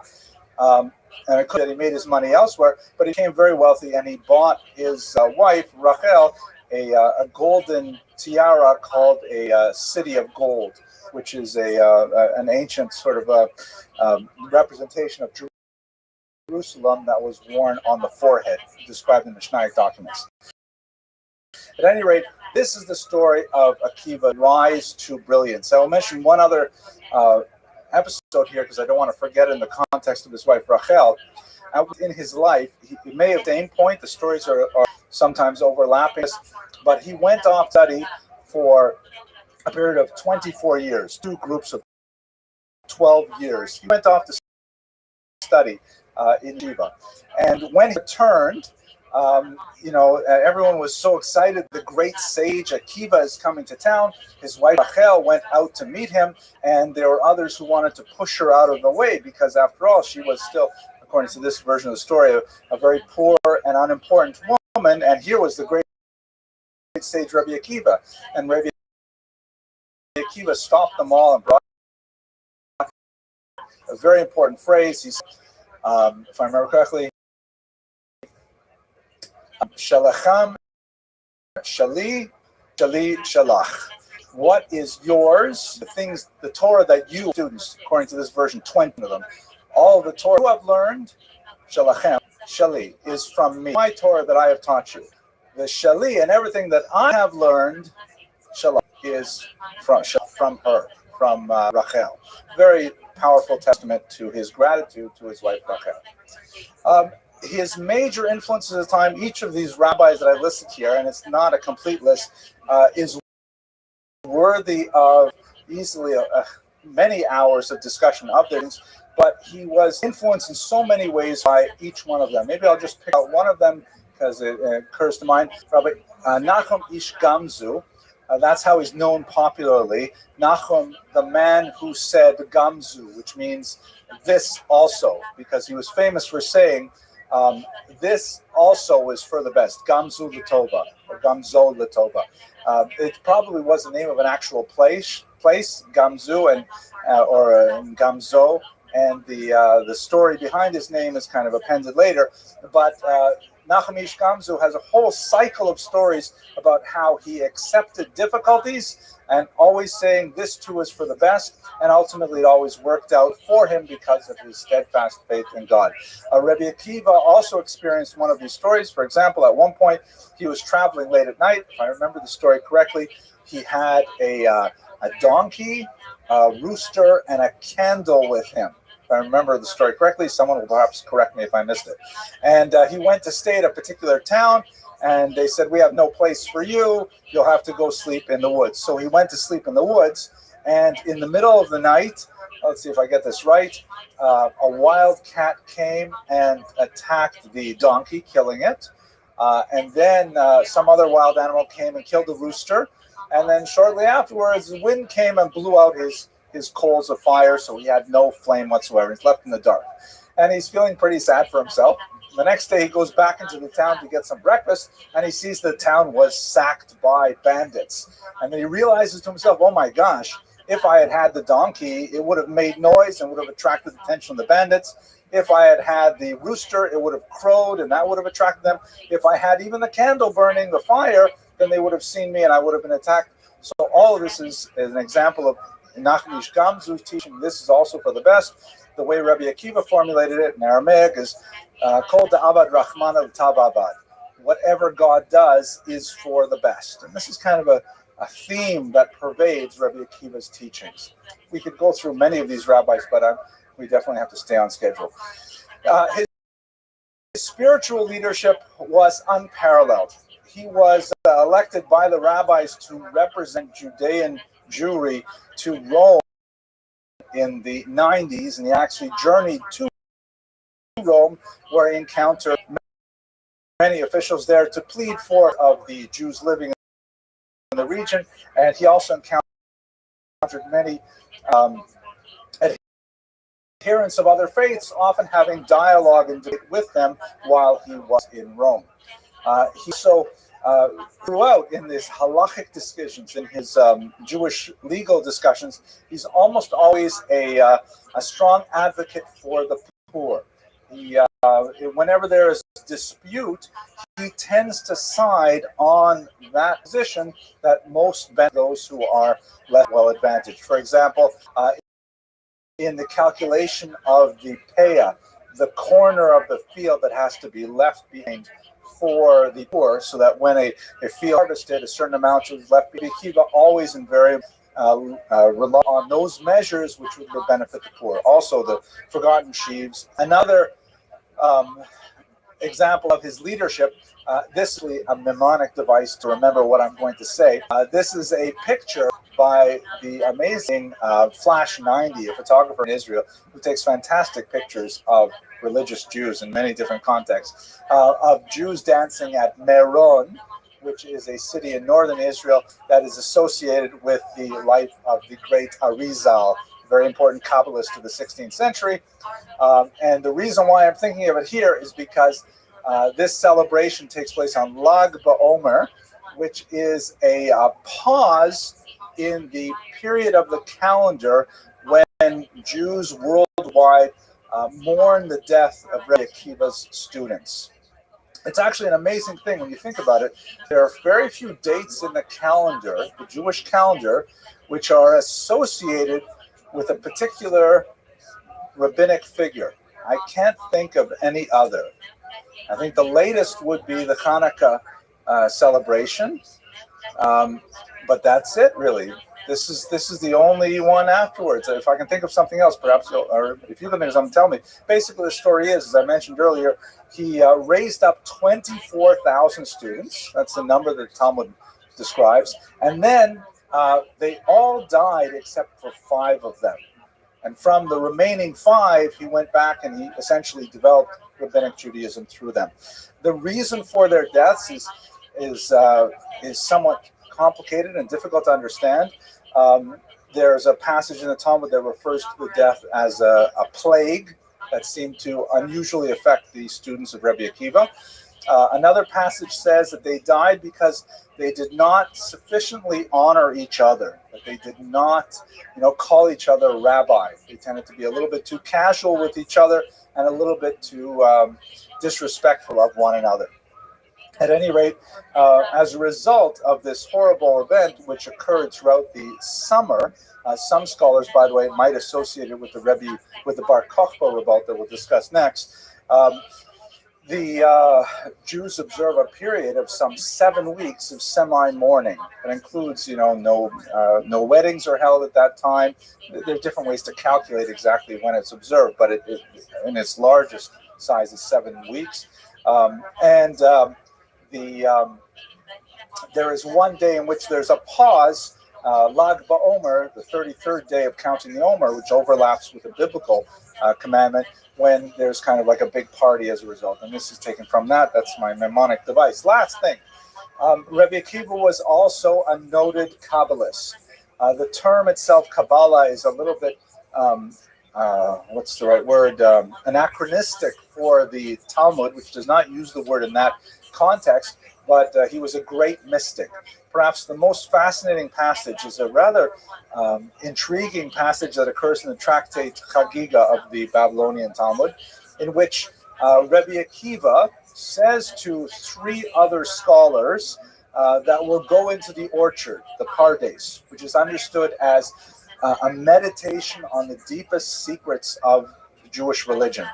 And he says to them, enigmatically, when we get to this stone of white alabaster, whatever you do, do not call out, water, water. I'm not going to explain what this passage means because I don't really understand it for sure, but I don't understand it at all, but I'll just give you the story as it occurs.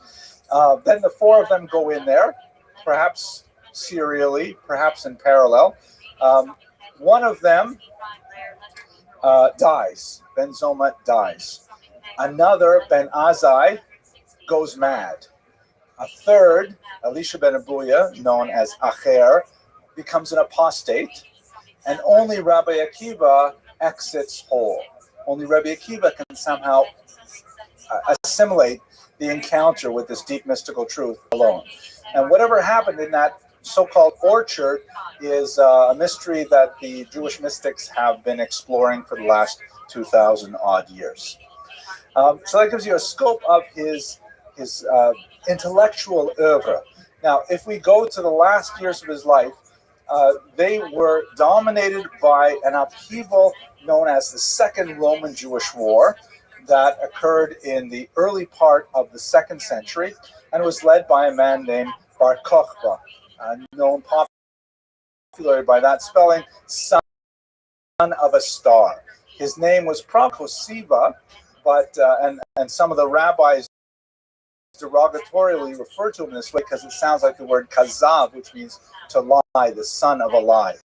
But Bar Kokhba managed to generate a tremendous amount of interest by tapping into the remaining population in Judea. You recall that the Romans, after they destroyed the temple, they declared certain areas completely Judenrein. They imposed horrible taxes on the Jews that used to be directed to the temple in Jerusalem, were now to be directed to the temple of Zeus in Rome. And there is tremendous loss of life and rapine happening in Israel during these first days after the destruction of the temple. Generate a tremendous amount of enthusiasm through his inspired leadership for a last rebellion against the Romans, which amazingly was far more successful even than the first rebellion, which did not have the advantage of a single charismatic and talented military leader. Bar Kokhba relied on a massive network of caves in the forbidding Judean desert to hide his guerrilla warriors, and rather than attempting to defend the citadel of Jerusalem, which was not something that was easy for the Jews to do against Roman legions, he was able to mount a very effective campaign that attracted the unwarranted attention of the Roman emperors, Hadrian in particular, who came and ultimately put down this rebellion. Here is a coin from Bar Kokhba's period, and you can see that he's got his symbols. We talked about the importance of numismatics for historians. He's got like a representation of the temple in Jerusalem, which had been destroyed, but by evoking it some 50 years later, 60 years later, he could generate those kinds of enthusiasms. And the lulav here, also an endemic plant, the palm tree leaf with the esrog, the citron that goes with it, and several other elements that also evoke the pilgrimage to Jerusalem for the holiday of Sukkot.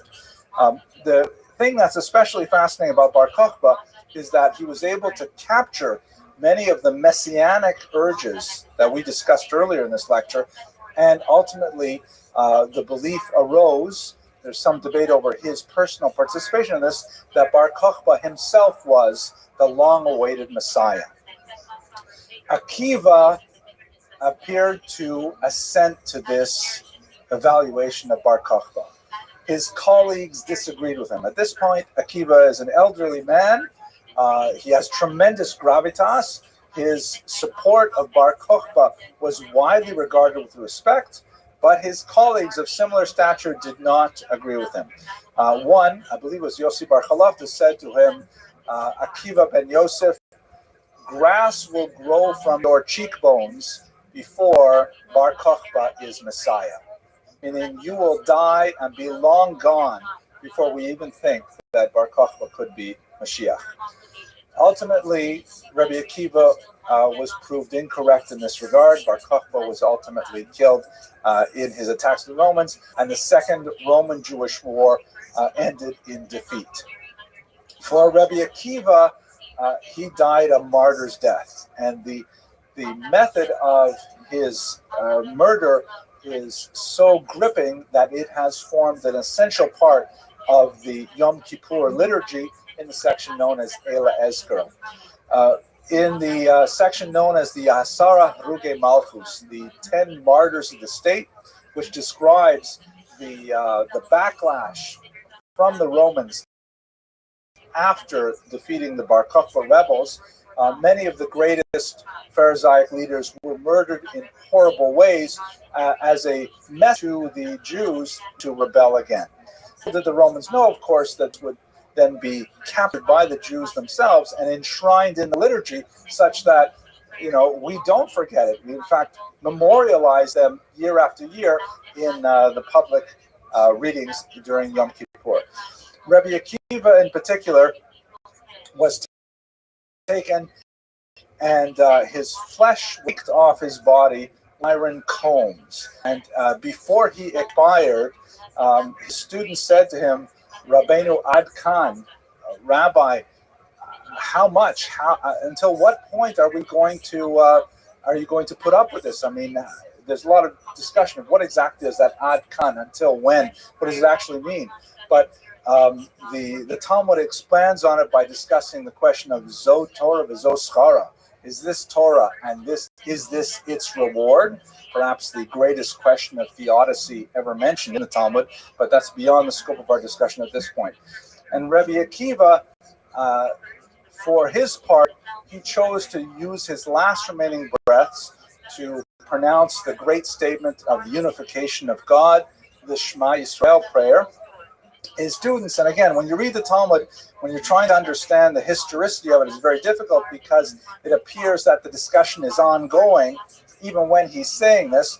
But his students say to him, Rabbi, how can you be doing this? And he says, well, how can you be asking me this question? My entire life I have lived hoping to be able to fulfill this commandment of dying as a martyr with this statement on my lips. Will you hold me back from this at this point when I finally have the opportunity to fulfill this mitzvah? And so he died with the last sound, echad, the last sound of the lips, and is forever memorial ever lived. With that, I want to thank you very much for your attention during this brief presentation of an extremely inspirational character. I'll remind you, next week we'll meet to talk about Mar Zutra and Jews in Israel during the Islamic period, and then we're taking off the month of April for the holiday of Passover. Thank you very much.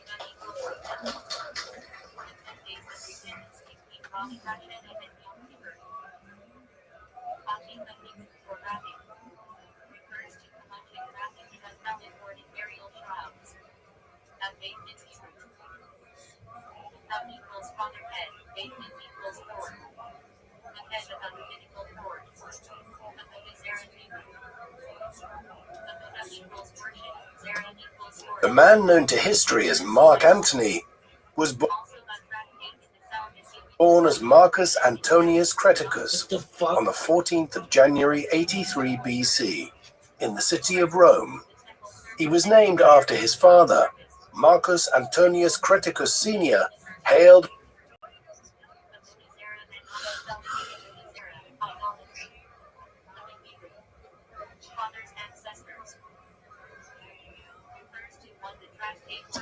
Hello, everyone. Thank you for coming. I appreciate your presence here. Tonight's going to be a difficult lecture, I have to say, as I read a lot to prepare for tonight's class, but I feel so close to Rabbi Akiva. His thought has influenced so much of my own Weltanschauung that I realize as I get close to the time where I have to begin speaking that it's hard for me to separate out, what is the history of Rabbi Akiva, what is his biography, and what is really what I have absorbed.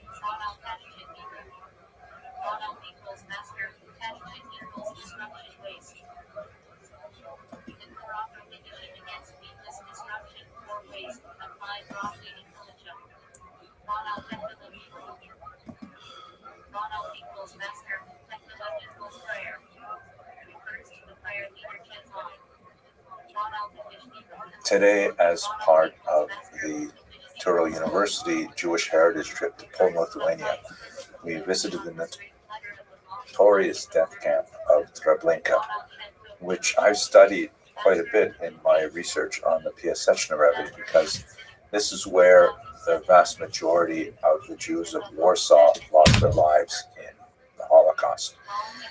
They were deported here beginning in the late summer of 1942.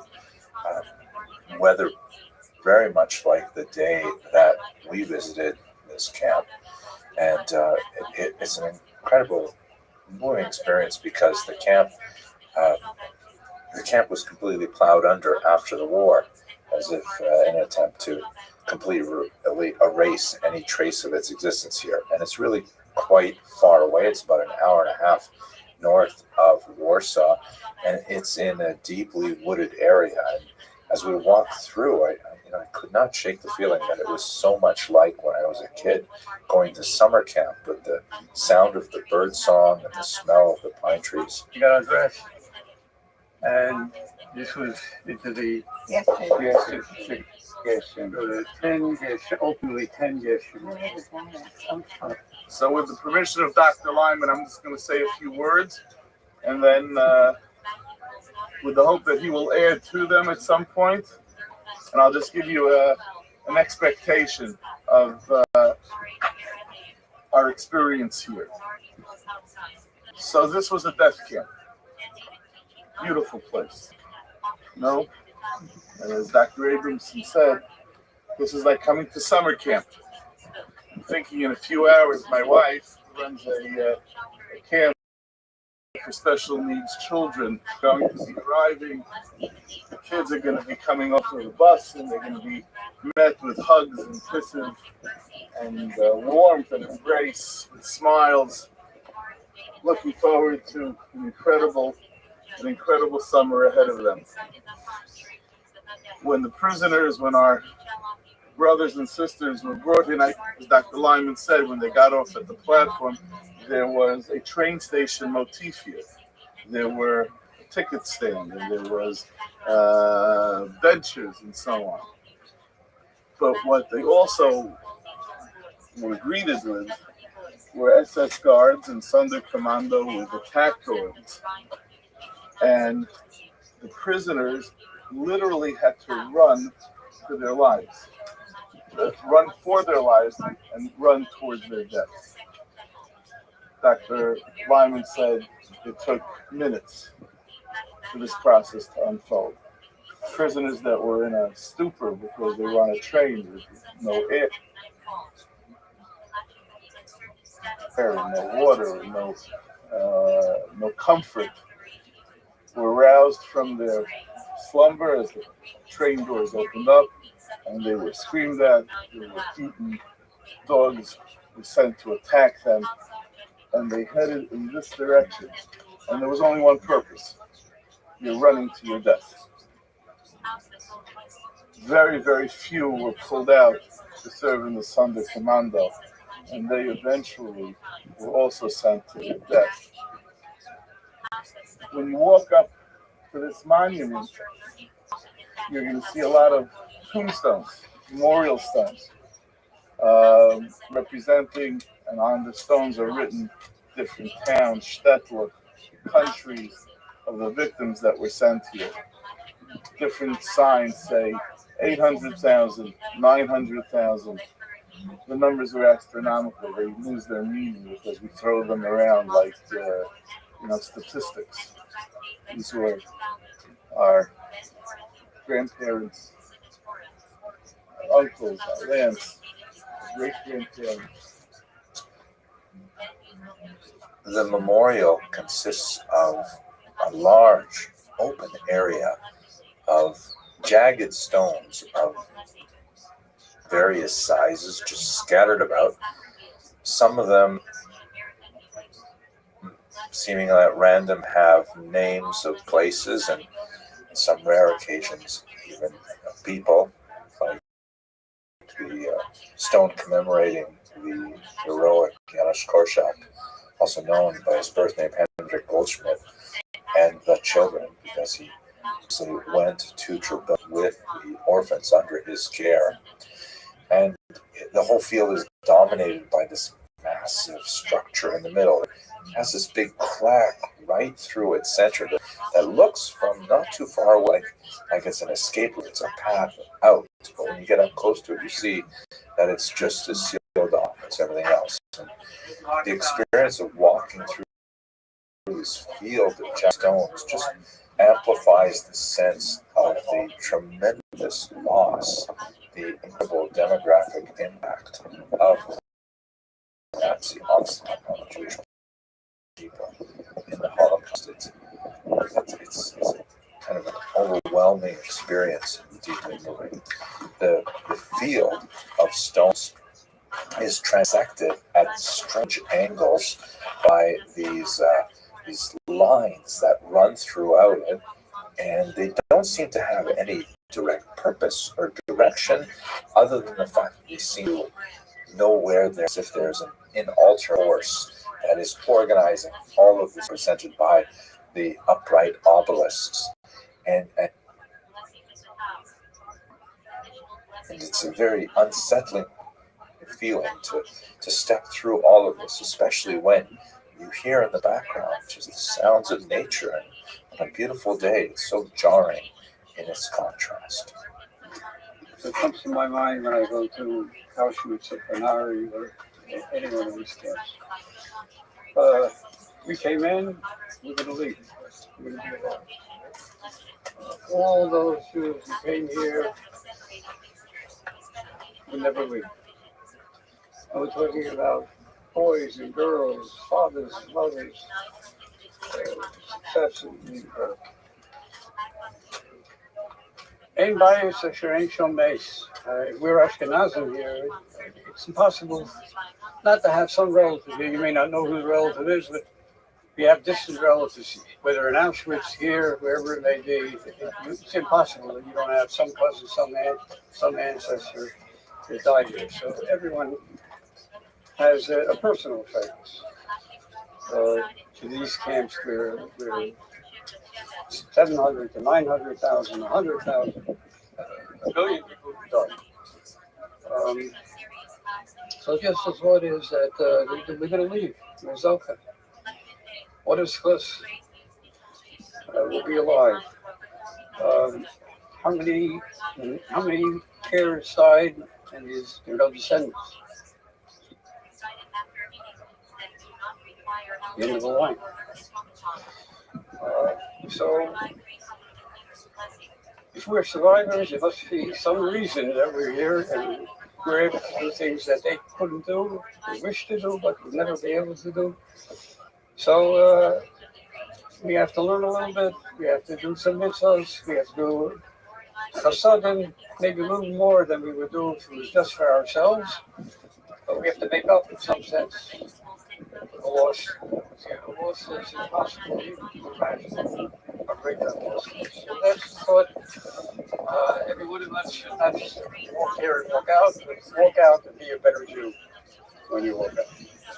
El Mali Rachamim Sheikhein Bamramim. I'm saying the country Ashtina. Bimala Skidoshim Vitaharim Kizova Vikiamasilim. Es Nishmas Hakidoshim Vatahorim. Shehom so Vishanego Vishanishkato. Vishanishrafu Vishanipu Vishanechniku. Al Kiddush Hashem. Al Yidei Atzem Germani Ve'Ozreihem Yidach Shemam V'Zichram. Bavo Shebli Neder Et Ein Stok Milamiter V'Araskogas Ve'ili Nishmoseihem Began Eden Tehei Menuchasam L'chein Balarachamim Yastirein V'Seisek Nafav L'Yohilamim Yitzrar HaChayim Es Nishmoseihem Adoi Hu Nachalosam Yenuhu V'Shalom Nishmoseihem V'Neimar Amen.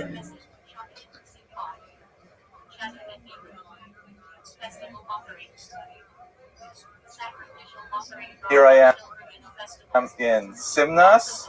This is my ancestral homeland in Lithuania, in the Alytus district. This is the first time any member of our family has been back here in 100 years, since my grandmother left, and I'm very much looking forward to seeing the streets where she grew up and where all of my family is from in Lithuania. I'm at the top of the town square right now, and I'm going to do a 360 so you can get a sense of where the shul is located in terms of the town. You can see the cobblestone area behind me is the old medieval town square. This town is over 500 years old, and Jews were here at least 400 of those years.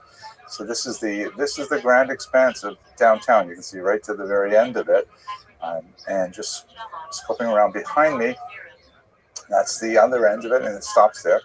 And there's this big, rather new municipal building. Looks like it was built in 1990s or 2000s, perhaps, or after they joined the EU. And then right there is the old synagogue. And you can see how prominent it would be in the overall geography of this little shtetl, that just right off the main square, at the other end of the street from the church, very typical to have church on one end of town, and if you find the church, you just go to the other end of town, you'll find the synagogue. That's where the synagogue will be located. Very prominent, closely related to the actual town market, and closely related to the Jewish stores in the neighborhood. So one of the things that my grandmother always used to talk about was how when she was a little girl, the peasants would come into Simnas from their villages, and they would come to my great-grandfather's house, and they would change their clothes there. They would take off their traveling clothes and their heavy, muddy boots. She specifically remembered muddy boots, and they would leave them in her house when they went to this church back here. So if we think about that, it's hard to tell, but perhaps my grandmother lived somewhere along this street, or maybe down further behind me. But we have no idea which house it would have been, or even if the house is existing. So this is the end of the street is basically where the large building is, correct? And the other end of the street is basically just past the church a little bit. Yeah, so the main street is probably about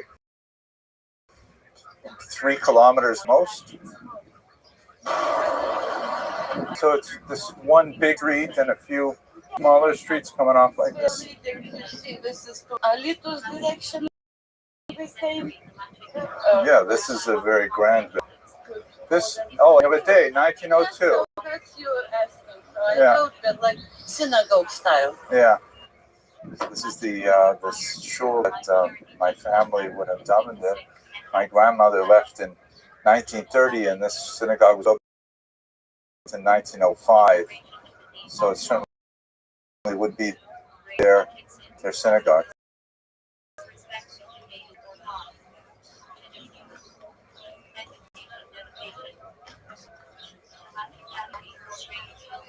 It's over. I think that's the mayor come with the key to let us go into the building.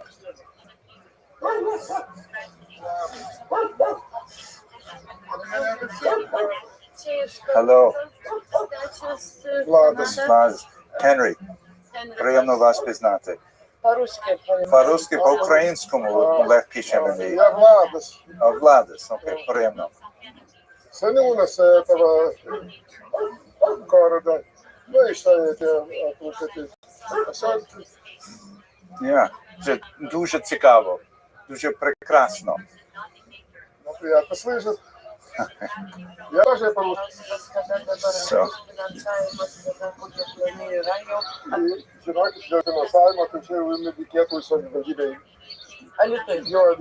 Tokie geriausia atsakytumėme galima, kad klausimą.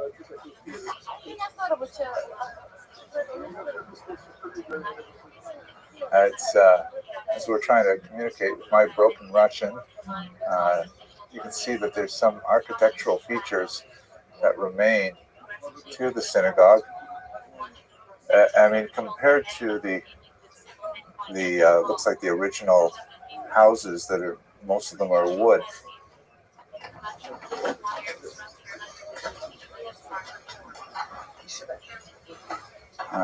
Wow. Go inside the shul that my family davened in. Let's just see one side. Let's see if there's a mezuzah marking. Maybe. No, this is like can be the new entrance. Yeah.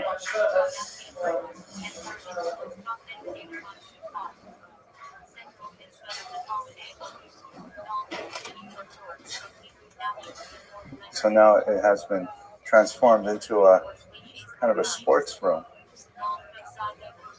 Because these spaces were still, valuable to the Soviets, that they could use one another.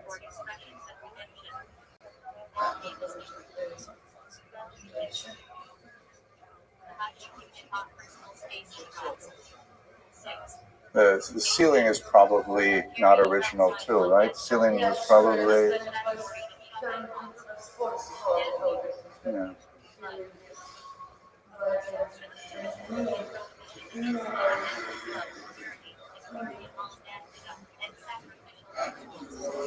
Which way is east? Do you know? This east. So the Aron Kodesh would have been where the goal is right now. Yes.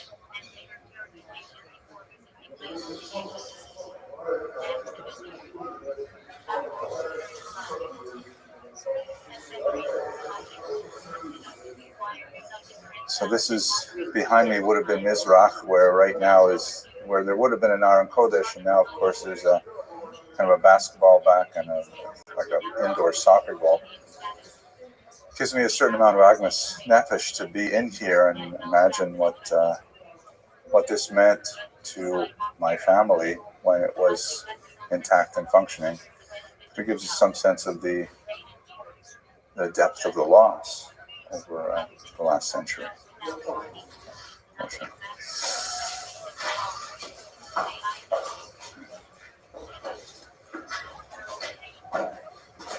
So this probably would have been a gallery, a women's gallery.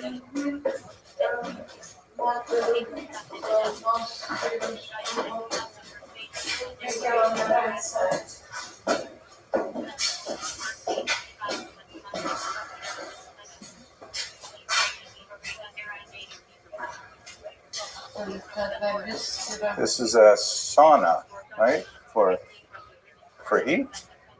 Or it's just the smell of the wood? Yeah. Yeah. So what would they do? What was done here? Что to je? Sports hall. In here too? Oh, for exercise. Ah, okay. But to je Ezrat Nashim? This is where the women would sit originally? Or they built new walls? And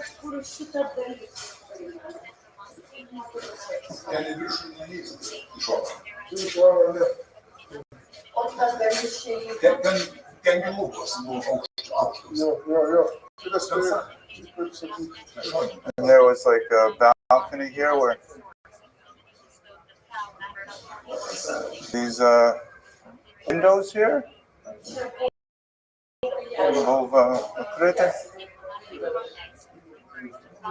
А почему закрыты такие? Why do we close them? To have a separate room here. They changed it several times. Ah.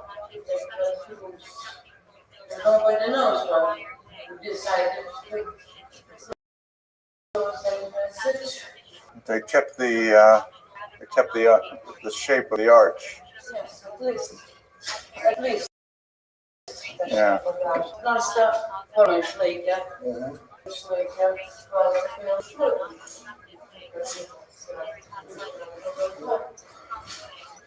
Okay. Maybe someone will renovate this sometime. Bring it back, restore. Yes, Yeah. it will be in future. Next time you will come, it will be. Is this the original ceiling of that? That's when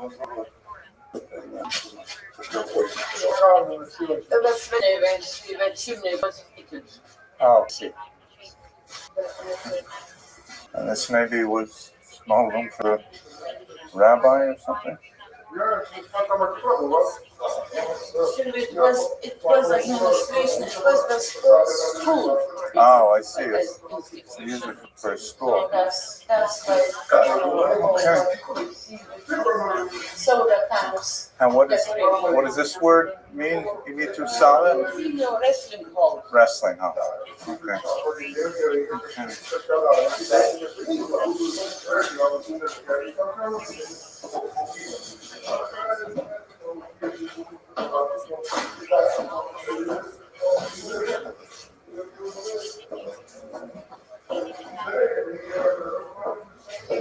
Okay. I would like to say a small prayer here, if I may. Just in here. Yeah. Okay, so. Just 1 minute. Okay. Yeah, one minute. Thank you. Shir Hamalo, Smilamakim, Karasik Adonai. Adonai Shima Bakoli, Tianas Nacha, Kashavos Lafo, Takanoi.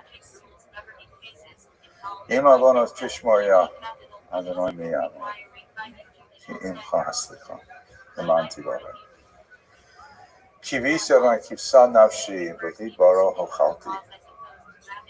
Nafshi Ladonoi Mishomrim Laboker, Shomrim Laboker. Yachel Yisrael El Adonai, Ki Im Adonai Chesed, V'Harbe Imo Fidus. V'Hu Yivta Yisrael Mikol Masad.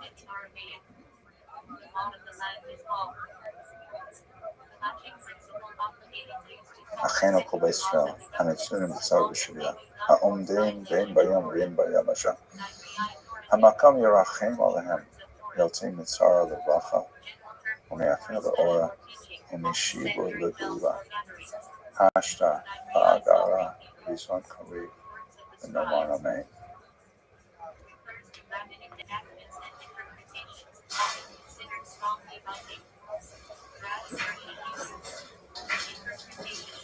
So what I learned is that, after the war, the Soviets took advantage of this large open space, and they made it originally into essentially a kind of a city hall, because it was a prominent, unfortunately empty structure.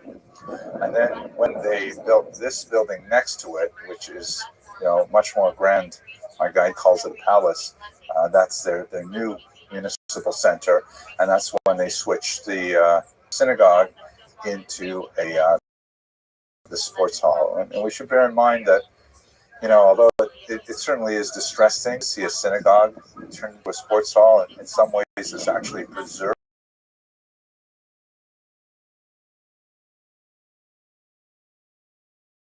in here, and kids building bonfires inside and things like that. At least in use as a sports hall, it meant that the roof was maintained and the outer shell was maintained. And then it's now ready for someone to finance for renovation, so that it can be preserved as part of the cultural heritage. So it appears that this field behind me, which is really just a 3-minute walk from the center of town, is the area of the Jewish cemetery. As you can see, there's no more matzevos, no more gravestones. They have all been taken away and repurposed by the locals for various building foundations. But this would have been used for several centuries.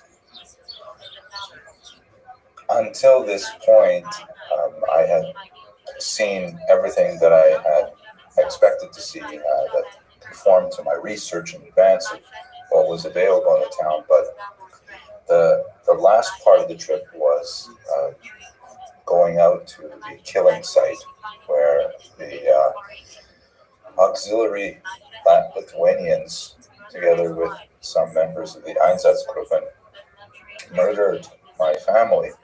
And what I did not expect was the sudden realization that I was actually traveling along the same route that they must have walked from town. It's about 6 kilometers, so somewhere in the neighborhood of a 45-minute walk. And I turned on my camera to record it and what it must have been like. Now, we were traveling in an air-conditioned Volvo to get there, so it would have been a very different experience, obviously, for them. But I tried to meditate on what it must have been like for them to take these last steps with dread and fear of what would be at the other end of the destination. At several points, technology seemed to be warning us against what we were doing. We came up to a very, very narrow sort of tunnel under looks like a railway or something that I think was more appropriate for a horse and cart, and it wasn't clear if the Volvo would make it through. And then it was sending off all kinds of warning sounds. And then when we got to a certain point, going from a paved road to the dirt road to a couple of ruts in the road till finally, the GPS just stopped. The last road was called an unnamed road, but we could see on the GPS that the site was some distance off, but there was no way to get there.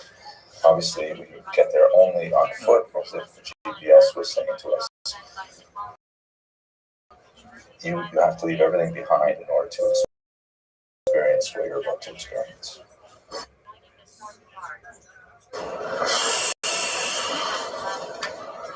Треба ходити. Не виживати. Вже круто закривати карти, повиживати. Там третє. Я бачу, не можу.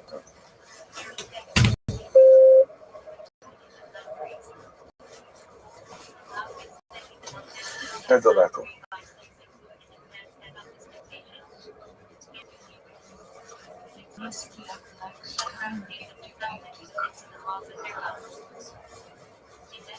Yeah, we're getting close to it.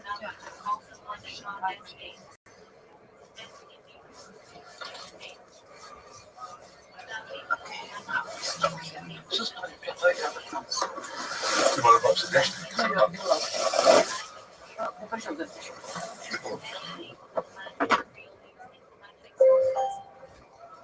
Кеші метру, Yeah.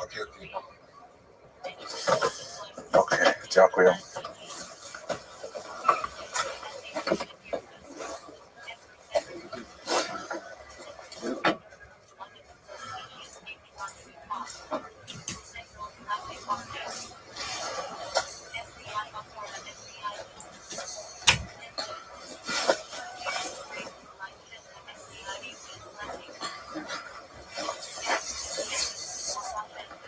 Once again, I was assaulted with the similarity of where I was to my memories of my childhood in Northern Ontario, with the pine trees and the smell of the needles and the sap. And there was a huge number of black flies that were huge. They were the size of, small cats, and they were buzzing around my head like the Luftwaffe as I made my way through the clumps into that clearing ahead.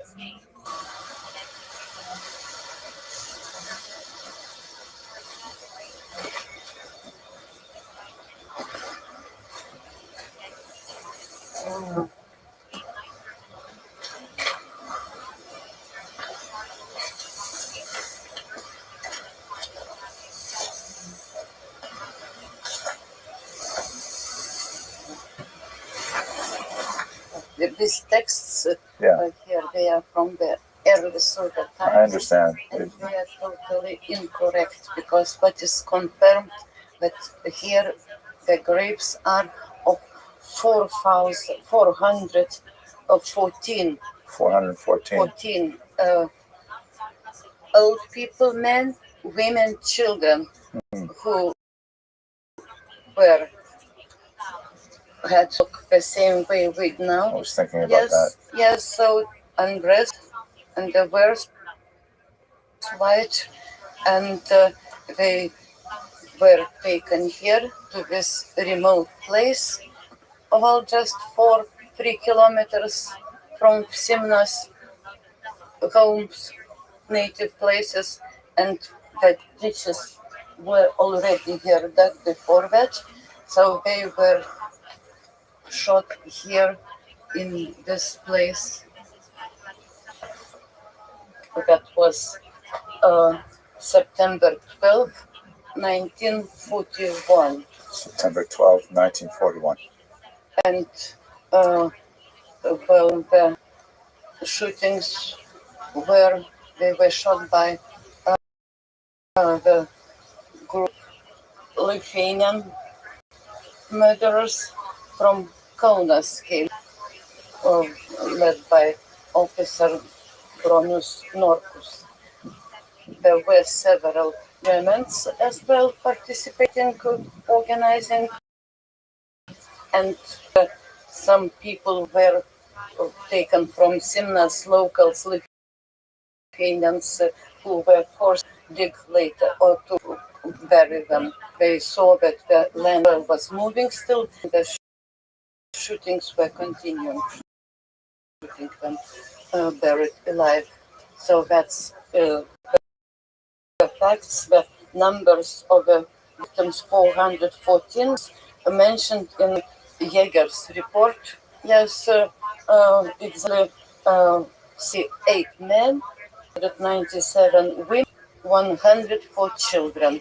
Because men, strong men, before 160 of them were killed in Alytus. Before, usually they killed the people who could resist to fight, and then later the rest. So that's the place, the graves of the full Jews from Simna. The monument now from 1965, made by a Lithuanian artist. The mother in pain lost her children. So that's the murder site of Jews from Simnas. Give me a minute, yeah, please. Thank you. Thank you for that information.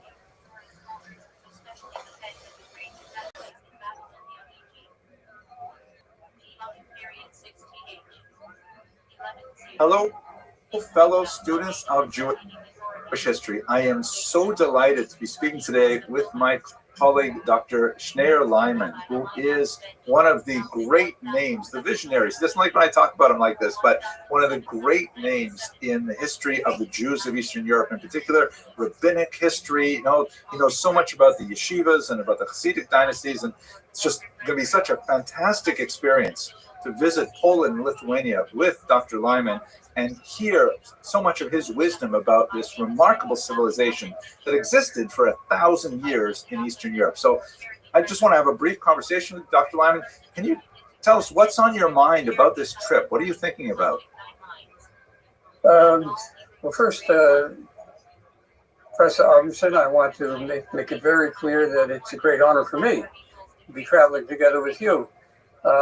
On behalf of Tour University, this visit to Poland and Lithuania, you are a distinguished scholar and historian, world traveler, and I hope to learn a lot from you and from the group that will join us on our trip.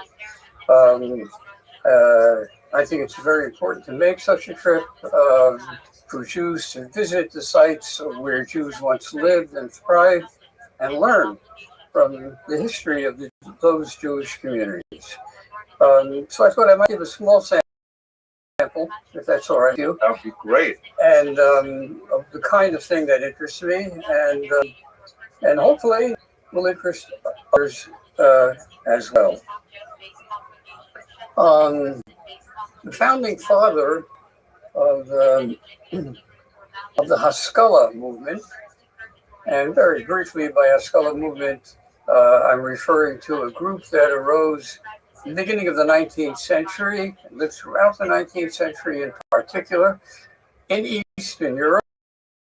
I'm concerned with Haskalah in Lithuania, and specifically in Vilna. So that began to thrive early in the 19th century, and the founding father of that movement, who I'm going to talk about, his name was Mordechai Aaron Ginsburg. Mordechai Aaron Ginsburg.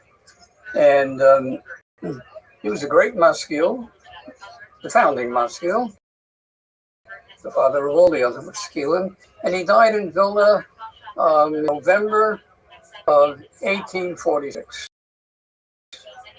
Can I interrupt you for a quick question? Sure. Like if I hear the phrase father of the Haskalah, I would immediately say Moses Mendelssohn. Right. So I'm referring to the founding father of the Haskalah in Eastern Europe. Moses Mendelssohn should certainly be considered as the founding father of Haskalah in general, but Germany. Okay, sure. But it didn't make it to Eastern Europe, and certainly not to Vilna until the beginning of the 19th century. Okay, fascinating. Mendelssohn, of course, died, I think, in 1780. So it took a few decades before it made its impact. That's right. There are people who are called in Hebrew Mivasrei Haskalah, Maskilim before Haskalah started. There were such people in the 18th century in Vilna, very few. They were all medical doctors, actually, but none of them were really Maskilim. So the Haskalah movement that I'm referring to in Eastern Europe begins at the beginning of the 19th century. That's very good. Let me just ask you one more question, and this is really for the benefit of my viewing audience. Could you just define Haskalah in a thumbnail definition? Yeah, that's very difficult to do, but I'll give it a try. The Maskilim in general, whether it was Germany, France, or Eastern Europe, first of all, came under the influence of the Enlightenment, and whatever values the Enlightenment pushed forward, they were interested in those, very specifically rationalism, for example, and they felt that there was some changes that need to take place in the lives of Jews in the countries where they lived, if they were going to be living in the modern world. And the modern world begins with, for us, with the emancipation. That's in a nutshell. Okay, so what kind of changes? I'll get to that. I'll let you go. Just I'll get to that shortly. Okay, all right. Okay. So, what if Aaron Ginsberg dies, and the Maskilim, his followers, and by the way, we're talking about a very small group of people when we talk about Haskalah in Vilna at the beginning of the 19th century. In 1850 or so, in the entire Pale of Settlement, there were 2,300,000 Jews and not more than 150 Maskilim. So really? we're talking about a large minority. In any event, as Jews did in Vilna at the time, they turned to the Maggid of Vilna and asked him to speak at the funeral. And very briefly, before you ask me another question about it, the rabbis in Vilna, after the end of the 18th century, when no chief rabbi was again ever elected in Vilna, for a variety of reasons, the decision was made that they would appoint rabbis, but rabbis would never have the title of Betin, which is what we would ordinarily translate as chief rabbi. Instead, every rabbi appointed in Vilna received the title Moreh Tzedek. Moreh Tzedek. And which translates as righteous teacher. Righteous judge. The point was, they're not of Betin, they're not the chief rabbi. It's a smaller title, and many rabbis would share that title. Vilna was a huge city with a huge Jewish population, and at times there would be as many as 50 Moreh Tzedeks in Vilna. And each Moreh Tzedek would have a specific job or whatever it was. One was an expert in Gittin, in divorce documents. Another took care of the mikvah and made sure that everything in the mikvah was kosher. There he Still is. another, and many others were in charge of kashrus. What's good, son? Are you ready to lose?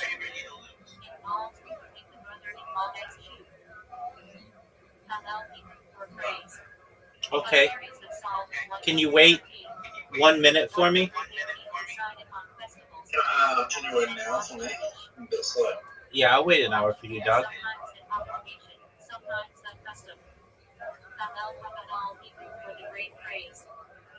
Okay. All right, dog. We'll see you in an hour, pimp.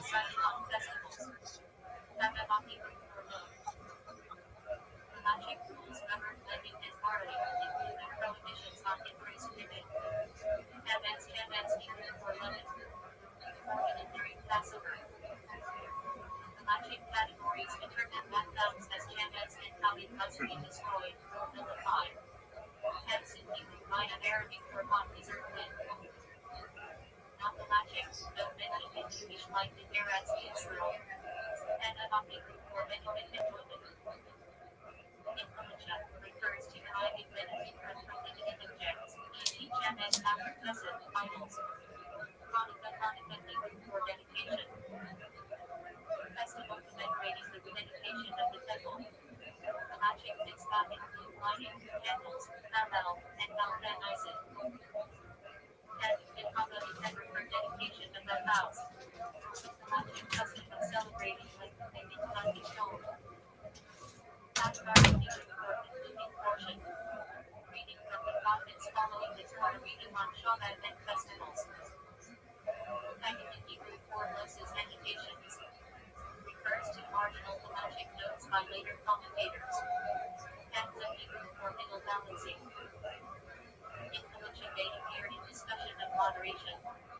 And still Hebrew Arabic for five. Both object and shape charm. Not thematic but present in Jewish culture. And common Hebrew for the practice. Influential often means guides customs beyond strict law. Arabic Hebrew for excommunication stands. Thematic sanctions imposed by rabbinic courts. Har Sinai Hebrew for Mount Sinai. Central to Philippa as the place where Torah was given. Arabic Hebrew for one who trembles before God. Refers to strictly observant Jews. Not itself thematic, but describes thematic lifestyle. Parsha Hebrew for authorization. Chucked them and so on, and but everyone had the same title, and even the greatest Gaonim in the world, and there were very great Gaonim in Vilna, who were members of this committee, we'll call it, the Moritz Tzedeks. They had the same title, Moritz Tzedek. Of course, everybody recognized who the greater scholar were, but they all had the same title, Moritz Tzedek. One person, among all the rabbis, had a different title, and he was called Moritz Tzedek Magid Meisharim. He was the preacher of Vilna, the Maggid of Vilna. And the Maggid of Vilna, unlike all the other Moritz Tzedeks, would be the main speaker in the main synagogue, the Grand Synagogue of Vilna, the Knesset HaGadol. And he certainly would speak on all those occasions when any rabbi speaks, Shabbat Shuvah,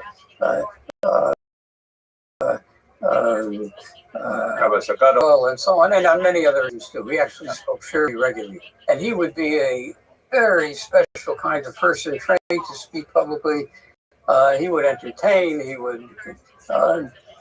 large crowds would come to hear the Maggid of Vilna. There were many famous such Maggidim. One of them, Rabbi Jacobson, became chief rabbi of New York in a much later period. Anyway, so of course they immediately invited, one of the tasks of the Moritz Tzedek Magid Meisharim was that he spoke. He delivered the eulogy, usually at any funeral. That was part of his job.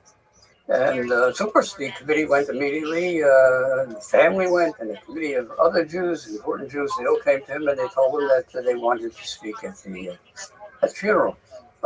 He initially refused because, remember, this was the first Jew in Vilna who agitated for changes in social policy, changes in educational institutions, programs, and so on, that he felt were necessary to somehow advance their status in Russia in particular. Of course, from 1795 on and through the 19th century, Vilna is part of the Russian Empire. Well, they came back with other rabbis and other important people, all telling the Maggid that we're very sorry, but you're a paid member of our community. We pay you for this. This is your job, and you have to deliver he realized it was a difficult situation, and he had no choice, and he decided he would deliver a eulogy. And nothing is impossible for rabbis, if you don't know that yet. He was very wise and clever. And rabbis using their skills can have East meet West, and And he was very good at it. The Maggid of Vilna, this Maggid, his name was Reb Zalman Ze'ev, but he was known part of Wolf. The Maggid of Vilna, Wolf is a Yiddish translation of Ze'ev. And he got up to speak. And his opening line was a verse from Yeshayahu, in the book of Isaiah. Hatzadik avad ve'ein ish samalei. The tzaddik has died, and no one takes to heart. The righteous man has perished, and no one takes it to heart. And all those present at the funeral listening to the opening were shocked. Both the traditionalists and the Maskilim. The traditionalists were shocked that he would use such words to describe this person who just died. And the Maskilim were pleasantly surprised that he had cited this verse.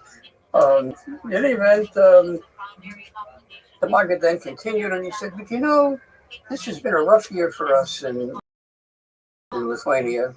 7 great Jews died this year, 7 great tzaddikim, and he read each one, and this one was from Shishak, and one was from Kovna, and one was from Shavli, all famous rabbis who had died in the previous 12 months. And after he listed the 7 rabbis, then he began one by one delivering eulogies for each of these 7 rabbis. I would say 10, 15-minute eulogies for every one of the 7 rabbis. I think I see where this is going, but I can't wait. And then, when he got to the end, he said, and now, Mordechai Aaron Ginsburg as well. And he closing another famous verse, as many do to this day, and many do with eulogies. Bila Hamaves Ladech, Moshe Melokem Dimon, may death be removed from us entirely, forever, and so on and so forth. And he sat down. That was the eulogy that he delivered. This is incredible. Now, by the way, how can I tell you this story? Because all those who were present would never forget this occasion, as you will hear. And we have 4 or 5 different accounts. I have to tell you beforehand that the accounts have slight differences. I'm not going to spend any time on the differences. I'm just going to give you a general summary of what happened.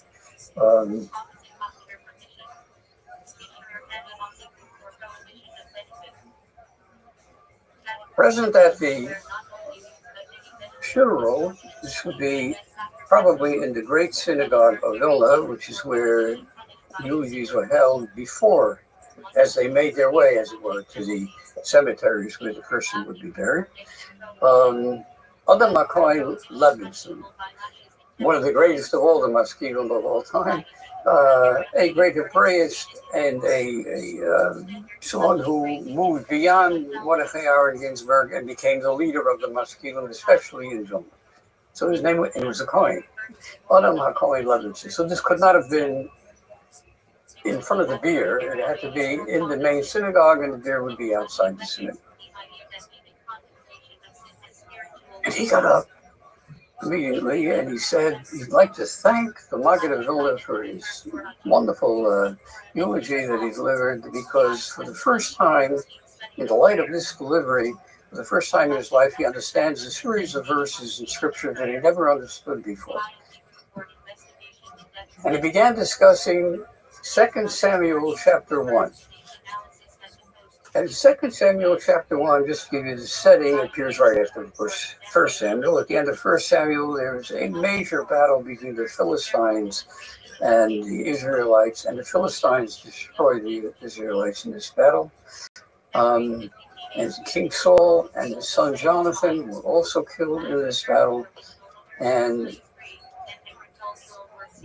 second book of Samuel opens with someone escaping from the battle. Turns out it was an Amalekite, I don't believe, but not important for our purposes. Someone managed to escape the battlefield and comes to David, now will be new king, to inform about what happened at the battle of at Mount Gilboa, this terrible battle where unfortunately Saul and Jonathan met their deaths. So the Hebrew verse at the beginning of you'll check it on your own, at the beginning of Shmuel Bet, Perek Aleph, the first chapter of 2 Samuel. On the third day, at the end of the battle, someone managed to flee, and it says an Ish, it was a man that came, and he would be a reporter who would report to David as to what happened. That's in verse 2 of that first chapter. In verse 5, David turns to him and says, Vayomer David el Hanar Hamagidlo. David turns to him and he says to the one who gave his report, and now it says he turns not to an Ish, he turns to a Nar, a fool, or really a young man, who reported. Patach Be'ish, this is what McCoy Levinson said, Patach Be'ish, V'siyeh B'nar. When he first came, he was an Ish, all of it, he's a Gever, a family person. And all of a sudden the verse said, no, he was a Nar. And he said, the solution to that problem I first understood today, because if you look at the report that this reporter gave, what happens is David asks him, tell me what happened at the battle? And his words are, Jews, Israelites were fleeing in all directions. Many Jews died. Many Israelites died in this battle. And by the way, he said, Begam, Shaul, Bionatan, and by the way, Saul and Jonathan died. I never understood. How could a man say this? How could anyone say such a thing? We just lost our entire leadership. And somehow that was, so of course, that's why after David hears the reports, David says, this is no Ish, this is a Nar HaMagidlo. Anyone who makes what's primary secondary, and what's secondary primary is not Ish, he's a Nar HaMagid. I thank the Maggid of Vilna for clarifying for me these verses in Scripture. And then he went on, of course, to give that his son McCoy Levinson a beautiful eulogy for Mordecai Aaron Ginsburg. And he sat down. People were very upset at what was going on here, and a Jew got up, and not just any Jew, his name was Rabbi Danzig, we know who he was, the son of the famous Rabbi Avraham Danzig, the author of well familiar with, who was himself a member of the Morat Tzedek, as it were, in Vilna, and but the son was a businessman, a wealthy businessman, and very wise man too, as you will hear. And he got up and he said, "I have to get up and speak. I can't let this end with these two presentations."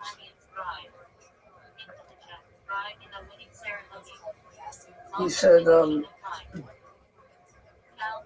"Let me tell you a parable. What we've just witnessed, what we've just seen, what happened here." He said in Warsaw there was a Jew who did business in furs.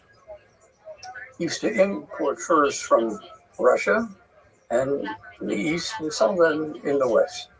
And this Jew in Warsaw, we will be visiting Warsaw, this Jew in Warsaw, his best customer was another Jew in the same business in Berlin. And it happened to be that the Jew in Warsaw was marrying off his daughter, and he invited all his business partners and so on to come to the wedding. So the Berliner came to Warsaw to attend the wedding. In Berlin, they dressed differently than the Jews in Warsaw at this time. As you know, in Berlin, they wore like we do, and more or less, most men wore a two-piece suit. In Poland and in Russia, all Jews, all men wore slacks, but above the slacks, not a jacket, but what we would call a kapata, a coat, down to almost to their ankles. It's quite a difference. Anyway, the Berlin Jew came to Warsaw. He attends the wedding. It's the first time he ever attended a Jewish wedding in Warsaw. And as was the practice in Warsaw, you would have a batchen, There would be a Jew who would entertain at the wedding. We could call it entertaining because, but it wasn't just entertaining. He had people laughing and crying at the same time. He would speak about the ancestors of the bride and the ancestors of the groom and how sorry we are they're not here and they couldn't be here and so on, and who died this year and so on and so forth. Everybody would be crying. Then he would begin with all kinds of gematrias and all kinds of entertainment, and he'd have the people rolling on the floor about how it turns out that the bride and the groom really are equals, because if you just figure out the gematria of like words that go with their names, it all works out perfectly. They were made for each other. This was made in heaven. Anyway, the Berlin Jew saw this. He was amazed. He had never seen such a wedding. Everyone having such a good time.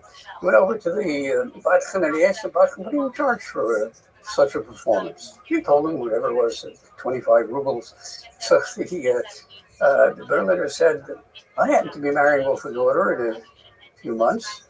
Here's the date. I will pay your round trip fare. I will triple your salary. I want you to perform at this wedding in Berlin. Sure enough, he came on that day to Berlin, and the time came for the Batchen to get up before the bride and groom, and he came, and he did what he always does. He did exactly what he did in Warsaw. He did it in Berlin. No one understood a word of what he said, because he literally speaks in Yiddish, and the foggiest notion what he was doing. Not only did he not entertain, it basically ruined the wedding. Then everybody's eating at the Suda, and the Batchen comes over to the father of the bride, and he said, I'd like to get paid. I'm going to get back to Warsaw. And he looks at me and said, you think you're going to get paid? You ruined my wedding. I will pay you nothing. So there were rabbis still at the wedding in Berlin. So they found 3 rabbis. They sat down, and the rabbis agreed. He has to get back to Warsaw, but he's got to settle this matter right away. They would hear the arguments of the Jew who made the wedding and decide the issue one way or another. And the decision was that he had to pay the Batchen for the performance after they heard the arguments of both of them. And the Batchen went, well, how did he win? He won because he gave a wonderful argument. He turned to the rabbi and said, look, he said, I did the same performance that I did in Warsaw. He hired me for what I did in Warsaw. I did it here. Tell you what happened. In Warsaw, I always go to the chassan, and his name is Chaim. I go over to the Kala, and his name is Leah.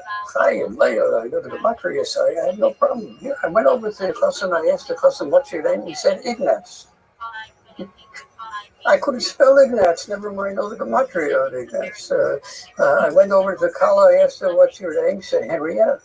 I don't know how to spell Henrietta, and I don't know what the gematria of Henrietta is. I did the best I could on the difficult circumstances.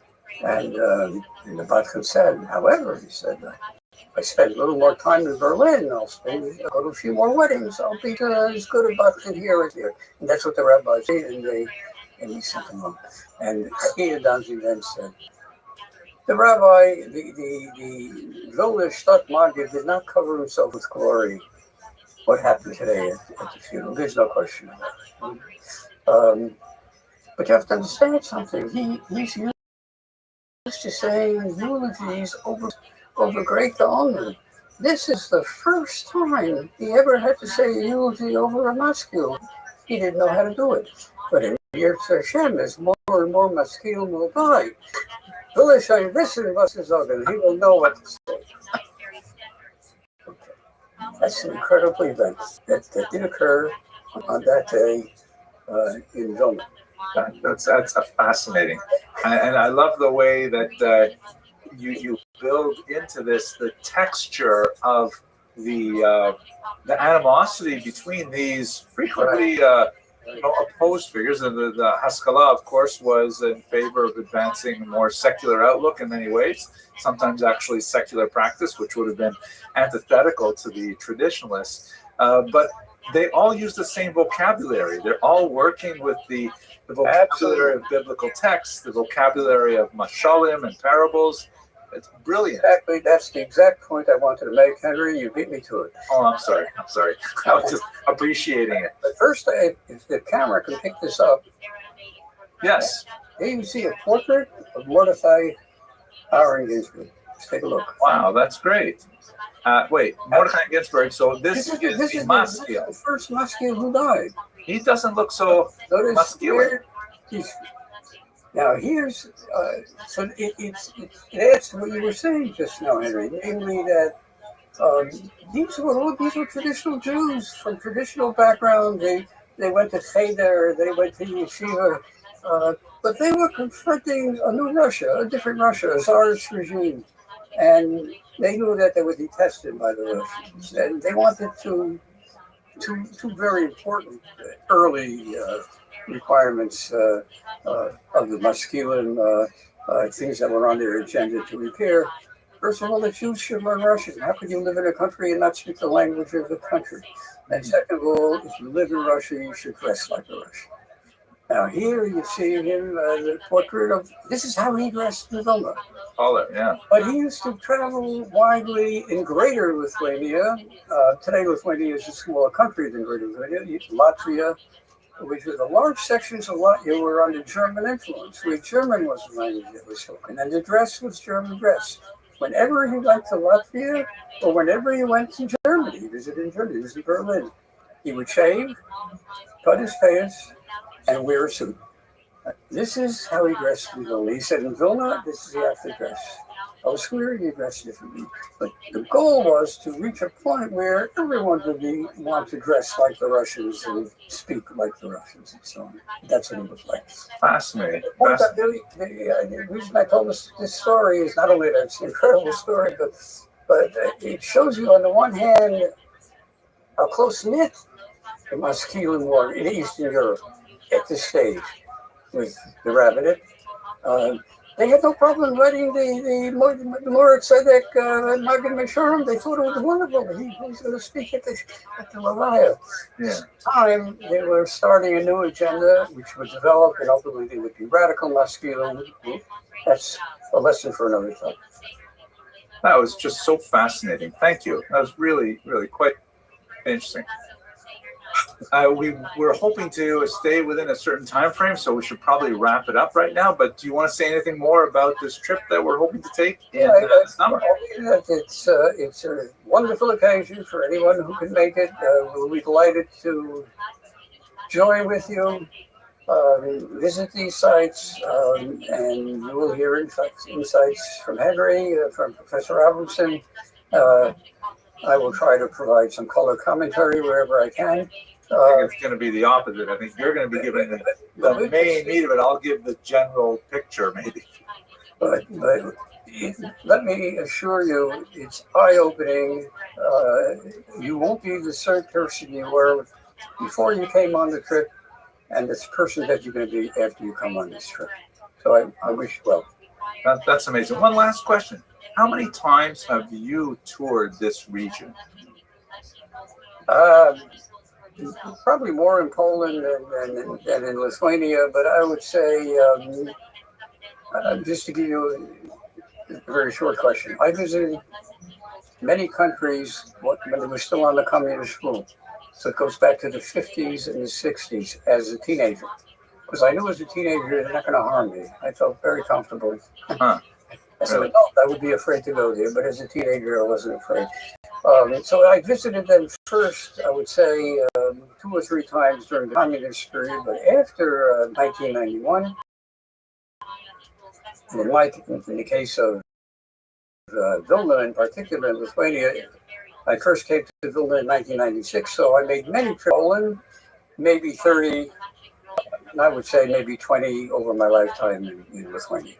Wow. I can't wait to benefit from this breadth of experience. I've been to Canada too, you know. I actually spent a lot of time in Canada. Okay.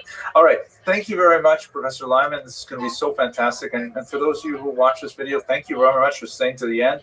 I am really looking forward to this trip. I'll put the notes in the information box about how to learn more about this trip. We really want to encourage people to come and join us. And thank you very much for watching. Yeah.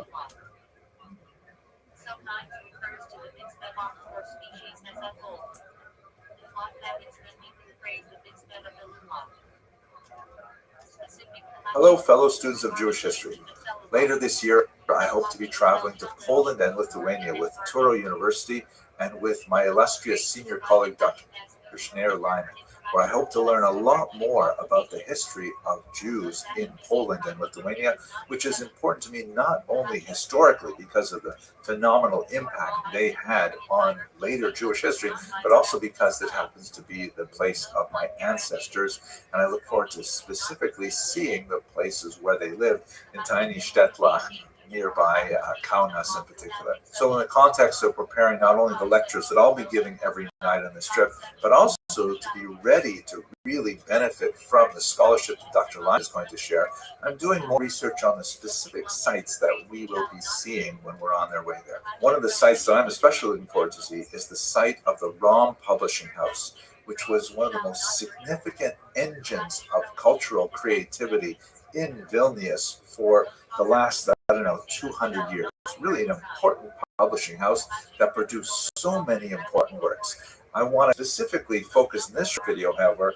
on one of its greatest CEOs, one of the most long-lasting and impactful CEOs of this centuries-long publishing house, and that is none other than the incomparable Dvorak, someone who became a CEO by accident when her young husband David tragically passed away at a young age. And so this woman, who although possessing a significant scholarly background herself, she came from a very famous family of Novardok rabbis, the Hakavi family that produced many other great scholars, including, for example, Alexander Harkavi, who wrote that great Yiddish English dictionary. But she, in her 30s, only had to step up for this massive company that had some drama, actually took it way beyond anything had done before. I want to tell you her story because it is really so fascinating. She was born in 1881, and I mentioned a little bit about her background. She was apparently an educator. As we shall see, she actually contributed to the Vilna Shas itself, and she died in 93. Her most lasting publications as the president of this phenomenal company, it became to be known not only as the Rom Publishing House, but during her era, her tenure, it was called the House of the Widow and Brothers Rom, because her late husband's brothers were also involved, although everybody recognized that it was really the Almana Dvorak who was really in charge of things. She published the classic edition of the Tanya, which is used by the Chabad movement, especially significant because of the Hasidic Lithuanian sort of controversy that was especially noted in the publishing industry earlier on in the 19th century. I'll get to that. But she also published, of course, the phenomenal Vilna Shas. These are two great publications that had a phenomenal impact. I myself benefit from the Vilna Shas literally every day with Daf Yomi, but let's get to her story specifically. So what were the 5 main things that she accomplished in her life? How are you? Can you hear me? See, go fuck yourself.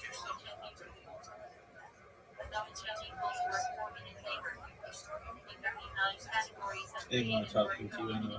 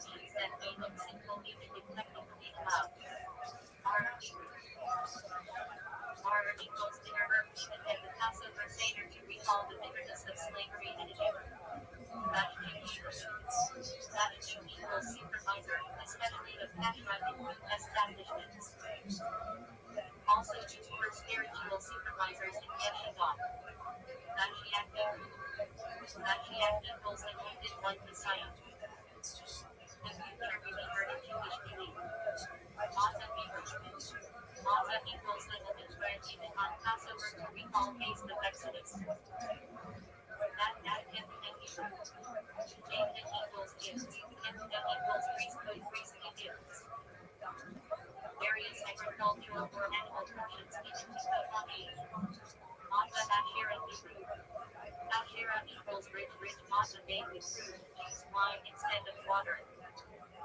Kolache cultivated for use and fastener. Mata eshura Hera equals wash mata made from recharge from contact with water to avoid heat. Legism equals divided partition, separating men and women in synagogue. Legism equals forgiveness, legal collapsing duties from unmet or sin. Legirat chemets Legirat equals sale, chemets equals leaven ritual sale of chemets to unlock or passenger. Legiat equals obligated legally bound to perform public discussions. Legiuzon equals lacking current equals indulgent blessing the final sacrificial act of purification.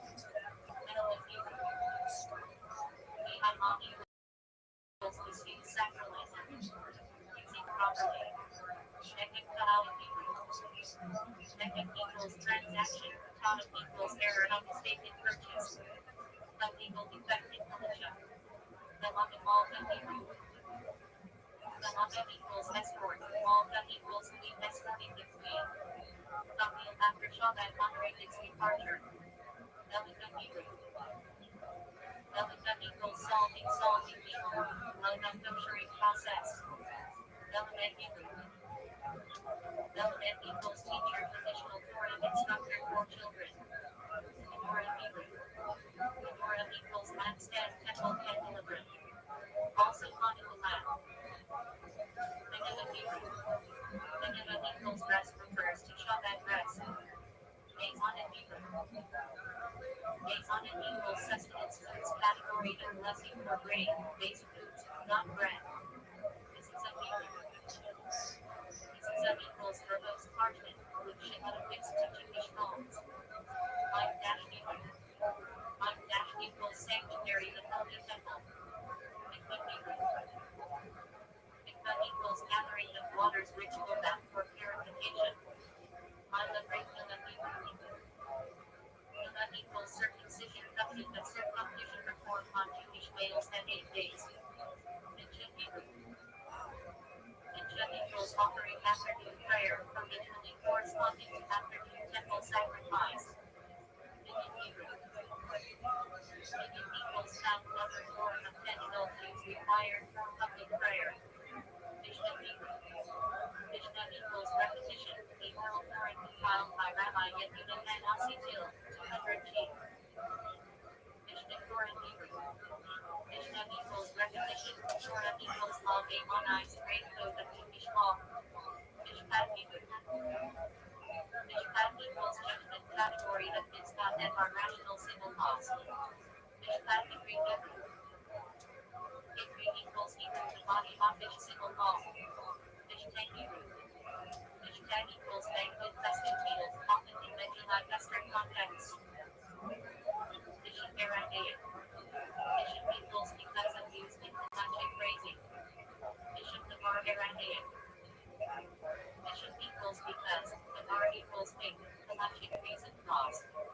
Bishop Mitzvah Aramaic Hebrew. Because of mitzvah leniency grant ethical build up mitzvah.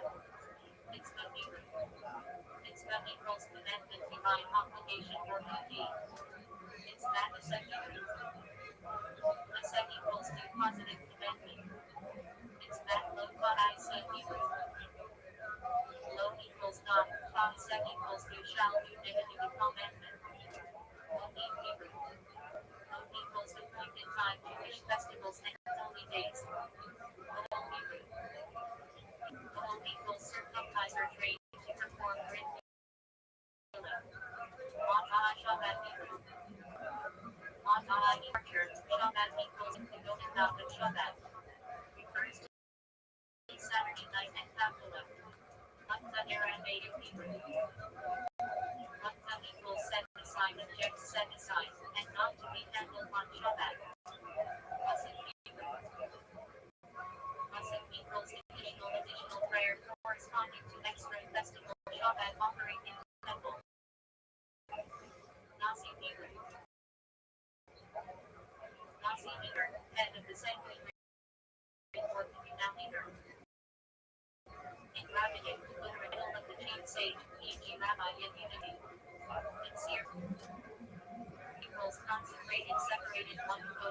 out of abstract. Interact statements here. Epic Hebrew. Even equals trustworthy of person whose word can be relied on in electric matters, e.g. casual testimony. Nechama Hebrew.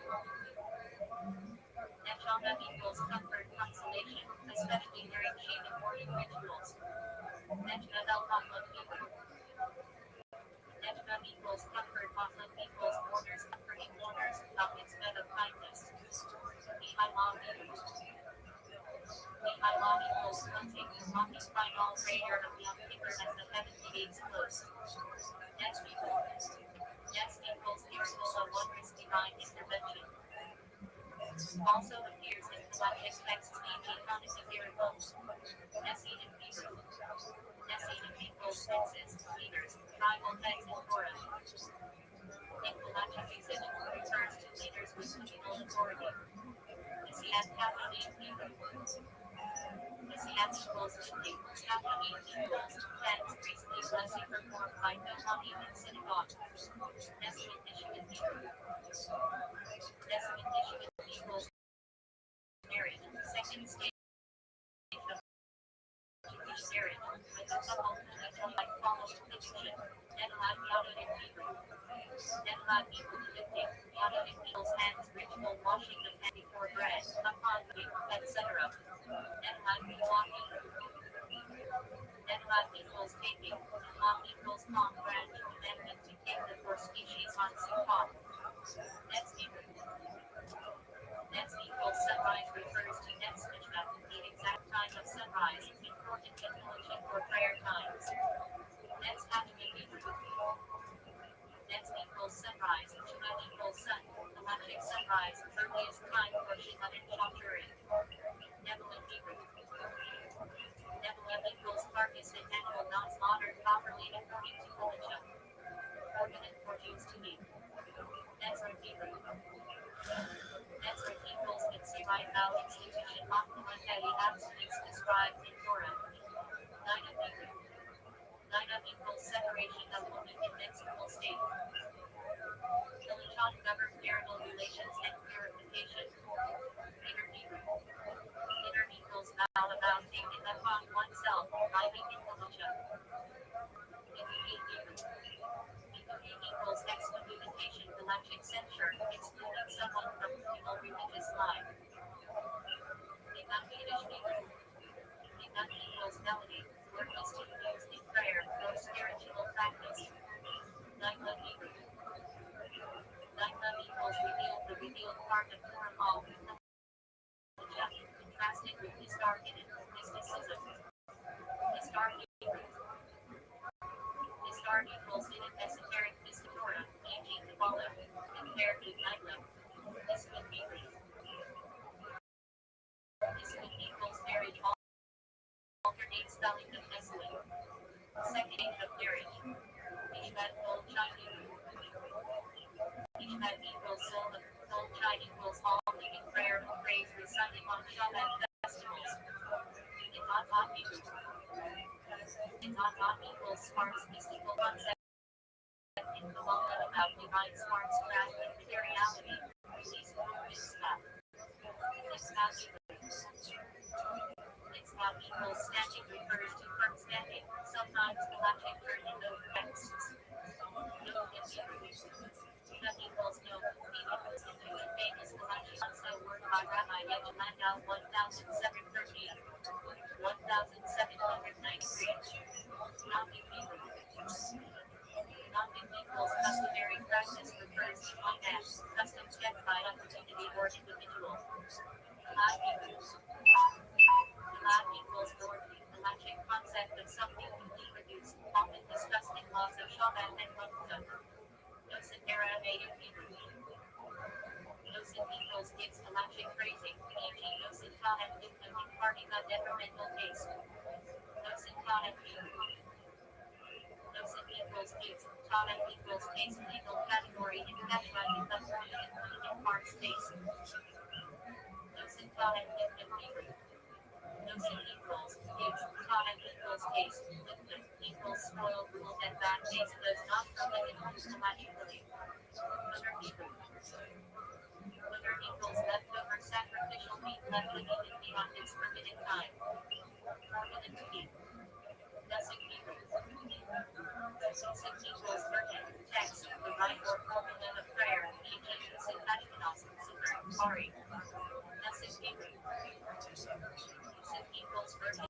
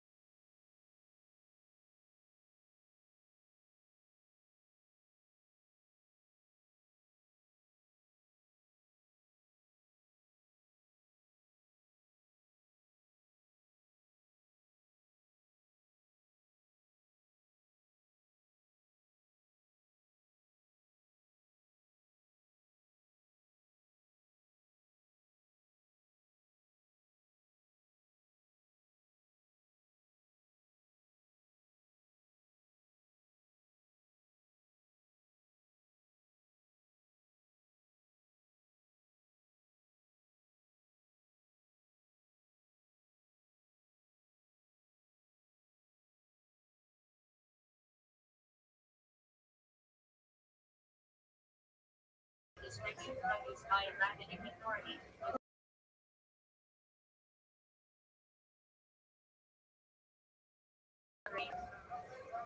Author equals treasury, or collection of foreign words.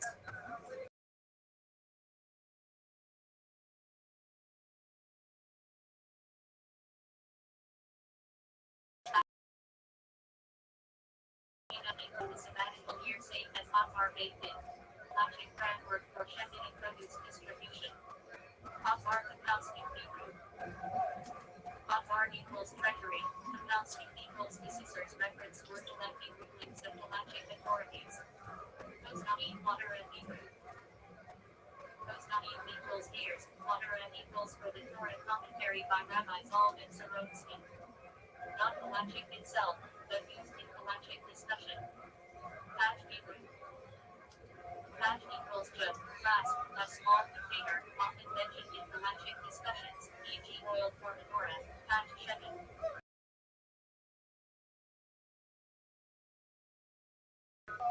Shemen equals oil, the sealed jar found in the temple at Hanukkah, basis of the miracle. Patchot Hebrew. Patchot equals fear in liturgy and militia, often refers to fear of heaven. Parnasa Hebrew. Parnasa equals livelihood appears in Halachic liturgical contexts regarding earning and supporting a family. Parts Aramaic Hebrew. Parts equals communal leader provider Halachic role of a community official overseeing charity and governance. Cause Hebrew. Cause equals bread used in Halachic contexts, e.g. cause actum equals bread baked by a non-Jew. Cause actum Hebrew. Cause equals bread, actum equals idolater non-Jew. Rabbinic prohibition on bread baked by non-Jews, unless certain conditions are met. Cause Israel Hebrew. Cause equals bread, Israel equals Jew bread in which a Jew participated in the baking. Forbidden in Felicia.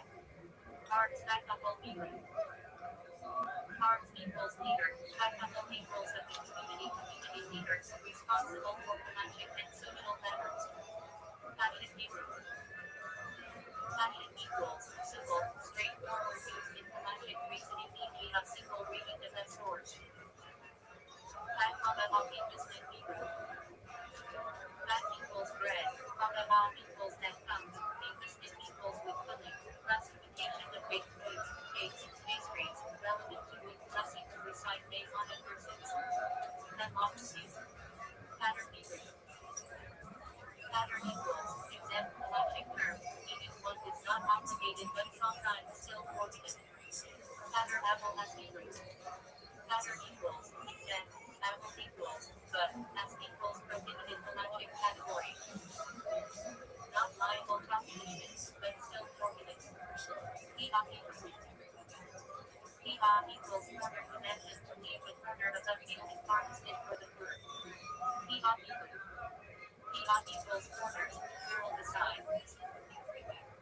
Halachic prohibition against shaving the corners off the head. Median habit Hebrew.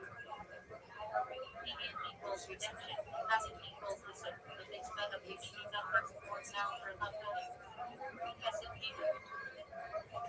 Pesach equals Passover festival commemorating the Exodus, with extensive Halachic law Shabbats, Pesach, Seder, Matzah. Pesach Sheni Hebrew. Pesach equals Passover, Sheni equals second chance, offering the special offering, being hired for those enabled on Nisan 14. Pesach Hebrew. Pesach equals opening with prayers or of the ark in synagogue. Halachic honor. Peshar Hebrew.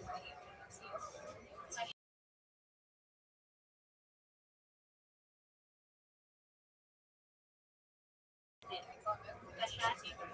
Explain meaning of effects. In Felicia, contrasts with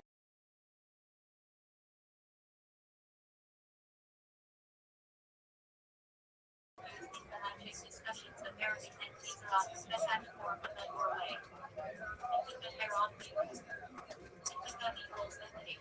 Heron equals the ark, the act of opening the ark bearing surfaces. Literal Hebrew. Literal equals exemptions, list of Halachic exemptions from certain mitzvahs. Pi Sage Nashim Hebrew. Pi equals double, Sage Nashim equals to the double portion inheritance granted to the firstborn son. Birthday of his Hebrew. Birthday equals chapters, of it equals fathers, track page of Mishnah with ethical teachings, studied regularly, especially in summer. Person James Hebrew. Person equals, publicizing, James equals the miracle Halachic principle of publicizing miracles test. Hanukkah and Purim. Spectator and Hebrew. Minute equals expounding formula, spectator and equals the incense description of technical incense service, recited in prayer. Kozak Hebrew. Kozak equals the scissor of Halachic authority for rules on questions of Jewish law. Sak Hebrew. Sak equals ruling of Halachic decision by a Kozak or Beit Din. Sak Hebrew. Sak equals ruling, it equals law of Halachic judgment or verdict. Ishida Aramaic. Ishida equals it is obvious symbol, common Talmudic phrase used in Halachic argumentation. Till Hebrew. Till equals with bread Halachic discussions regarding wicks for Shabbat and Hanukkah candles. Till excellent Hebrew.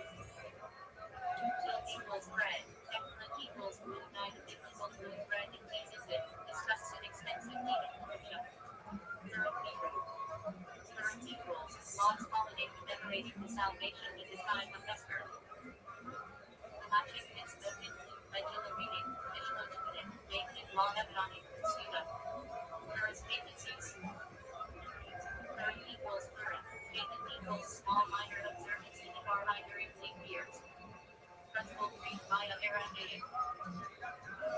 equals cross, low equals, wealthy rapid and active by will allow events to be collected after checking of my transferring the baked in.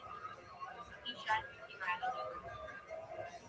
Ishat equals plain meaning, U equals and, irrational equals interpretation, full method of logic and textual interpretation. Spanish Heraldeo.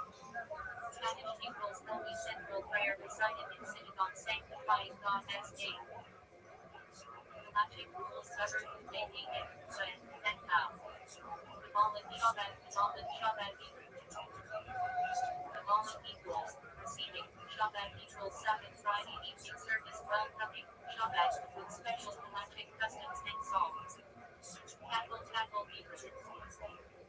Tackle equals, assembly, congregation in religion, refers to the Jewish community or congregation. Kemetz combats Hebrew. Kemetz equals the vowel signet included in the halachic reading of Torah scrolls. This pronunciation may affect validity. Can I equals the choir those used in halachic contexts of property, marriage, acquisition, and transactions. Tabula Hebrew. Tabula equals fixed, established halachic principle in determining noun sounding.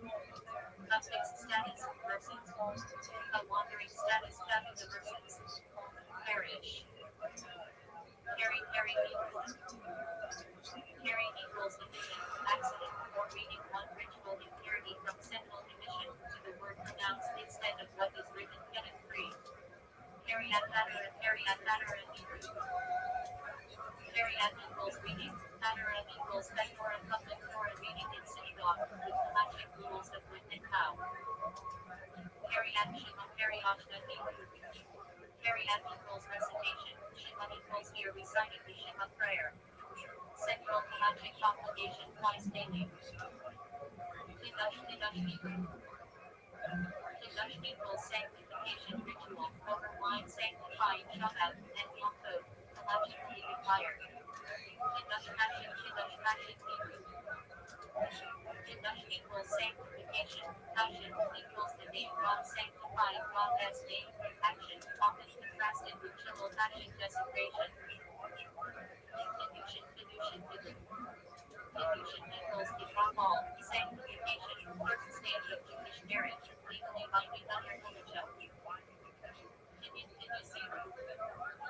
equals acquisition, legal act of transfer in religion, property, marriage, commerce. Kofer equals ranks and compensation, halachic payment in certain damages, or one who denies paid. Kofer equals heretic. Korban equals offering, sacrificial offerings in the temple, with detailed halachic laws. Korban Pesach Hebrew. Korban equals offering, Pesach equals Passover, paschal lamb sacrifice, central mitzvah of Pesach in temple times. Korban Hebrew. Korban equals offering, Kiddush equals thanksgiving sacrifice in temple times. Korban equals sacrifices, general halachic categories of temple offerings. Korban equals baldness name, biblical figure. Also referenced halachically in Korban readings and laws of Chesed and Rez, not becoming Korban equals, Korban ball. Korban Mincha Korban equals offering, Mincha equals grain, grain-based temple offering with halachic specifications. Korban Chatat Hebrew. Korban equals offering, Chatat equals sin offering in temple sacrificial system. Korban Ashen Hebrew. Korban equals offering, Ashen equals milk offering, rod for certain halachic transgressions. Korban the law portion of Hebrew.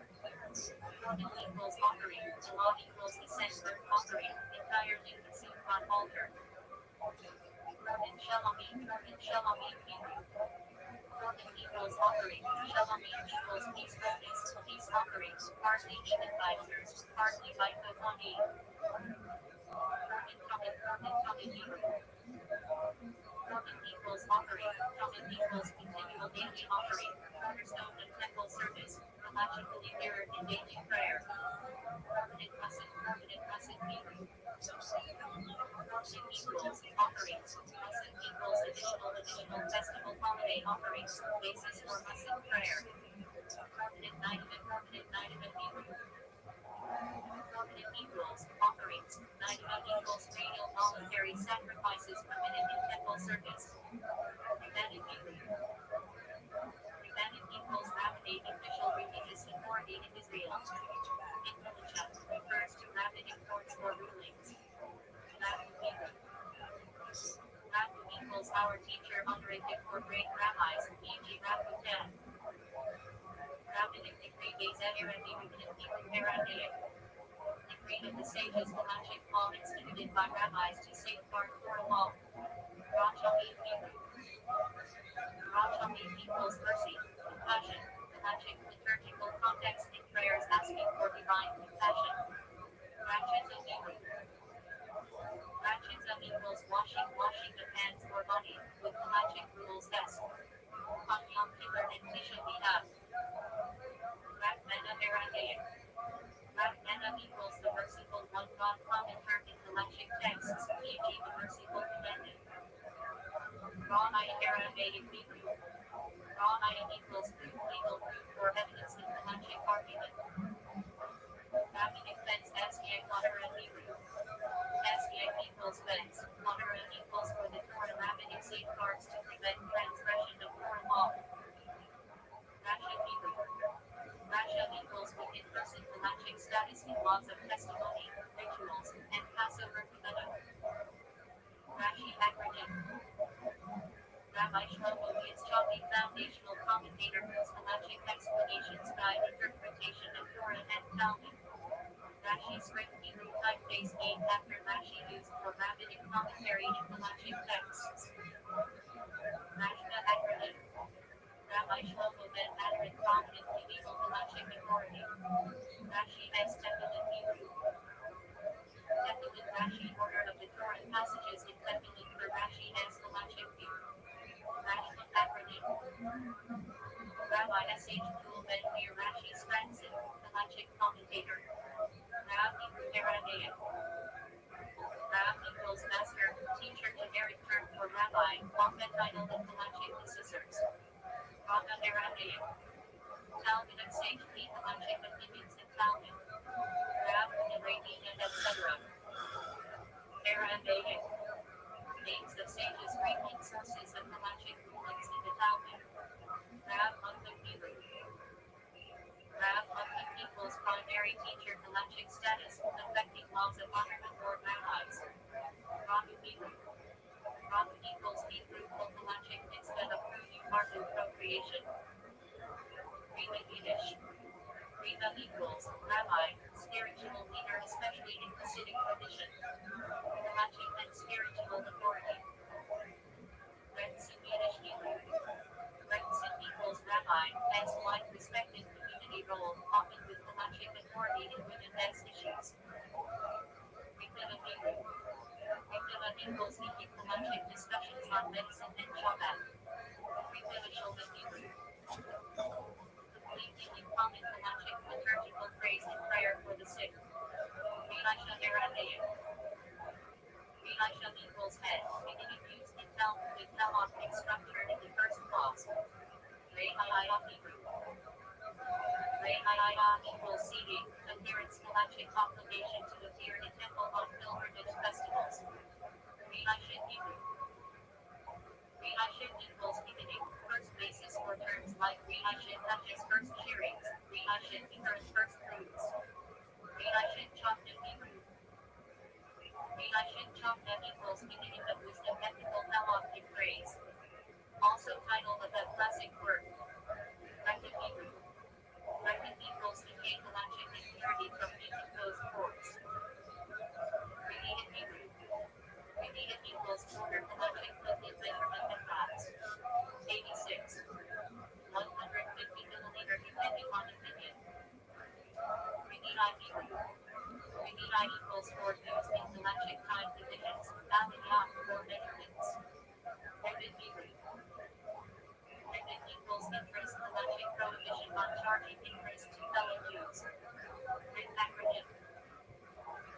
Rabbi Yitzhak al-Kasi Beni Mal Halachic Authority, codifier of Talmudic law. Restream. Restream equals the first ones the legal halachic authorities for, till 1500. Restream Hebrew. Title of Sephardic Chief Rabbi Halachic Leadership Role in Israel. Restream Hebrew. First for charity ethical halakhic praise stressing priority of giving charity. Rishon Yaakov Hebrew. Private domain halachic category of Shabbat domains. Rishon Harabim Hebrew. Public domain halachic category of Shabbat domains. Rishon Hakar with Hebrew. Intermediate domain rabbinic domain and Shabbat laws. In the acronym. Rabbi Yom Tov Ibn Masebeli halachic commentator. In the Rebecca Hebrew. Matriarch has made halachically significant in theological discussions. Rosh acronym. Asher Ben Yimel Beijon halachic authority. His routines form part of Shalti Shema. Rosh Jewish Hebrew. Rosh equals head. Jewish equals month. Halachic observance. Marking start of new Jewish month. Rosh Hashanah Hebrew. Rosh equals head. Hashanah equals the year. Jewish New Year. Halachically date of judgment and shofar obligation. Rosh Hashanah Hebrew. Final date of Sukkot special halachic customs with willow eating Roshnik. Rosh Yeshiva Hebrew. Head of the Yeshiva halachic educational authority. Rav Hebrew. Rav equals majority halachic principle that majority determines legal status. Rav Hebrew. Rav equals spirit, Nikolajah, that means ritual impurity of Rama, or divine inspiration. Rav Kodesh Hebrew. Rav Kodesh equals Holy Spirit prophetic inspiration, referenced in halachic and agonic sources. Rav Rama Hebrew. Rav Rama equals harmful spirit halachic concept tied to morning hand washing Nehlad Yomim. Hebrew. It equals winds, spirits sometimes, halachically relevant in impurity discussions. Ruz Hebrew. Ruz equals run used metaphorically in religion or deal in mitzvah. Part of root Hebrew. Name of the Moabite convert her story forms basis on halachic laws of conversion and lineage. Jack Hebrew. Jack equals covering plant material used for the root of Asapa. Halachically must grow from the ground and not be susceptible to impurity. Aspects behind the Hebrew. Aspect equals doubts. Behind the equals level doubt halachic principle. In case of two doubts, one may be lenient. Estra Sephirah Dale Hebrew. Sephirah equals counting commandment to count days between Passover and Shabbat. Seder Hebrew. Seder equals order Passover meal with structured rituals. Also a unit of Mishnah. Sefer Torah Hebrew. Sefer equals book. Torah equals Torah scroll written according to strict halachic requirements. Sefer Hashim Hebrew. Classic halachic work listing 613 commandments. Sefer Hamitzvah Hebrew. Work enumerating commandments, notably by Rambam and Ramban. Sefer Mishnah Torah Hebrew. Rambam Expo the Halacha also called Yad Zaka. Sefer Shulchan Aruch Hebrew. Standard halachic code by Rabbi Yosef Karo. Sefer Zerah Hebrew. First order of Mishnah deals with agricultural laws and blessings. Sefer Missouri and Hebrew. Order of Mishnah deals with festivals and Shabbat religion. Sefer Nashim Hebrew. Order of Mishnah deals with marriage, divorce, and family law. Sefer Netzach in Hebrew. Order of Mishnah civil and criminal law. Sefer Kodashim Hebrew. Order of Mishnah temple and sacrifices. Sefer Topher in Hebrew. Order of Mishnah 30 and 30 laws.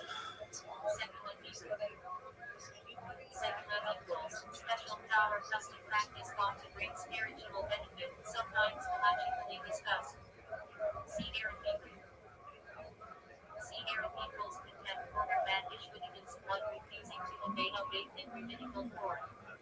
Syntax another spelling of Aztec. Seneca Hebrew. Seneca equals laying hands, ordination, ordination of rabbis. Originated while transmission from Moses onward. Sephardic from Hebrew Spanish. Jews from Iberian North Africa have distinct Halachic traditions. CU dot equals field Halachic categories like CU exits against the meal. CU dot that's and final meal before Tisha B'Av. CU dot that's and final meal, the last meal before Yom Kippur or Tisha B'Av fast. CU exits the meal. It's the meal with Halachic significance. Beauty after a Restream, wedding, CU current Hebrew. Current feast, Halachic obligation on current day. CU Shabbat Hebrew. Shabbat meal Halachic requirement to eat 3 meals in Shabbat. CU Yom Tov Hebrew. Festival meal obligation to rejoice on festivals with food and drink. Samara Aramaic Hebrew. Samara equals logical reasoning Halachic principle. Logic itself is established law. Shotgun's Aryan Hebrew. Classic Halachic responsa by Rabbi Ariel Lee Ginsburg. Shabbat Hebrew. Shabbat equals last, 7th day, Halachic observance with 39 ordinate categories of word Halachic. Shabbat Chesed Hebrew. Shabbat efficient Shabbat before Tisha B'Av with special Haftarah. Shabbat Shaman Hebrew.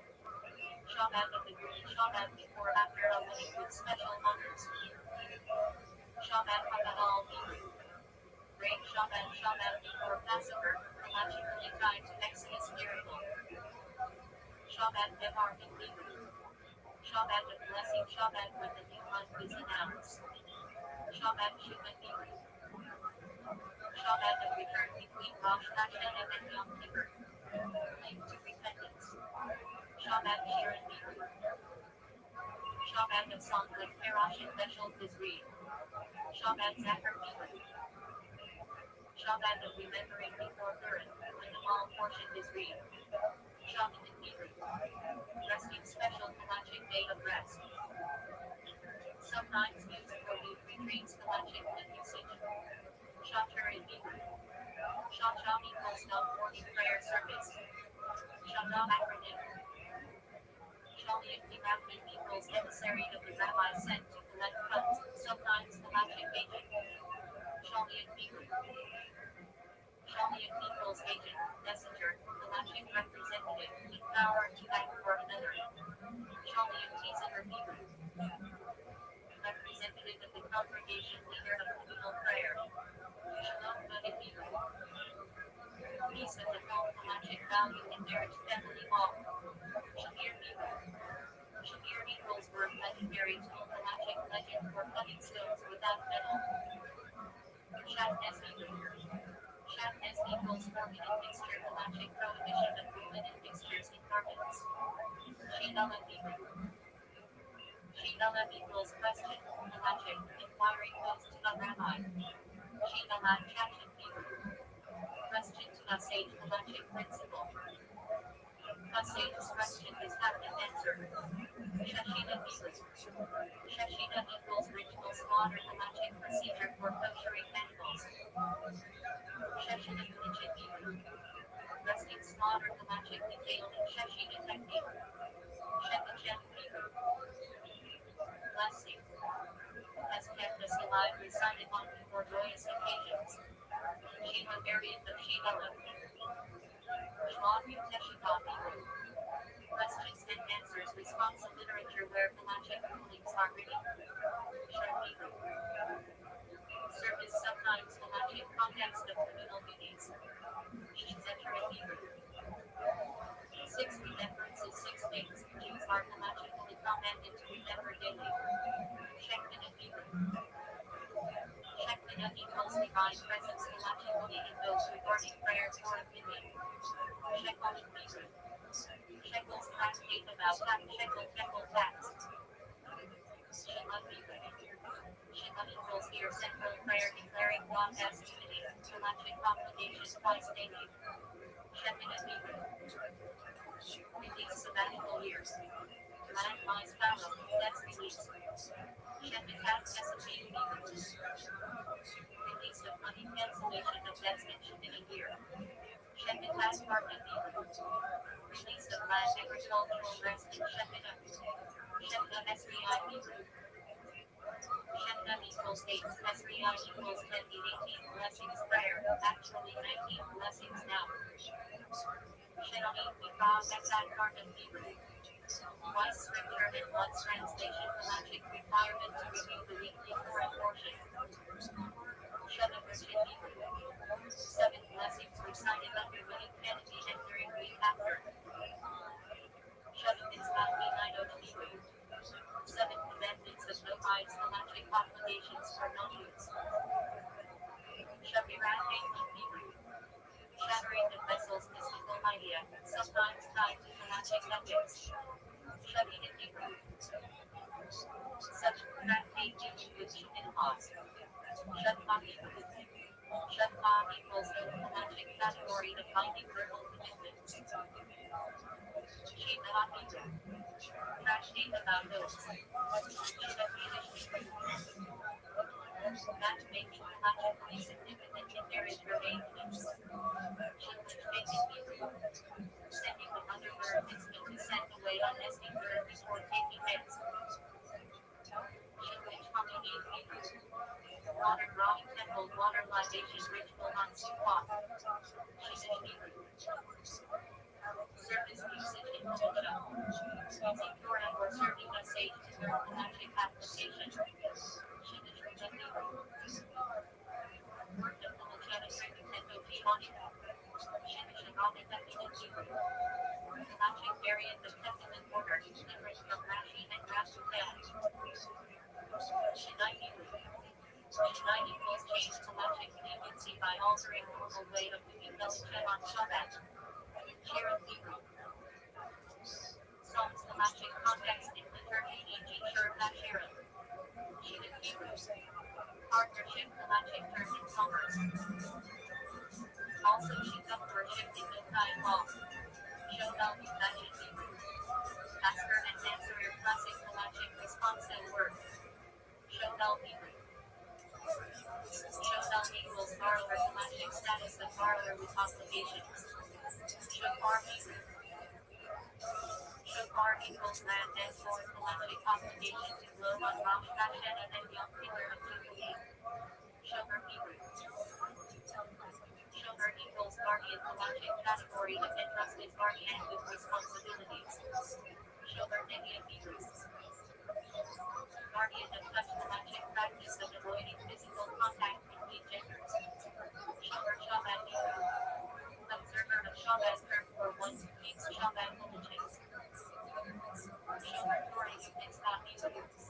Observer of Torah and commandments of religiously observant Jew. Shor Hebrew. Fox the magic category in damages law. Showing that Hebrew.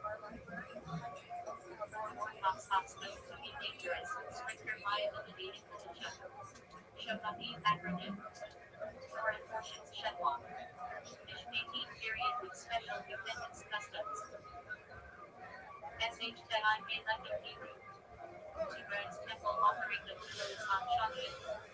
Shalom Ehad Hebrew. Set table the four native code of Jewish law by Yosef Karo. Shalom Ehad Kara Hebrew. The magic code by Rabbi SH Nerzal visibly audio.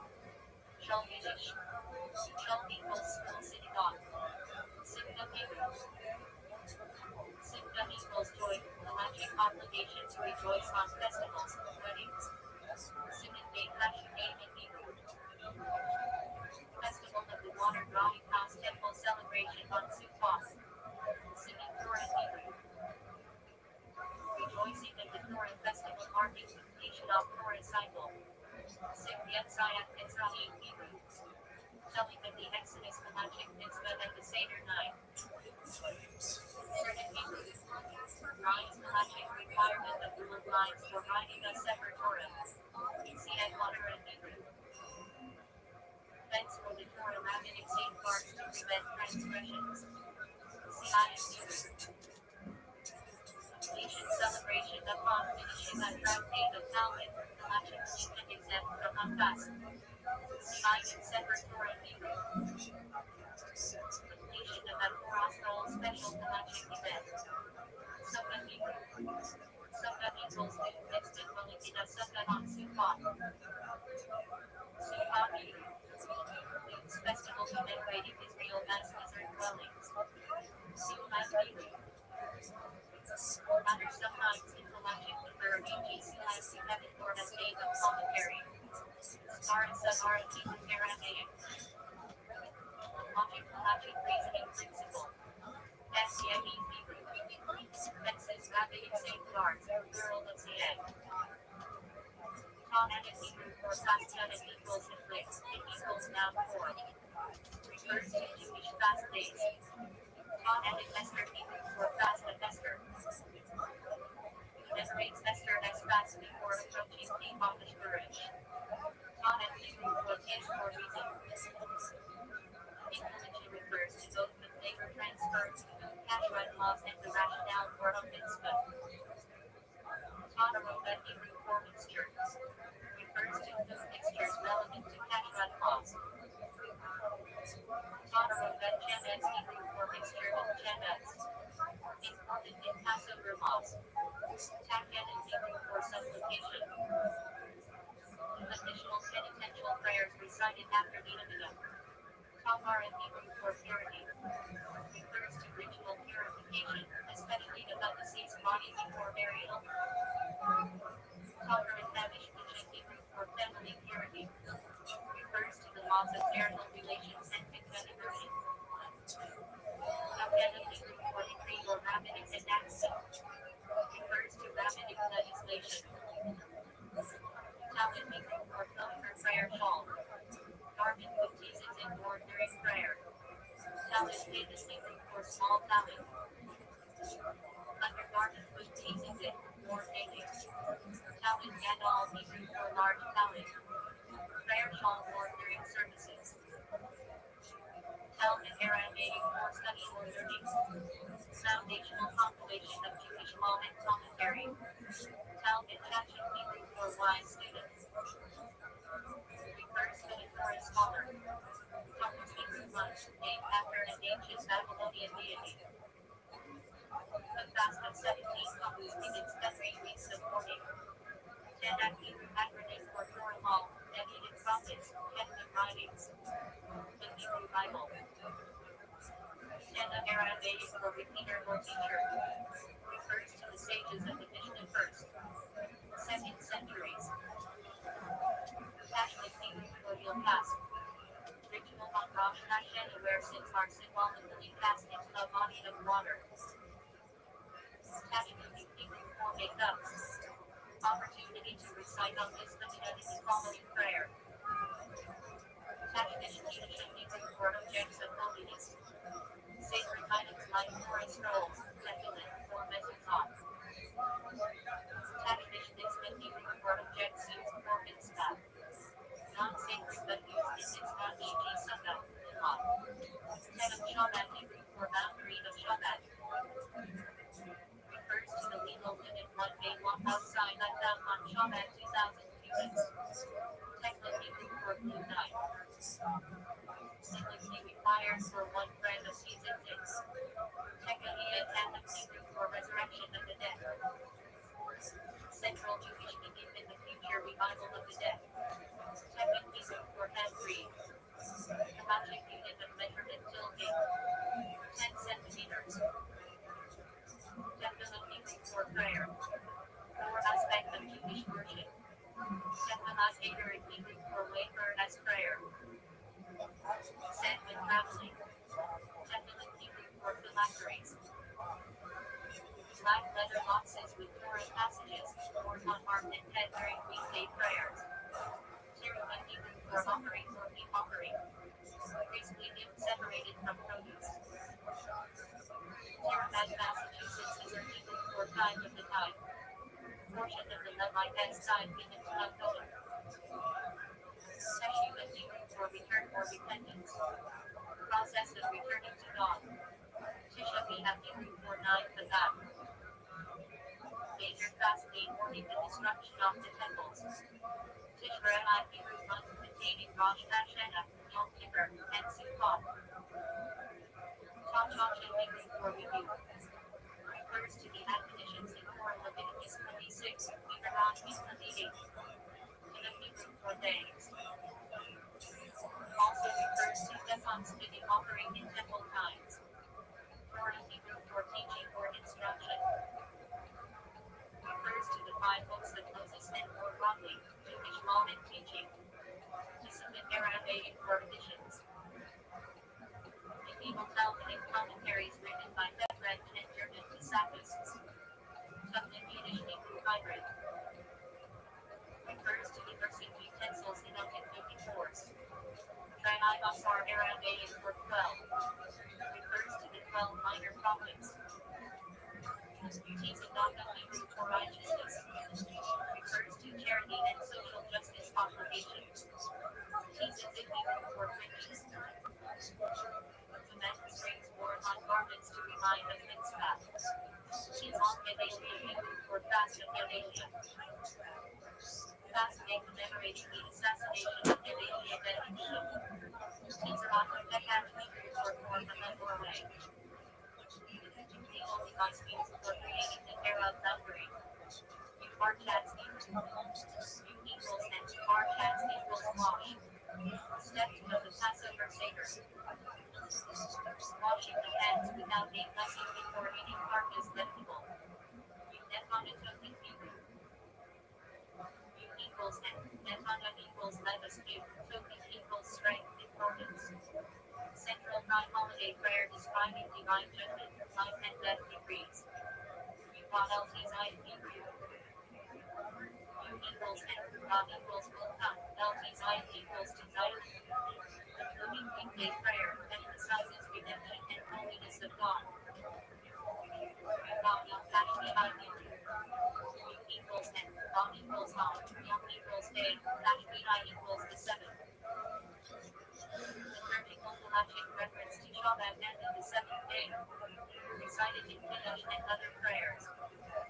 Levkov and Lachin Hebrew. Equals and Levkov equals you shall take. Lachin equals for yourselves. Command from Torah about taking the 4 species Lumot, Efrem, etc. Sukkot. You shall have Bani Hebrew. You equals and Shaptam equals you shall draw. Bani equals water. First used in Simon Bay Hashanah celebrations drawing of water for temple service. Batarda Bachani Hebrew. Equals and Batarda equals you shall choose Bachani equals life. Torah command to choose life Deuteronomy 30. 19. Used in halachic and technical contexts. Devotion to you Hebrew. Equals and devotion equals only once. Zibut equals you shall be. Torah commandment for Israel to know the holiness foundation of halachic ethics.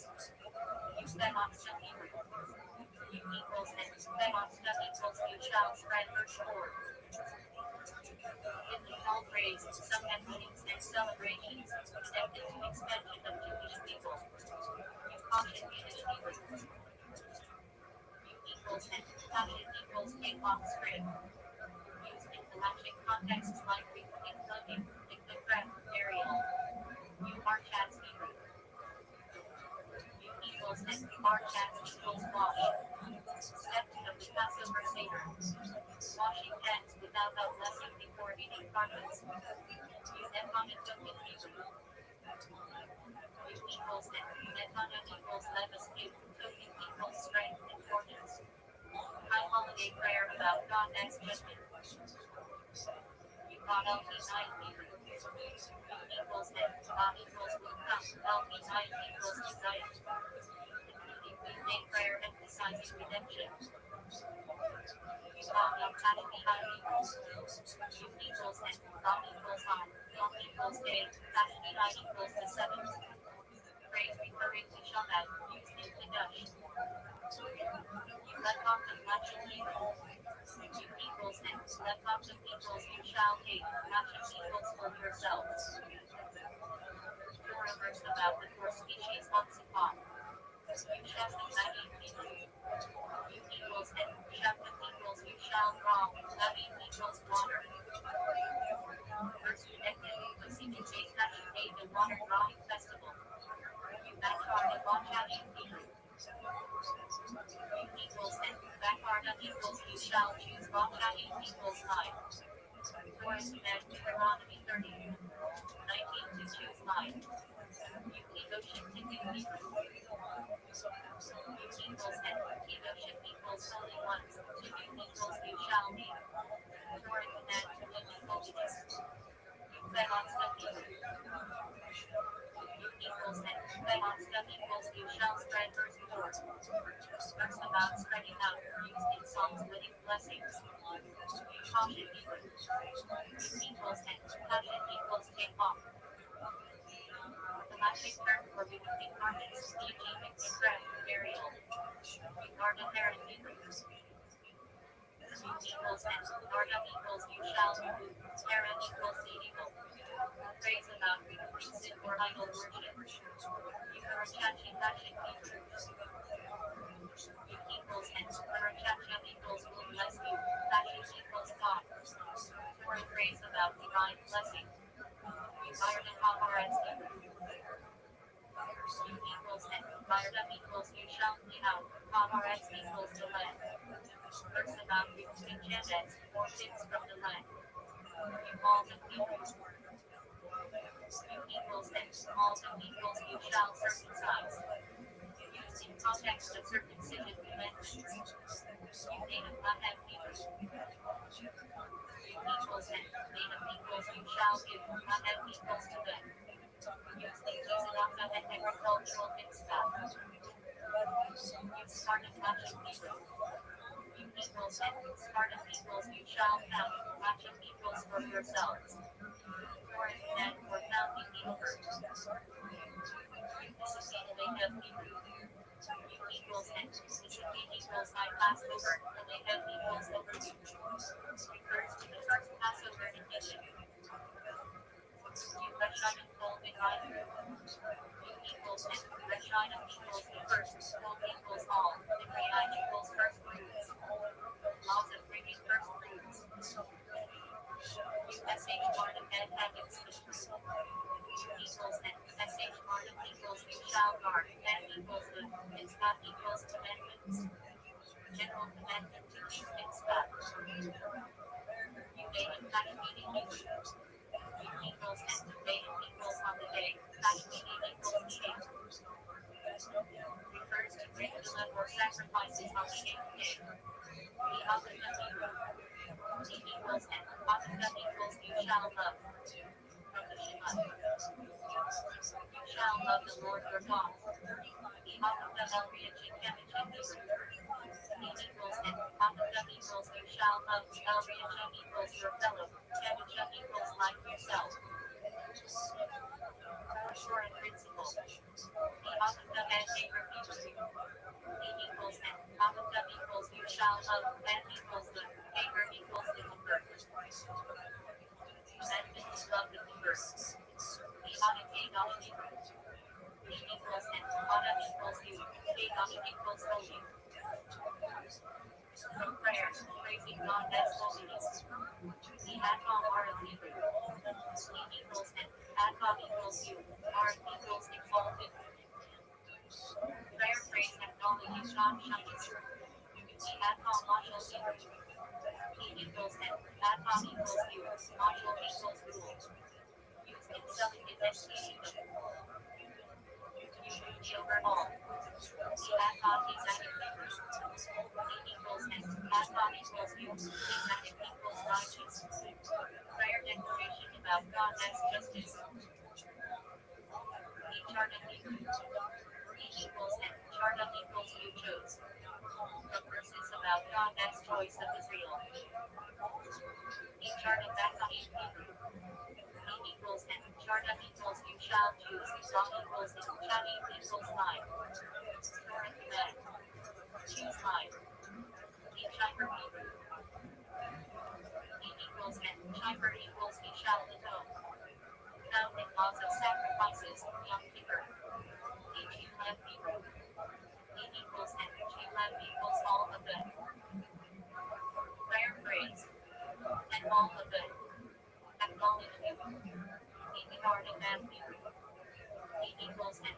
Ibarda equals you shall speak. That equals the them. Shema command to teach Torah. E Ibarda in Hebrew. E equals N. Ibarda equals you shall speak. E equals with you. Used in pelagic contexts about testimony or mitzvah. E not al be Hebrew. E equals N. Georgia al be equals IBD.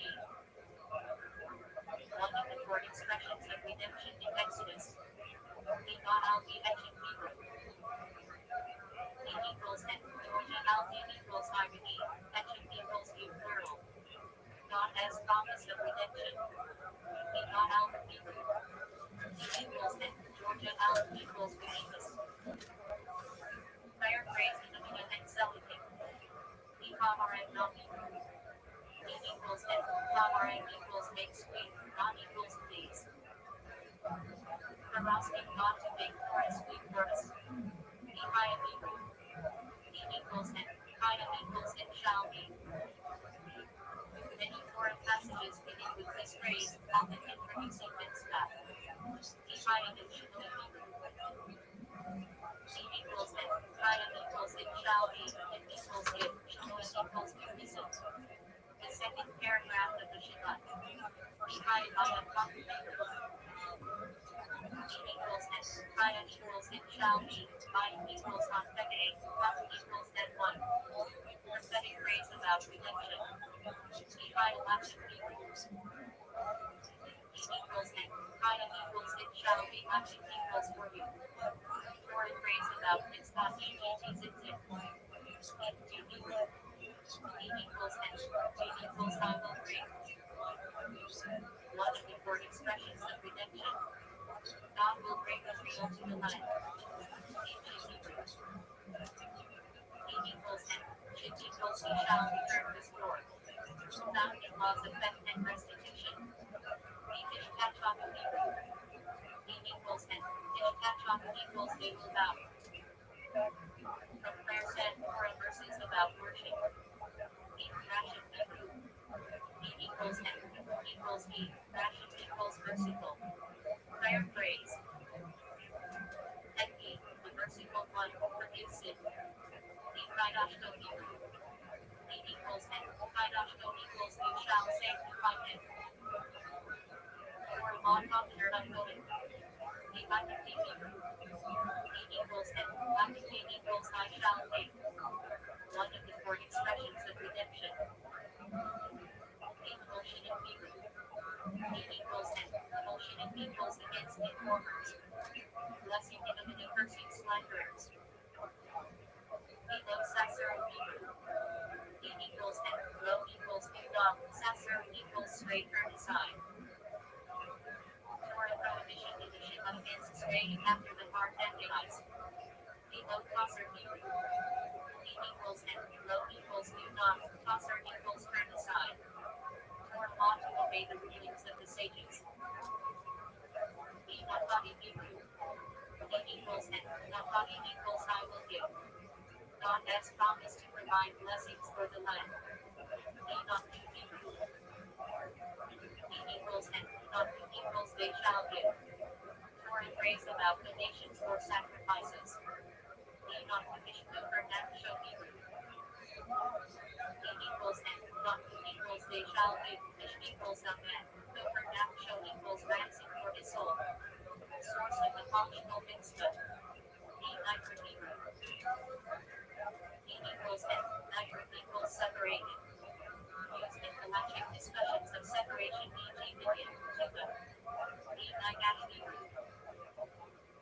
E equals N. Nagash equals he approach. Foreign phrase used in blessings and legal texts. E Ishmardim Hebrew. E equals N. Ishmardim equals Yah you shall guard yourselves.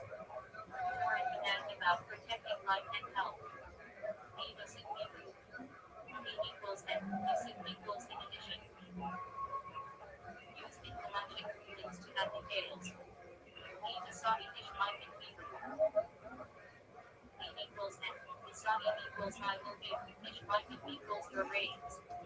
For a promise of reward for mitzvah observance. E not Hebrew. E equals N. None equals rest. Found in prayers for peace and rest. Shabbat and Amidah. E 7 Hebrew. E equals N. 7 equals you shall place. From Shema. Set these words on your heart. E something each Hebrew. E equals N. Something equals you shall rejoice. Each equals in your festival. For a command about joy on holidays. E Shabbat Hebrew. E equals N. Shabbat equals you shall be heard well. For a praise about living in the land. E Shabbat Hebrew. E equals N. Shabbat equals you shall be heard. Related to Teshuvah verses. E Shabbat Hebrew.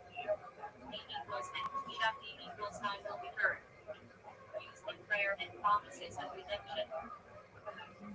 E Shabbat Hashalom Hebrew. E equals N. Shabbat equals I will restore. Hashalom equals the peace. Prophetic praise of redemption. E Shabbat Israel Hebrew. E equals N. Shabbat equals I will return. Israel equals Israel. Prophetic praise. E Shachet Hebrew. E equals N. Shachet equals he shall slaughter. Foreign praise in forfeited cause. E Shachet Hebrew. E equals N. Shachet equals I will dwell. God has promised to dwell among Israel Mishkan. E Shabbat X message Shachet Hebrew. E equals N. Shabbat equals I will return. S equals your. SH Shachet equals captivity. Praise of redemption. E Shabbat LT Zion Hebrew. E equals N. Shabbat equals I will return. LT Zion equals to Zion. Prophetic redemption.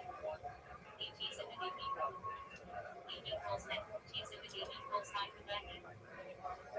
Used in foreign parting mitzvah. E Yadada Hebrew. E equals N. Yadada equals you shall know. Foreign phrase emphasizing knowledge of God. E Yadada Tatum Hebrew. E equals N. Yadada equals you shall know. Tatum equals today. Command to recognize God as sovereignty. E Yarmouth Hebrew. E equals N. Yarmouth equals you shall let them. Found in its path the reward of long life. E Yarj Hebrew. E equals N. Yarj equals he shall inherit. Foreign phrase about inheriting the land. E Yatsu Hebrew. E equals N. Yatsu equals firm established. Prior work in event E Yatsu. E Zod veteran Hebrew. E equals N. Zod equals this. Veteran equals the Torah. Declared when lifting the Torah scroll. Little Yiddish from German. Torah binder made from a boy as circumcision swallowed in cloth, used in Joel. Didra or W. Didra era made a parenting code word. Unnumbered prayer in some communities refers to an additional prayer after marriage, influenced by Arabic usage. Prayer in Kalachic Hebrew. Result in Kalachic response in Yiddish German word for roots. Sometimes used figuratively in rabbinic writing to mean foundational sources. Weekday Joel English influenced term used in Kalachic words for Yeh by Joel ordinary days, not Shabbat or Yom Tov. The Almana English Kalachic translation for Hebrew Almana, a woman whose husband has died. Relevant information of Levir and marriage, charity, and inheritance. Line Yeh in English Kalachic term for Hebrew Yeh, used in Kadesh Tabula, weddings, and many mitzvah. Witness and item English Kalachic translation for Hebrew and witness. Kalachically separable in marriage, divorce, contracts, and capital cases. Velicha English Kalachic rendering of English Velicha. The 39 categories of labor prohibited on Shabbat and Yom Tov. Roll to Kalamah Kama English phrase for Kalamah Kama, the afterlife or messianic future, in rabbinic thought. Wrong English words, Anad and Devari English Kalachic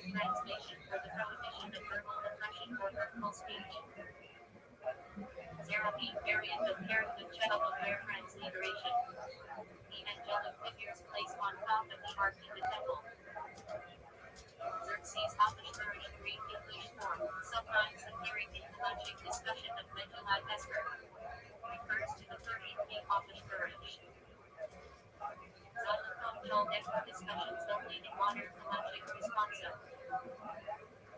Used as example of a musical instrument in prohibition of playing instruments on Shakir in morning. Zonal modern Kalachik responsa verb. Artificial sweetener, discussed in Kashra and Pesach derived from lifting up or chabats. Yaka Hebrew for heel yash equals baby bill, the crop equals heel. The patriarch Jacob. Often referenced in Halachic texts regarding his vows and actions. Yahweh Yahweh Hebrew for Beta descent and come. Special insertion in prayers on Rosh Chodesh and festivals. Yachins Hebrew for divide. Step in the Passover where the middle wata is worked in the cup. Yatsol Bitfo Hebrew for hand recoils in it. Refers to the Halachic temperature of gods. 110. 160 degrees Fahrenheit at which a hand pulls back, defining cooking on Shabbat. Our Swedish 4-year time. Anniversary of a death observed with candle lighting, cabbage, and study. Mars candle Yiddish term. Candle lit for 24 hours on the anniversary of a loved one next death or on Yom Kippur. Marble miracle is Yiddish for skull cap from Polish Russian roots. Head covering work as a sign of reverence. Yashin Hebrew for home. Refers to grain that could root before Passover. Laws of judgment grain prohibited eating new grain until after the over-offering. Jaded Nessic Hebrew for wine or in idolatrous views. Forbidden wine associated with idol worship. Jaded Stammy United Hebrew for ordinary wine. Rabbinically prohibited wine made by non-Jews due to concerns of idolatry and intermarriage. Yerushalayim Hebrew for Jerusalem Yerushalayim equals inheritance, Shalem equals peace bonus. Central to the magic laws of pilgrimage sacrifices, mourning. Yeter Darren Hebrew for inclination to evil Yeter equals inclination, Ra equals evil. Concept in religion about human rights meaning restraint. Yeter Hadaf Hebrew for inclination to good Yeter equals inclination, Tov equals good. The positive counterpart Yeter Hera. Yechut Hebrew for seclusion. Laws prohibiting a man and woman not married to each other, often secluded together in private. Yirat Shulanim Hebrew for fear of heaven. Yira equals fear of, Shulanim equals heaven. Pronouncing in Militia, basis for finding. Yisra Hebrew for baby remember. Memorial prayer decided on festivals and the What up, come to my Discord. Patriarch Isaac referenced in Halachic discussion being done in prayer. Yom Kippur Hebrew for Day of Atonement. Yom equals day, Kippur equals atonement.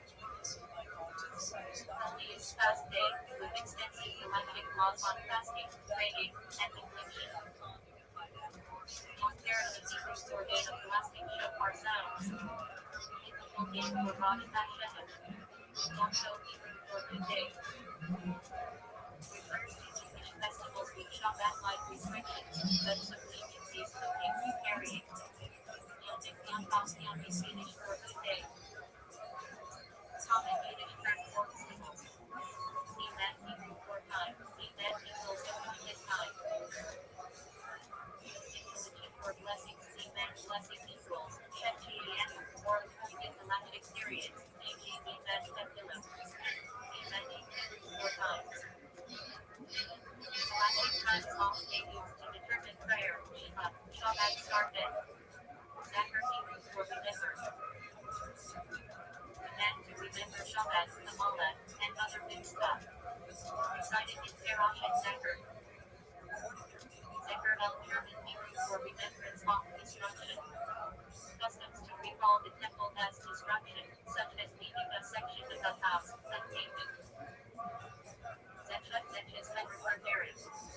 Refers to spiritual merit being proved in spot or by ancestors. Often invoked in Halachic arguments. Demon Hebrew for time variant of Iman. In Halachic language, refers to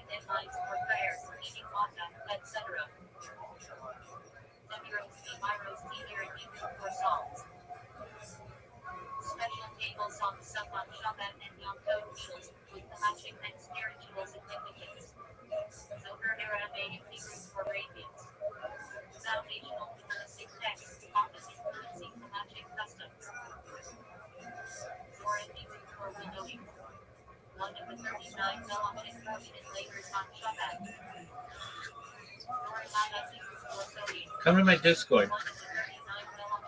Yo, dog, come to my Discord.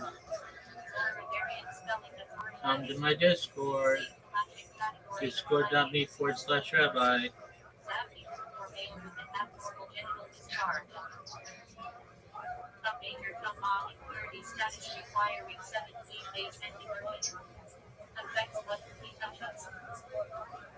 Her lifetime that were related specifically to publishing.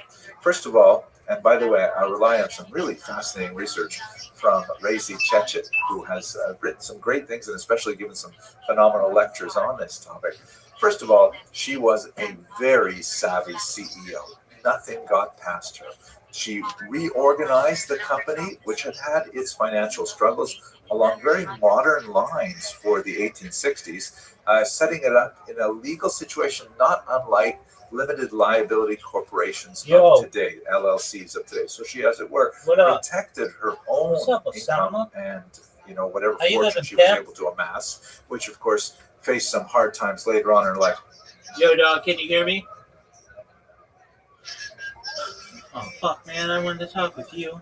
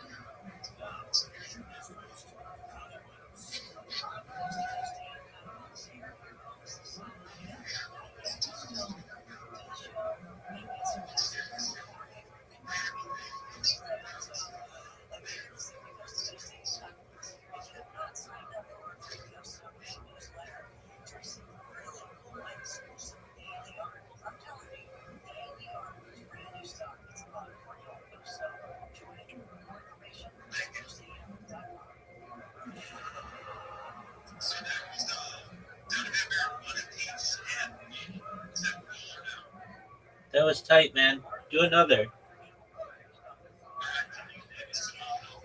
Yeah. Stop in the Name of Love by the Supremes.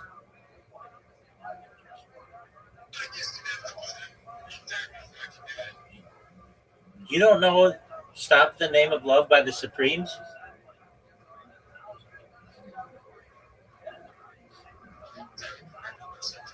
Do you know who the Supremes are? All right. Will you please sing? Dog, will you please sing "Stop in the Name of Love" by the Supremes?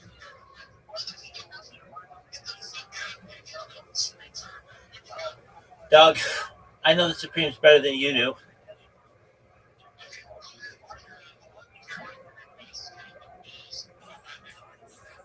Dog, we're waiting on the Supremes. Are you going to sing them or not?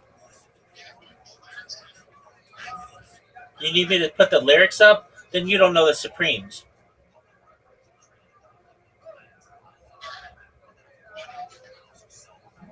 Dog, it goes like this. Stop in the name of love, before you break my heart. Bum bum bum bum do do do do do do do. Bum bum bum bum do do do do do do do. Baby, baby, I know where you go. Each time you leave my door, I watch you walk down the street, knowing in my heart you're loving me. But this time, before you run to her, leaving me alone and hurt. Thinking, after I've been good to you. Thinking, after I've been sweet to you. Stop in the name of love before you break my heart. Stop in the name of love before you break my heart. Thinking, that's how it goes.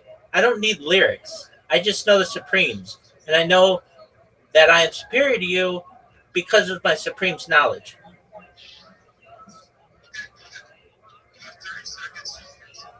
Doug, I just sang "Stop in the Name of Love" better than you've ever heard it.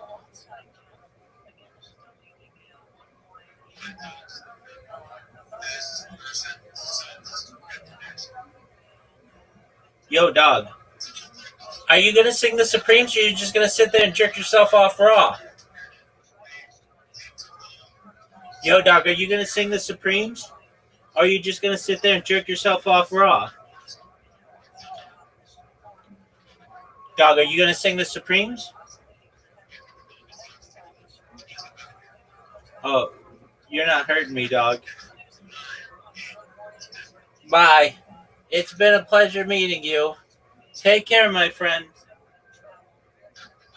You too. Baby, baby, I don't care where you go. Each time you leave my door, I watch you walk down the street, knowing in your heart you're loving me. But each time before you go to her, and you're leaving me alone and her. Think it after I've been good to you. Think it after I've been sweet to you. Stop in the name of love before you break. And baby thinking, stop in the name of love before you break my heart. Think it over,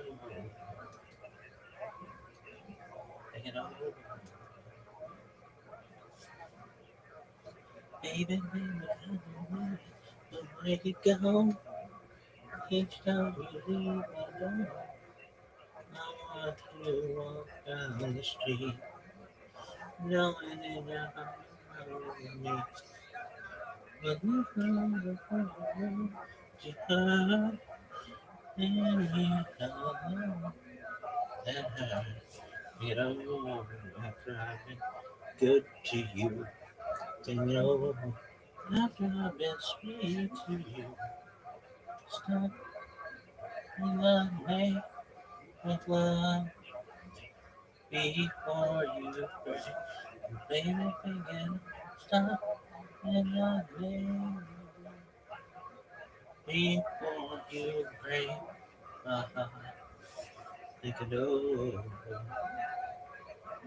Dun, dun, dun, dun. Dun, dun, dun, dun, dun, dun, oh. Dun, dun.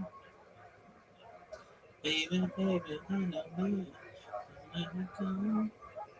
Each time you leave my door, now you walk down the street.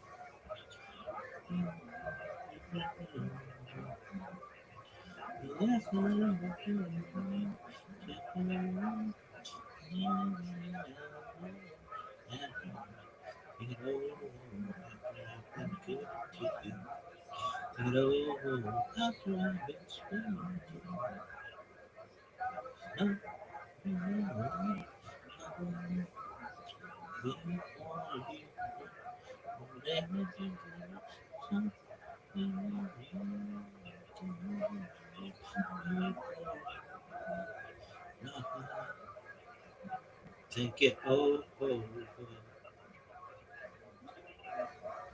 Take it over. Baby,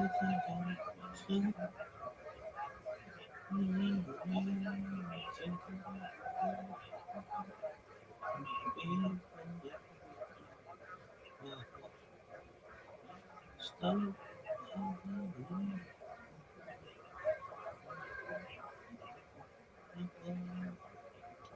Before you break my heart, think it over.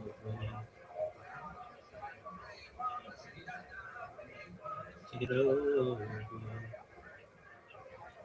Think it over. Stop. And let me think it over. You break my heart. Think it over.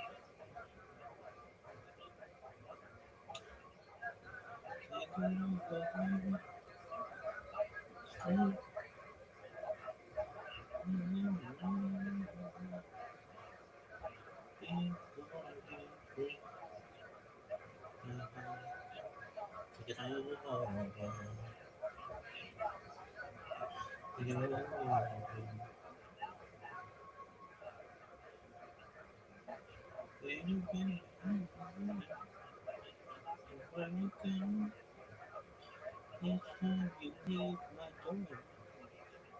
I watch you walk down the street,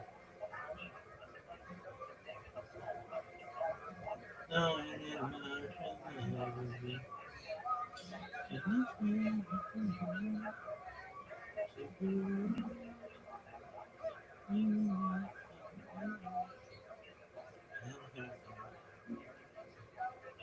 Think it over.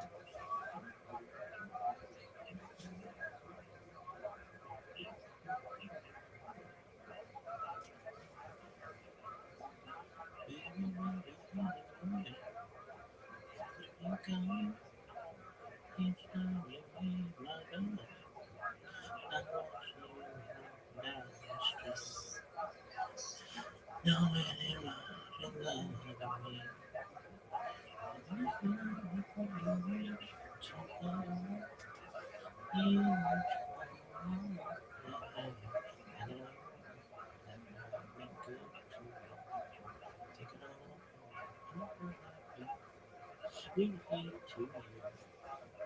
Stop.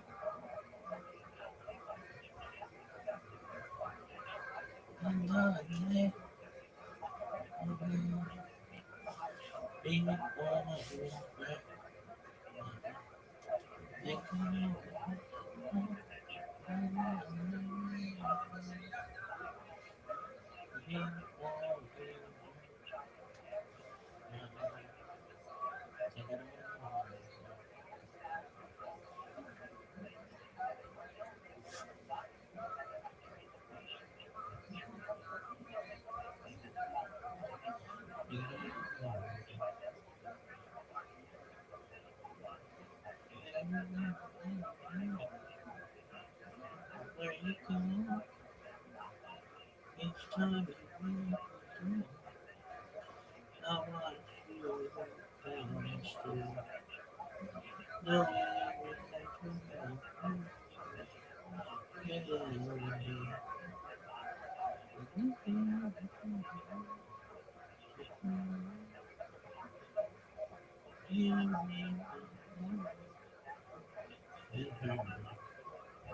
Think it all.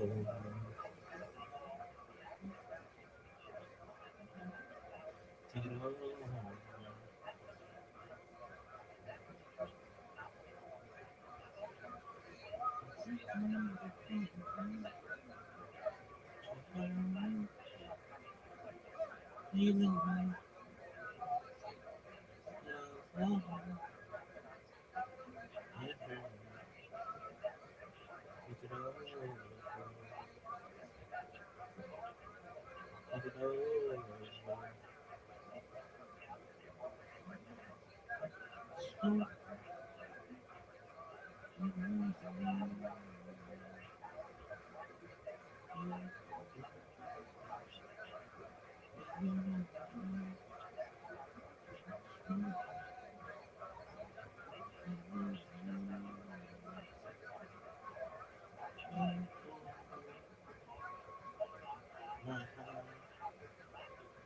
Think it over.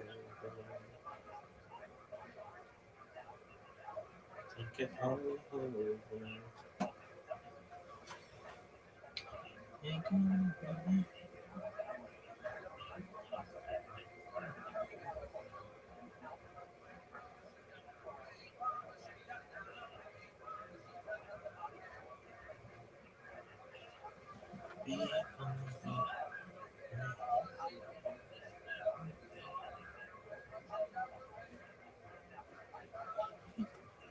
Life as well from the business itself, which was, insulated by this novel legal mechanism that she used, one of the first of its time in Russia. Secondly, and perhaps, more to the point that we can appreciate it, she had a phenomenal design sense. She shepherded new fonts into existence, new graphic elements were introduced, and perhaps the most memorable of her graphic contributions was that she orchestrated the creation of the famous Charblatt, or frontispiece of the Vilna Shas. Let's have a very quick look at what that means. Here is an example of the Charblatt of a competing Talmud, the Talmud produced by the Hasidic Shapira brothers, with whom the Ram family had significantly business conflict. And as you can see, it's actually, the interior of this Shas is very beautiful and very well produced, but the Charblatt is like boring. It's got this kind of, like geometric form and things like that, and it does not have, a tremendous amount of character. By contrast, have a look at the Charblatt of the Vilna Shas, produced just a couple decades later. This is actually from my printing from the 1990s, and you can see it's the same version that was used in the original Vilna Shas, because it is really so beautiful, borrowing from these kind of neoclassical elements of pillars and things like that, which are typically used actually in synagogue architecture quite a bit, borrowing from a Greco-Roman kind of model with the pillars and the entranceway into the Aron Kodesh, or into some unknown future. You can see it has the top, the lions, which the one on the left is frowning, the one on the right is smiling, kind of mysterious. I really wonder why that is. It is also interesting to note that in modern Shasas, like for example the Oz V'Hadar version, which is kind of like the critical standard today, they kept the Charblatt because it is so gorgeous and so inviting. You just want to walk behind and see what's through this entranceway. They've removed the lions, perhaps because the faces are too human. I don't know. That's kind of an interesting thing. But at any rate, she shepherded this new design into the modern Shas, and of course had a tremendous impact on everyone who learns Talmud today. Now, third, really interesting, she was a technological maven. She really understood how to use most modern technology of the era, and she shifted from the essentially 15th century invention of type, where each page had to have tiny little letters placed into a big box and contained, and then you would have to print the pages off it, and that meant that you have this big heavy box of type, of lead type. What do you do with it? Well, at a certain point where you anticipate you're not going to publish this book anymore, you take it all apart and you reuse it, rather than storing a ridiculous amount of these boxes of type and then having to purchase new type for every book you publish. That's just way too expensive. A new type of printing called stereotype printing, which involved the use of plates, where the big sheet of metal was then impressed with the letters, and those plates could be more conveniently stored and preserved and printed again and again and again. She shifted to that particular form of printing early on, made a huge difference in the cost, a big upfront cost and investment, but then afterwards, reprinting the Talmud became much cheaper. Now, the fourth item I think is especially fascinating, because shifting from the old type method to the stereotype method meant that she could technically drop the price of her proposed Talmud dramatically. But she said, no, let's keep the price high, and instead we'll use that money to invest in the Talmudic page himself. And they went, at her direction, an incredible amount of scholarship was produced, with people going to the Vatican, going to the Oxford libraries, copying out medieval manuscripts, comparing the versions from various different cities throughout Italy in particular and the rest of Europe. New commentaries were added, and also medieval commentaries were evaluated and made into critical editions and then placed inside the Shas. And it made her Shas really expensive to produce, but then it became in itself a status symbol. She actually created this concept of the Choson Shas, the bridegroom Shas, meaning that the father of the bride would present to his new son-in-law a Vilna Shas, a Rom family Shas, rather than just one of the, any Shas's that you can get at the time. Shas, by the way, for those of you who maybe are not familiar with the term, stands for Shishe Sidre, or the six orders, and it's referring to the Babylonian Talmud. That's kind of like a little bit of slang, because it could also refer to the Jerusalem Talmud or to the Mishnah even, but we call it Shas for short. At any rate, it was Devorah Ram who really created the idea of the Choson Shas, and that's why the Vilna Shas just completely left all the other Talmuds that were in print in the dust, because everyone wanted a Vilna Shas. And we get a sense of the tremendous amount of effort she placed in producing this amazing edition of the Talmud in an essay that occurs at the very, very end, volume 20 of her Shas. Here's my own copy of it, which actually my father-in-law didn't buy it for me, but my wife did buy it for me. This is Tractate Nida, the very last section of the Talmud. And if you go to the very end, you'll see there's this letter here, the last few pages, called Achari Davar, which Ms. Chachik and several other scholars believe may actually have been authored by Devorah Ram herself. We know that she had scholarly correspondence with many other important figures, and this letter, which goes on for a few pages, is signed by the widow and brothers Ram, but most likely it was the widow Ram herself who was the principal author. It's a very beautiful flowing letter. It says all kinds of things about how, when we started this project, we didn't even know how it was going to be, so we didn't even write any kind of words of introduction, and now we're making up for it at the very end to write about our experiences. And she goes on to describe the tremendous, challenges they faced, political challenges with the pogroms that erupted in the 1880s, and a fire, and challenges getting into the Vatican, and all kinds of amazing things they went to produce this document. It's actually really worthwhile reading. I encourage everyone who studies the Talmud to spend a little time looking at this letter, which may have been authored by Devorah Ram herself. But one last detail about her activity. I mentioned a couple times now that she published the classic edition of the Ram Tanya. You can see here it is. And many Hasidim, when they're going through Chitas, right, which is Chumash Tehillim and Tanya. They will read this particular edition, which has a particular layout of words that has become kind of like a classic edition for many. But even in the daily editions of Chitas, they often omit this little letter, which occurs right at the beginning. You have to get a scholarly edition of the Chitas to really see it, or a scholarly edition of the Tanya to really see it.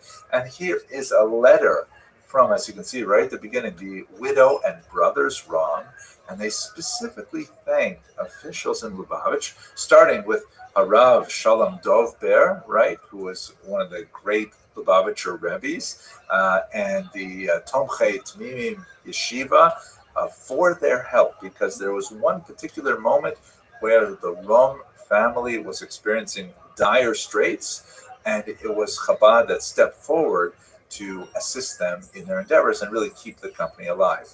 And this is especially ironic because before Dvorah ever took the helm of the Rom Publishing House, there was a really major dispute between the Shapira family, whose Shas I showed you a little bit earlier, and the Rom Publishing House. It was a major copyright dispute that involved some really nasty elements. I'm not going to go into the details here, but it involved the police, and it involved the exile of the Shapiro family and shutting down of their company for some years until finally they were able to come back. But they could never regain, even though they had tremendous dedication to their activity, that so much so that according to legend, I don't know, I have never been able to see if it's really true, but according to legend, the Shapiro family would immerse all of the blocks of type in the mikveh before they began to publish any works. Really an amazing kind of concept. Ultimately, one of the Rom predecessors before Dvorah had pushed them out of business. But when it came to preserving the Rom Publishing House, the Rebbe Shalom Dovber said, you know what, we better preserve them. And he supported them, and they allowed them to survive. And this is a note in the Tanya specifically thanking Chabad for helping this endeavor. It's a fascinating story. So much more to say. I would love for you to join me on this amazing trip to Poland and Lithuania. Once again, we're going to be hearing from the incredible Dr. Shneur Lyman, one of the most senior and influential scholars of the Jews of Poland, Lithuania. I'm looking forward to speaking, and I'm looking forward especially to walking the streets of these cities and learning more about how the Jews of that region actually live. Please check the information box for information on this trip. Thank you very much for watching. Hello, fellow students of Jewish history. You know, I have to say one of the most wonderful aspects of my work is the possibility of traveling to many of the locations where so many important Jewish civilizations flourished over the centuries, and really getting a sense of the deep, rich historical context of these places and the Jews that live there. But this summer is going to be absolutely fantastic because, God willing, I'm going with my employer, Surrey University, to visit Poland and Lithuania, which is the Alta Haim, which is where my family comes from, especially Lithuania, where I'm looking forward to actually visiting the mass graves where many of my ancestors found their last resting place. And this is going to be a tremendous trip because we're going to look at all of the phenomenal things that Jews did, specifically in Warsaw and the region, and in Vilna and its region, also in Kovna, Kaunas. And I'll be traveling with a tremendous senior scholar, Professor Shneur Lyman, who is absolutely a genius. And, you know, we speak about the Vilna Gaon, the great scholar of the 18th century.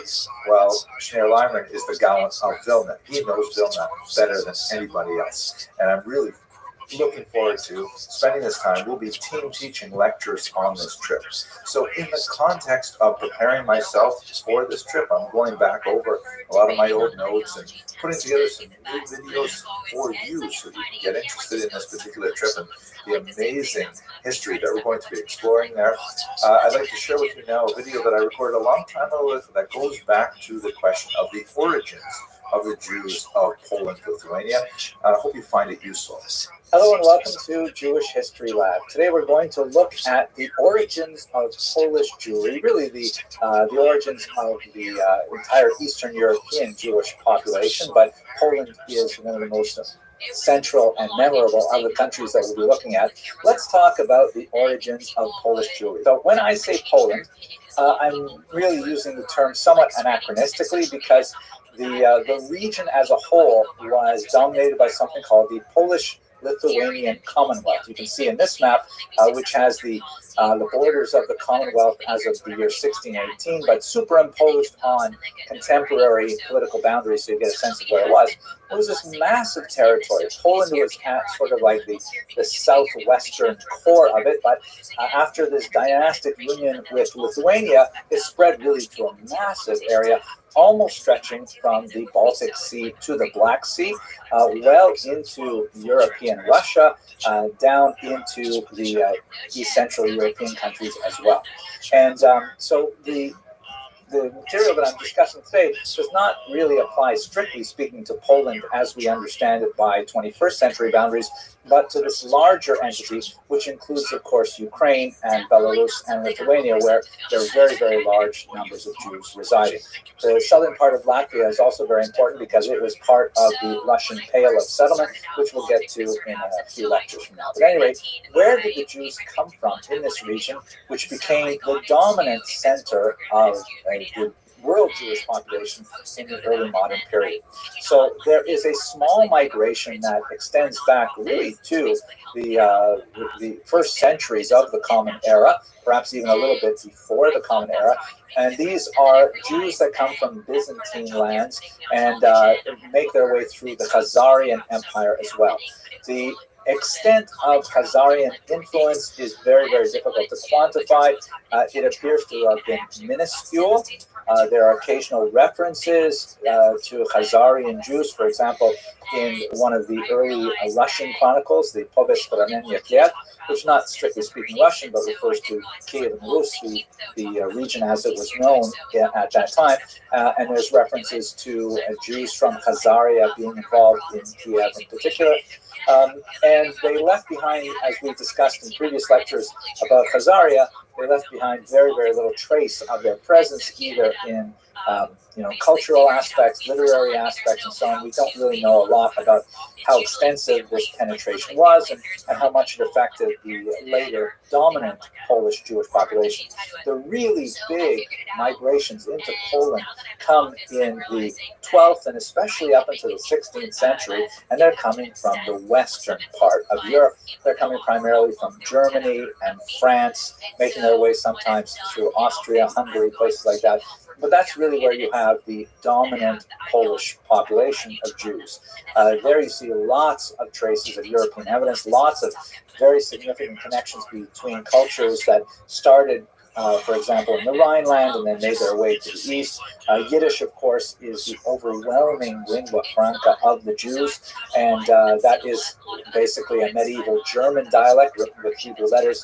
They're not bringing with them too much of the languages of the Khazars, for example. So we begin to see some legendary elements of their appearance in the region from as early as the 8th and 9th century, but it really begins to coalesce around the 10th and 11th centuries. And one of the things that we see them doing, for example, in a very early period, is that Jews are serving as royal minters, meaning they're making money. Here, have a look at these coins. I mean, literally making money, like producing money, things to be used as money, not necessarily making money for themselves, which I'm sure goes hand in hand with it, but some of the earliest coins in the Polish-Lithuanian Commonwealth are actually written with Hebrew characters. Here you see a few kind of stencils of several of them, and here's a better view of one that has the term Moshka Karo, or Mashka Karo, which is clearly the Hebrew phrase for King Mieszko, a 12th century Polish ruler. Here, of course, this is highlighted in red to make it a little bit easier to read. Now, it's fascinating, why would the early Polish nobles and kings make coins with Hebrew letters? It speaks most likely to the widespread illiteracy which was common to the region, and the fact that the Jews would use the Hebrew alphabet because Jews are ones who are working with the money primarily in small commerce, so it became relevant. We'll have a lot more to say about this in a future lecture when we talk a little bit about the economic basis of Polish Jewry, but for the time being, this is just some of the archaeological evidence of their early settlements from about the 10th century onward. Now, when we look at why Jews migrated to Poland, in the Polish-Lithuanian Commonwealth more properly, there are both push and pull factors, meaning there were factors which drove Jews out of Western Europe, and there are factors which drew Jews into Eastern Europe. Eastern Europe was definitely a place of refuge for Jews. You can see here a beautiful representation by a man named Gerson, representing King Casimir, who was accepting the Jews and giving them, protection and refuge. So much so that you see some of the great scholars like Rabbi Moshe Isserles from Galicia, who referred to Poland with kind of like a fanciful etymology from Hebrew, Polin, meaning here, Polin, we will rest, or here we will find refuge. So in terms of the push factors, what was driving Jews out of Western Europe? The first marked thrust that drove Jews to, pursue homes in the eastern part of Europe were the First Crusade massacres of 1096 that we discussed a while ago. Horrific massacres primarily in northern Germany that seemed to be outside of the control of the legitimate state authorities to manage. And Jews were very frustrated by this because as a minority, Jews are always vulnerable to mob violence, and they rely on the legitimate authorities to maintain a Rechtsstaat, meaning a society governed by law. As we've discussed in many previous lectures, Jews are typically very happy to live in environments where there is some minor discrimination against them, a certain degree of endemic anti-Semitism, but only if the rule of law is protected, meaning perhaps there will be a numerous clausus and Jews will not be allowed to enter university, or perhaps there will be certain tax breaks they're not allowed to take advantage of, or whatever it is, as long as they know that if someone throws a rock through their storefront window, they will be able to go to the police, and the police will investigate, and if they catch the culprit, then they will have a proper criminal trial, and so on. So Jews fear mob violence like any minority. And when you had these series of massacres that accompanied these traveling bands of crusaders, or more, as we discussed in the lecture on the Crusades, more of the ragtag followers of the Crusaders, and that the local authorities, including the church, could not put a stop to it, that's when there's an increased push of Jews from Western Europe moving towards the east. In the 13th century, the horrible blood libels that we have also discussed in a previous class result in a series of expulsions. In France in particular, there's 3 expulsions in the 14th century, and so there's more and more reason for Jews not to live in Western Europe. This is kind of like the push aspect of it, as Jews are finding Western Europe far and far less hospitable than they ever had before. Now, there's also pull factors at the other hand. The Polish economy was actually having a very difficult time, particularly in the 13th century, after the Mongol invasions of 1241 and onward. The demography had dropped. There was a very, very weak economy. As we saw earlier, the Jews are the people actually making the money, physically making the money, because they don't have a really well-functioning economy compared to Western Europe, and the Jews have the know-how and the understanding of how to produce coins like this. And so the local Polish leaders were actually inviting Jews and saying, please come to our area. You are literate, you are numerate, you will live in concentrated areas, and we can take advantage of your skills in Poland.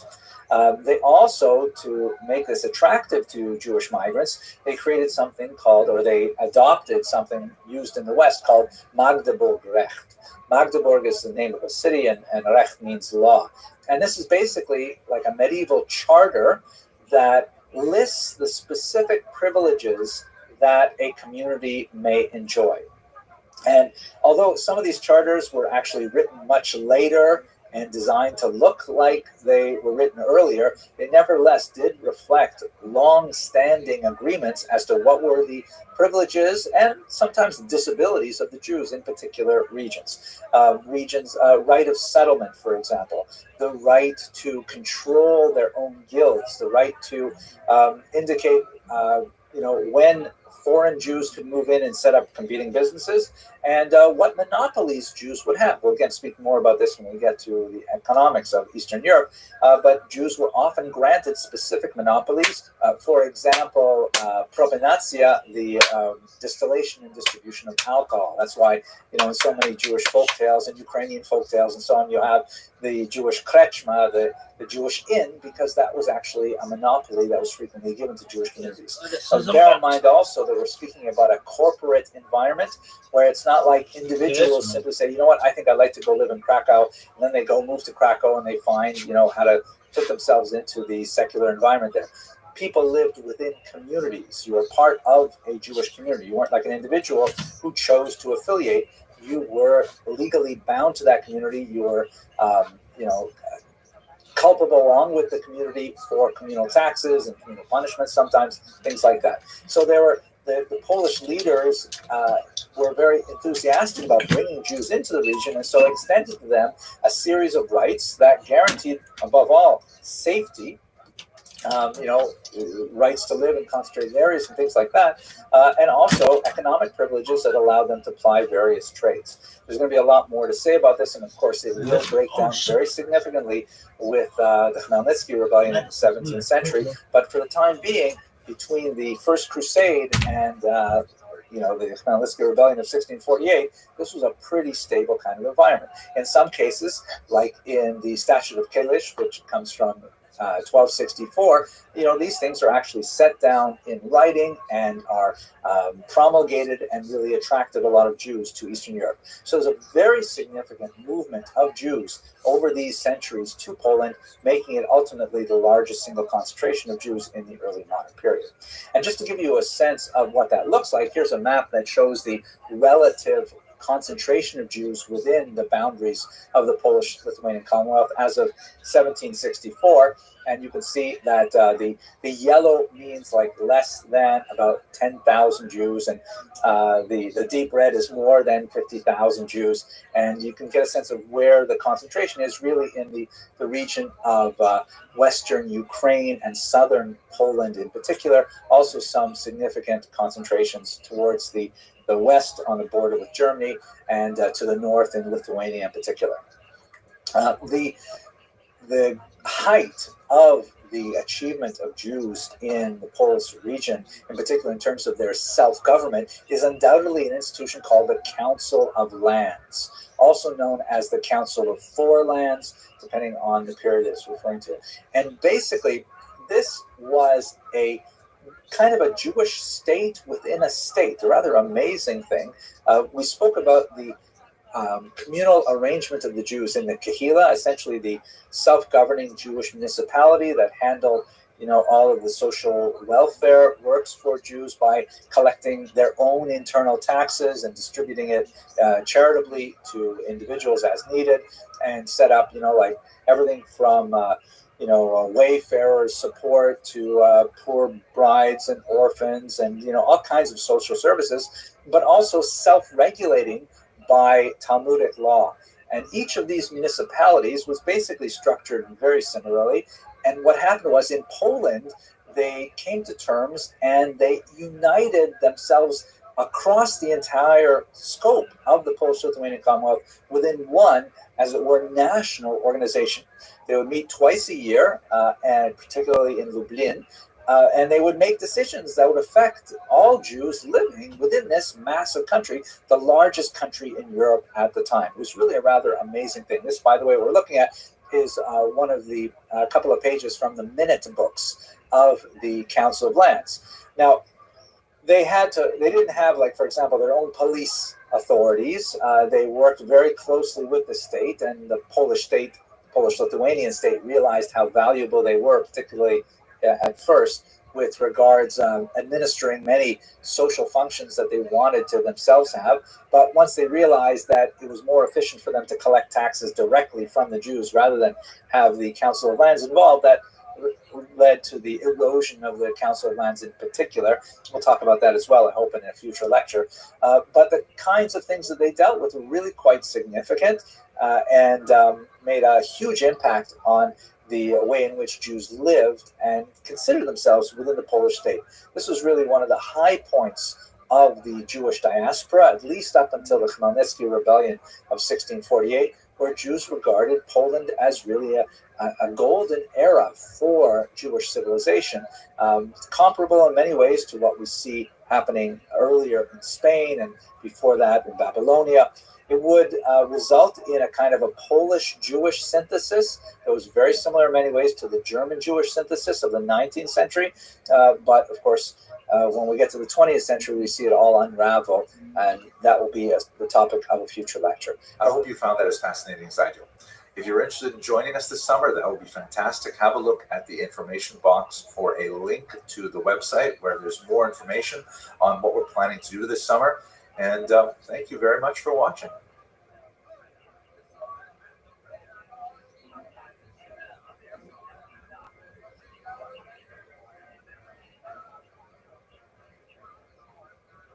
Hello, fellow students of Jewish history. I was so excited to come across this individual in the course of my research for the Kosher River Cruise expedition to Japan in 2026. His name is Ludwig Ries, and actually I find a tremendous affinity with him, not only because he's a historian, he's also kind of an intellectual immigrant, fascinating individual who had a tremendous impact on Japanese history. Here's his story. He was born in 1861 in Germany, and he went to the University of Berlin, right? This is the late 19th century. The society is beginning to open up, and Jews are allowed to enter higher education and so on. And he studied under the great and highly influential historian Leopold von Ranke.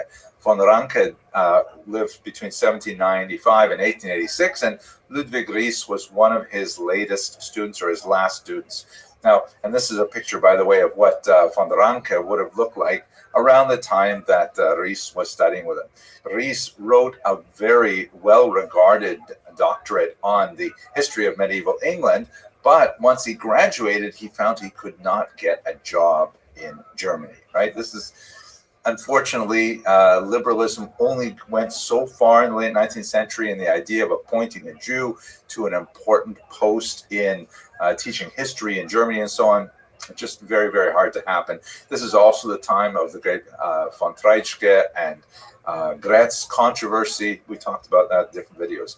And it's also worth noting, by the way, that Ries's parents also warned him against trying to get a job as a professor of history in Germany. They wanted him to study something much more pragmatic and practical.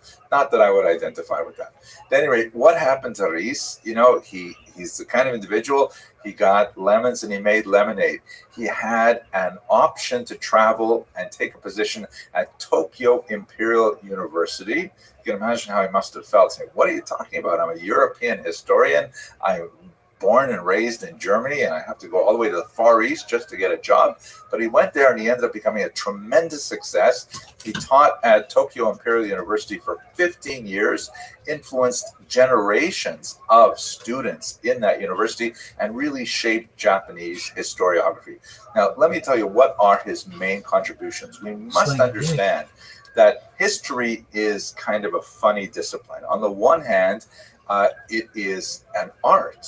You know, it's telling stories, right? The word story is embedded in the very word history, and it's all about, you know, sitting around the campfire and saying what happened to previous generations. That's what historians do. On the other hand, history is also a science, and that means that we're not supposed to just make stuff up. We're supposed to, rely on actual data to tell these stories. Now, the problem is much of this data are just words. They're just stories that earlier generations have told, and we have inherited those stories. That proves to be extremely problematic, because how do we know that those stories actually conform to reality? This was the tremendous contribution of von Ranke, that's Ries's teacher, who said, look, we have to really get focused on was es eigentlich gewesen war. What exactly happened? Like, tell us what happened. Don't tell us all the stories of what you would have liked to have happened and making stuff up on the way along. You have to tell us what actually happened, and we'll decide how to evaluate the meaning of those events. You have to rely on primary sources. You have to rely on artifacts whenever possible. Archaeology becomes extremely important, things like that.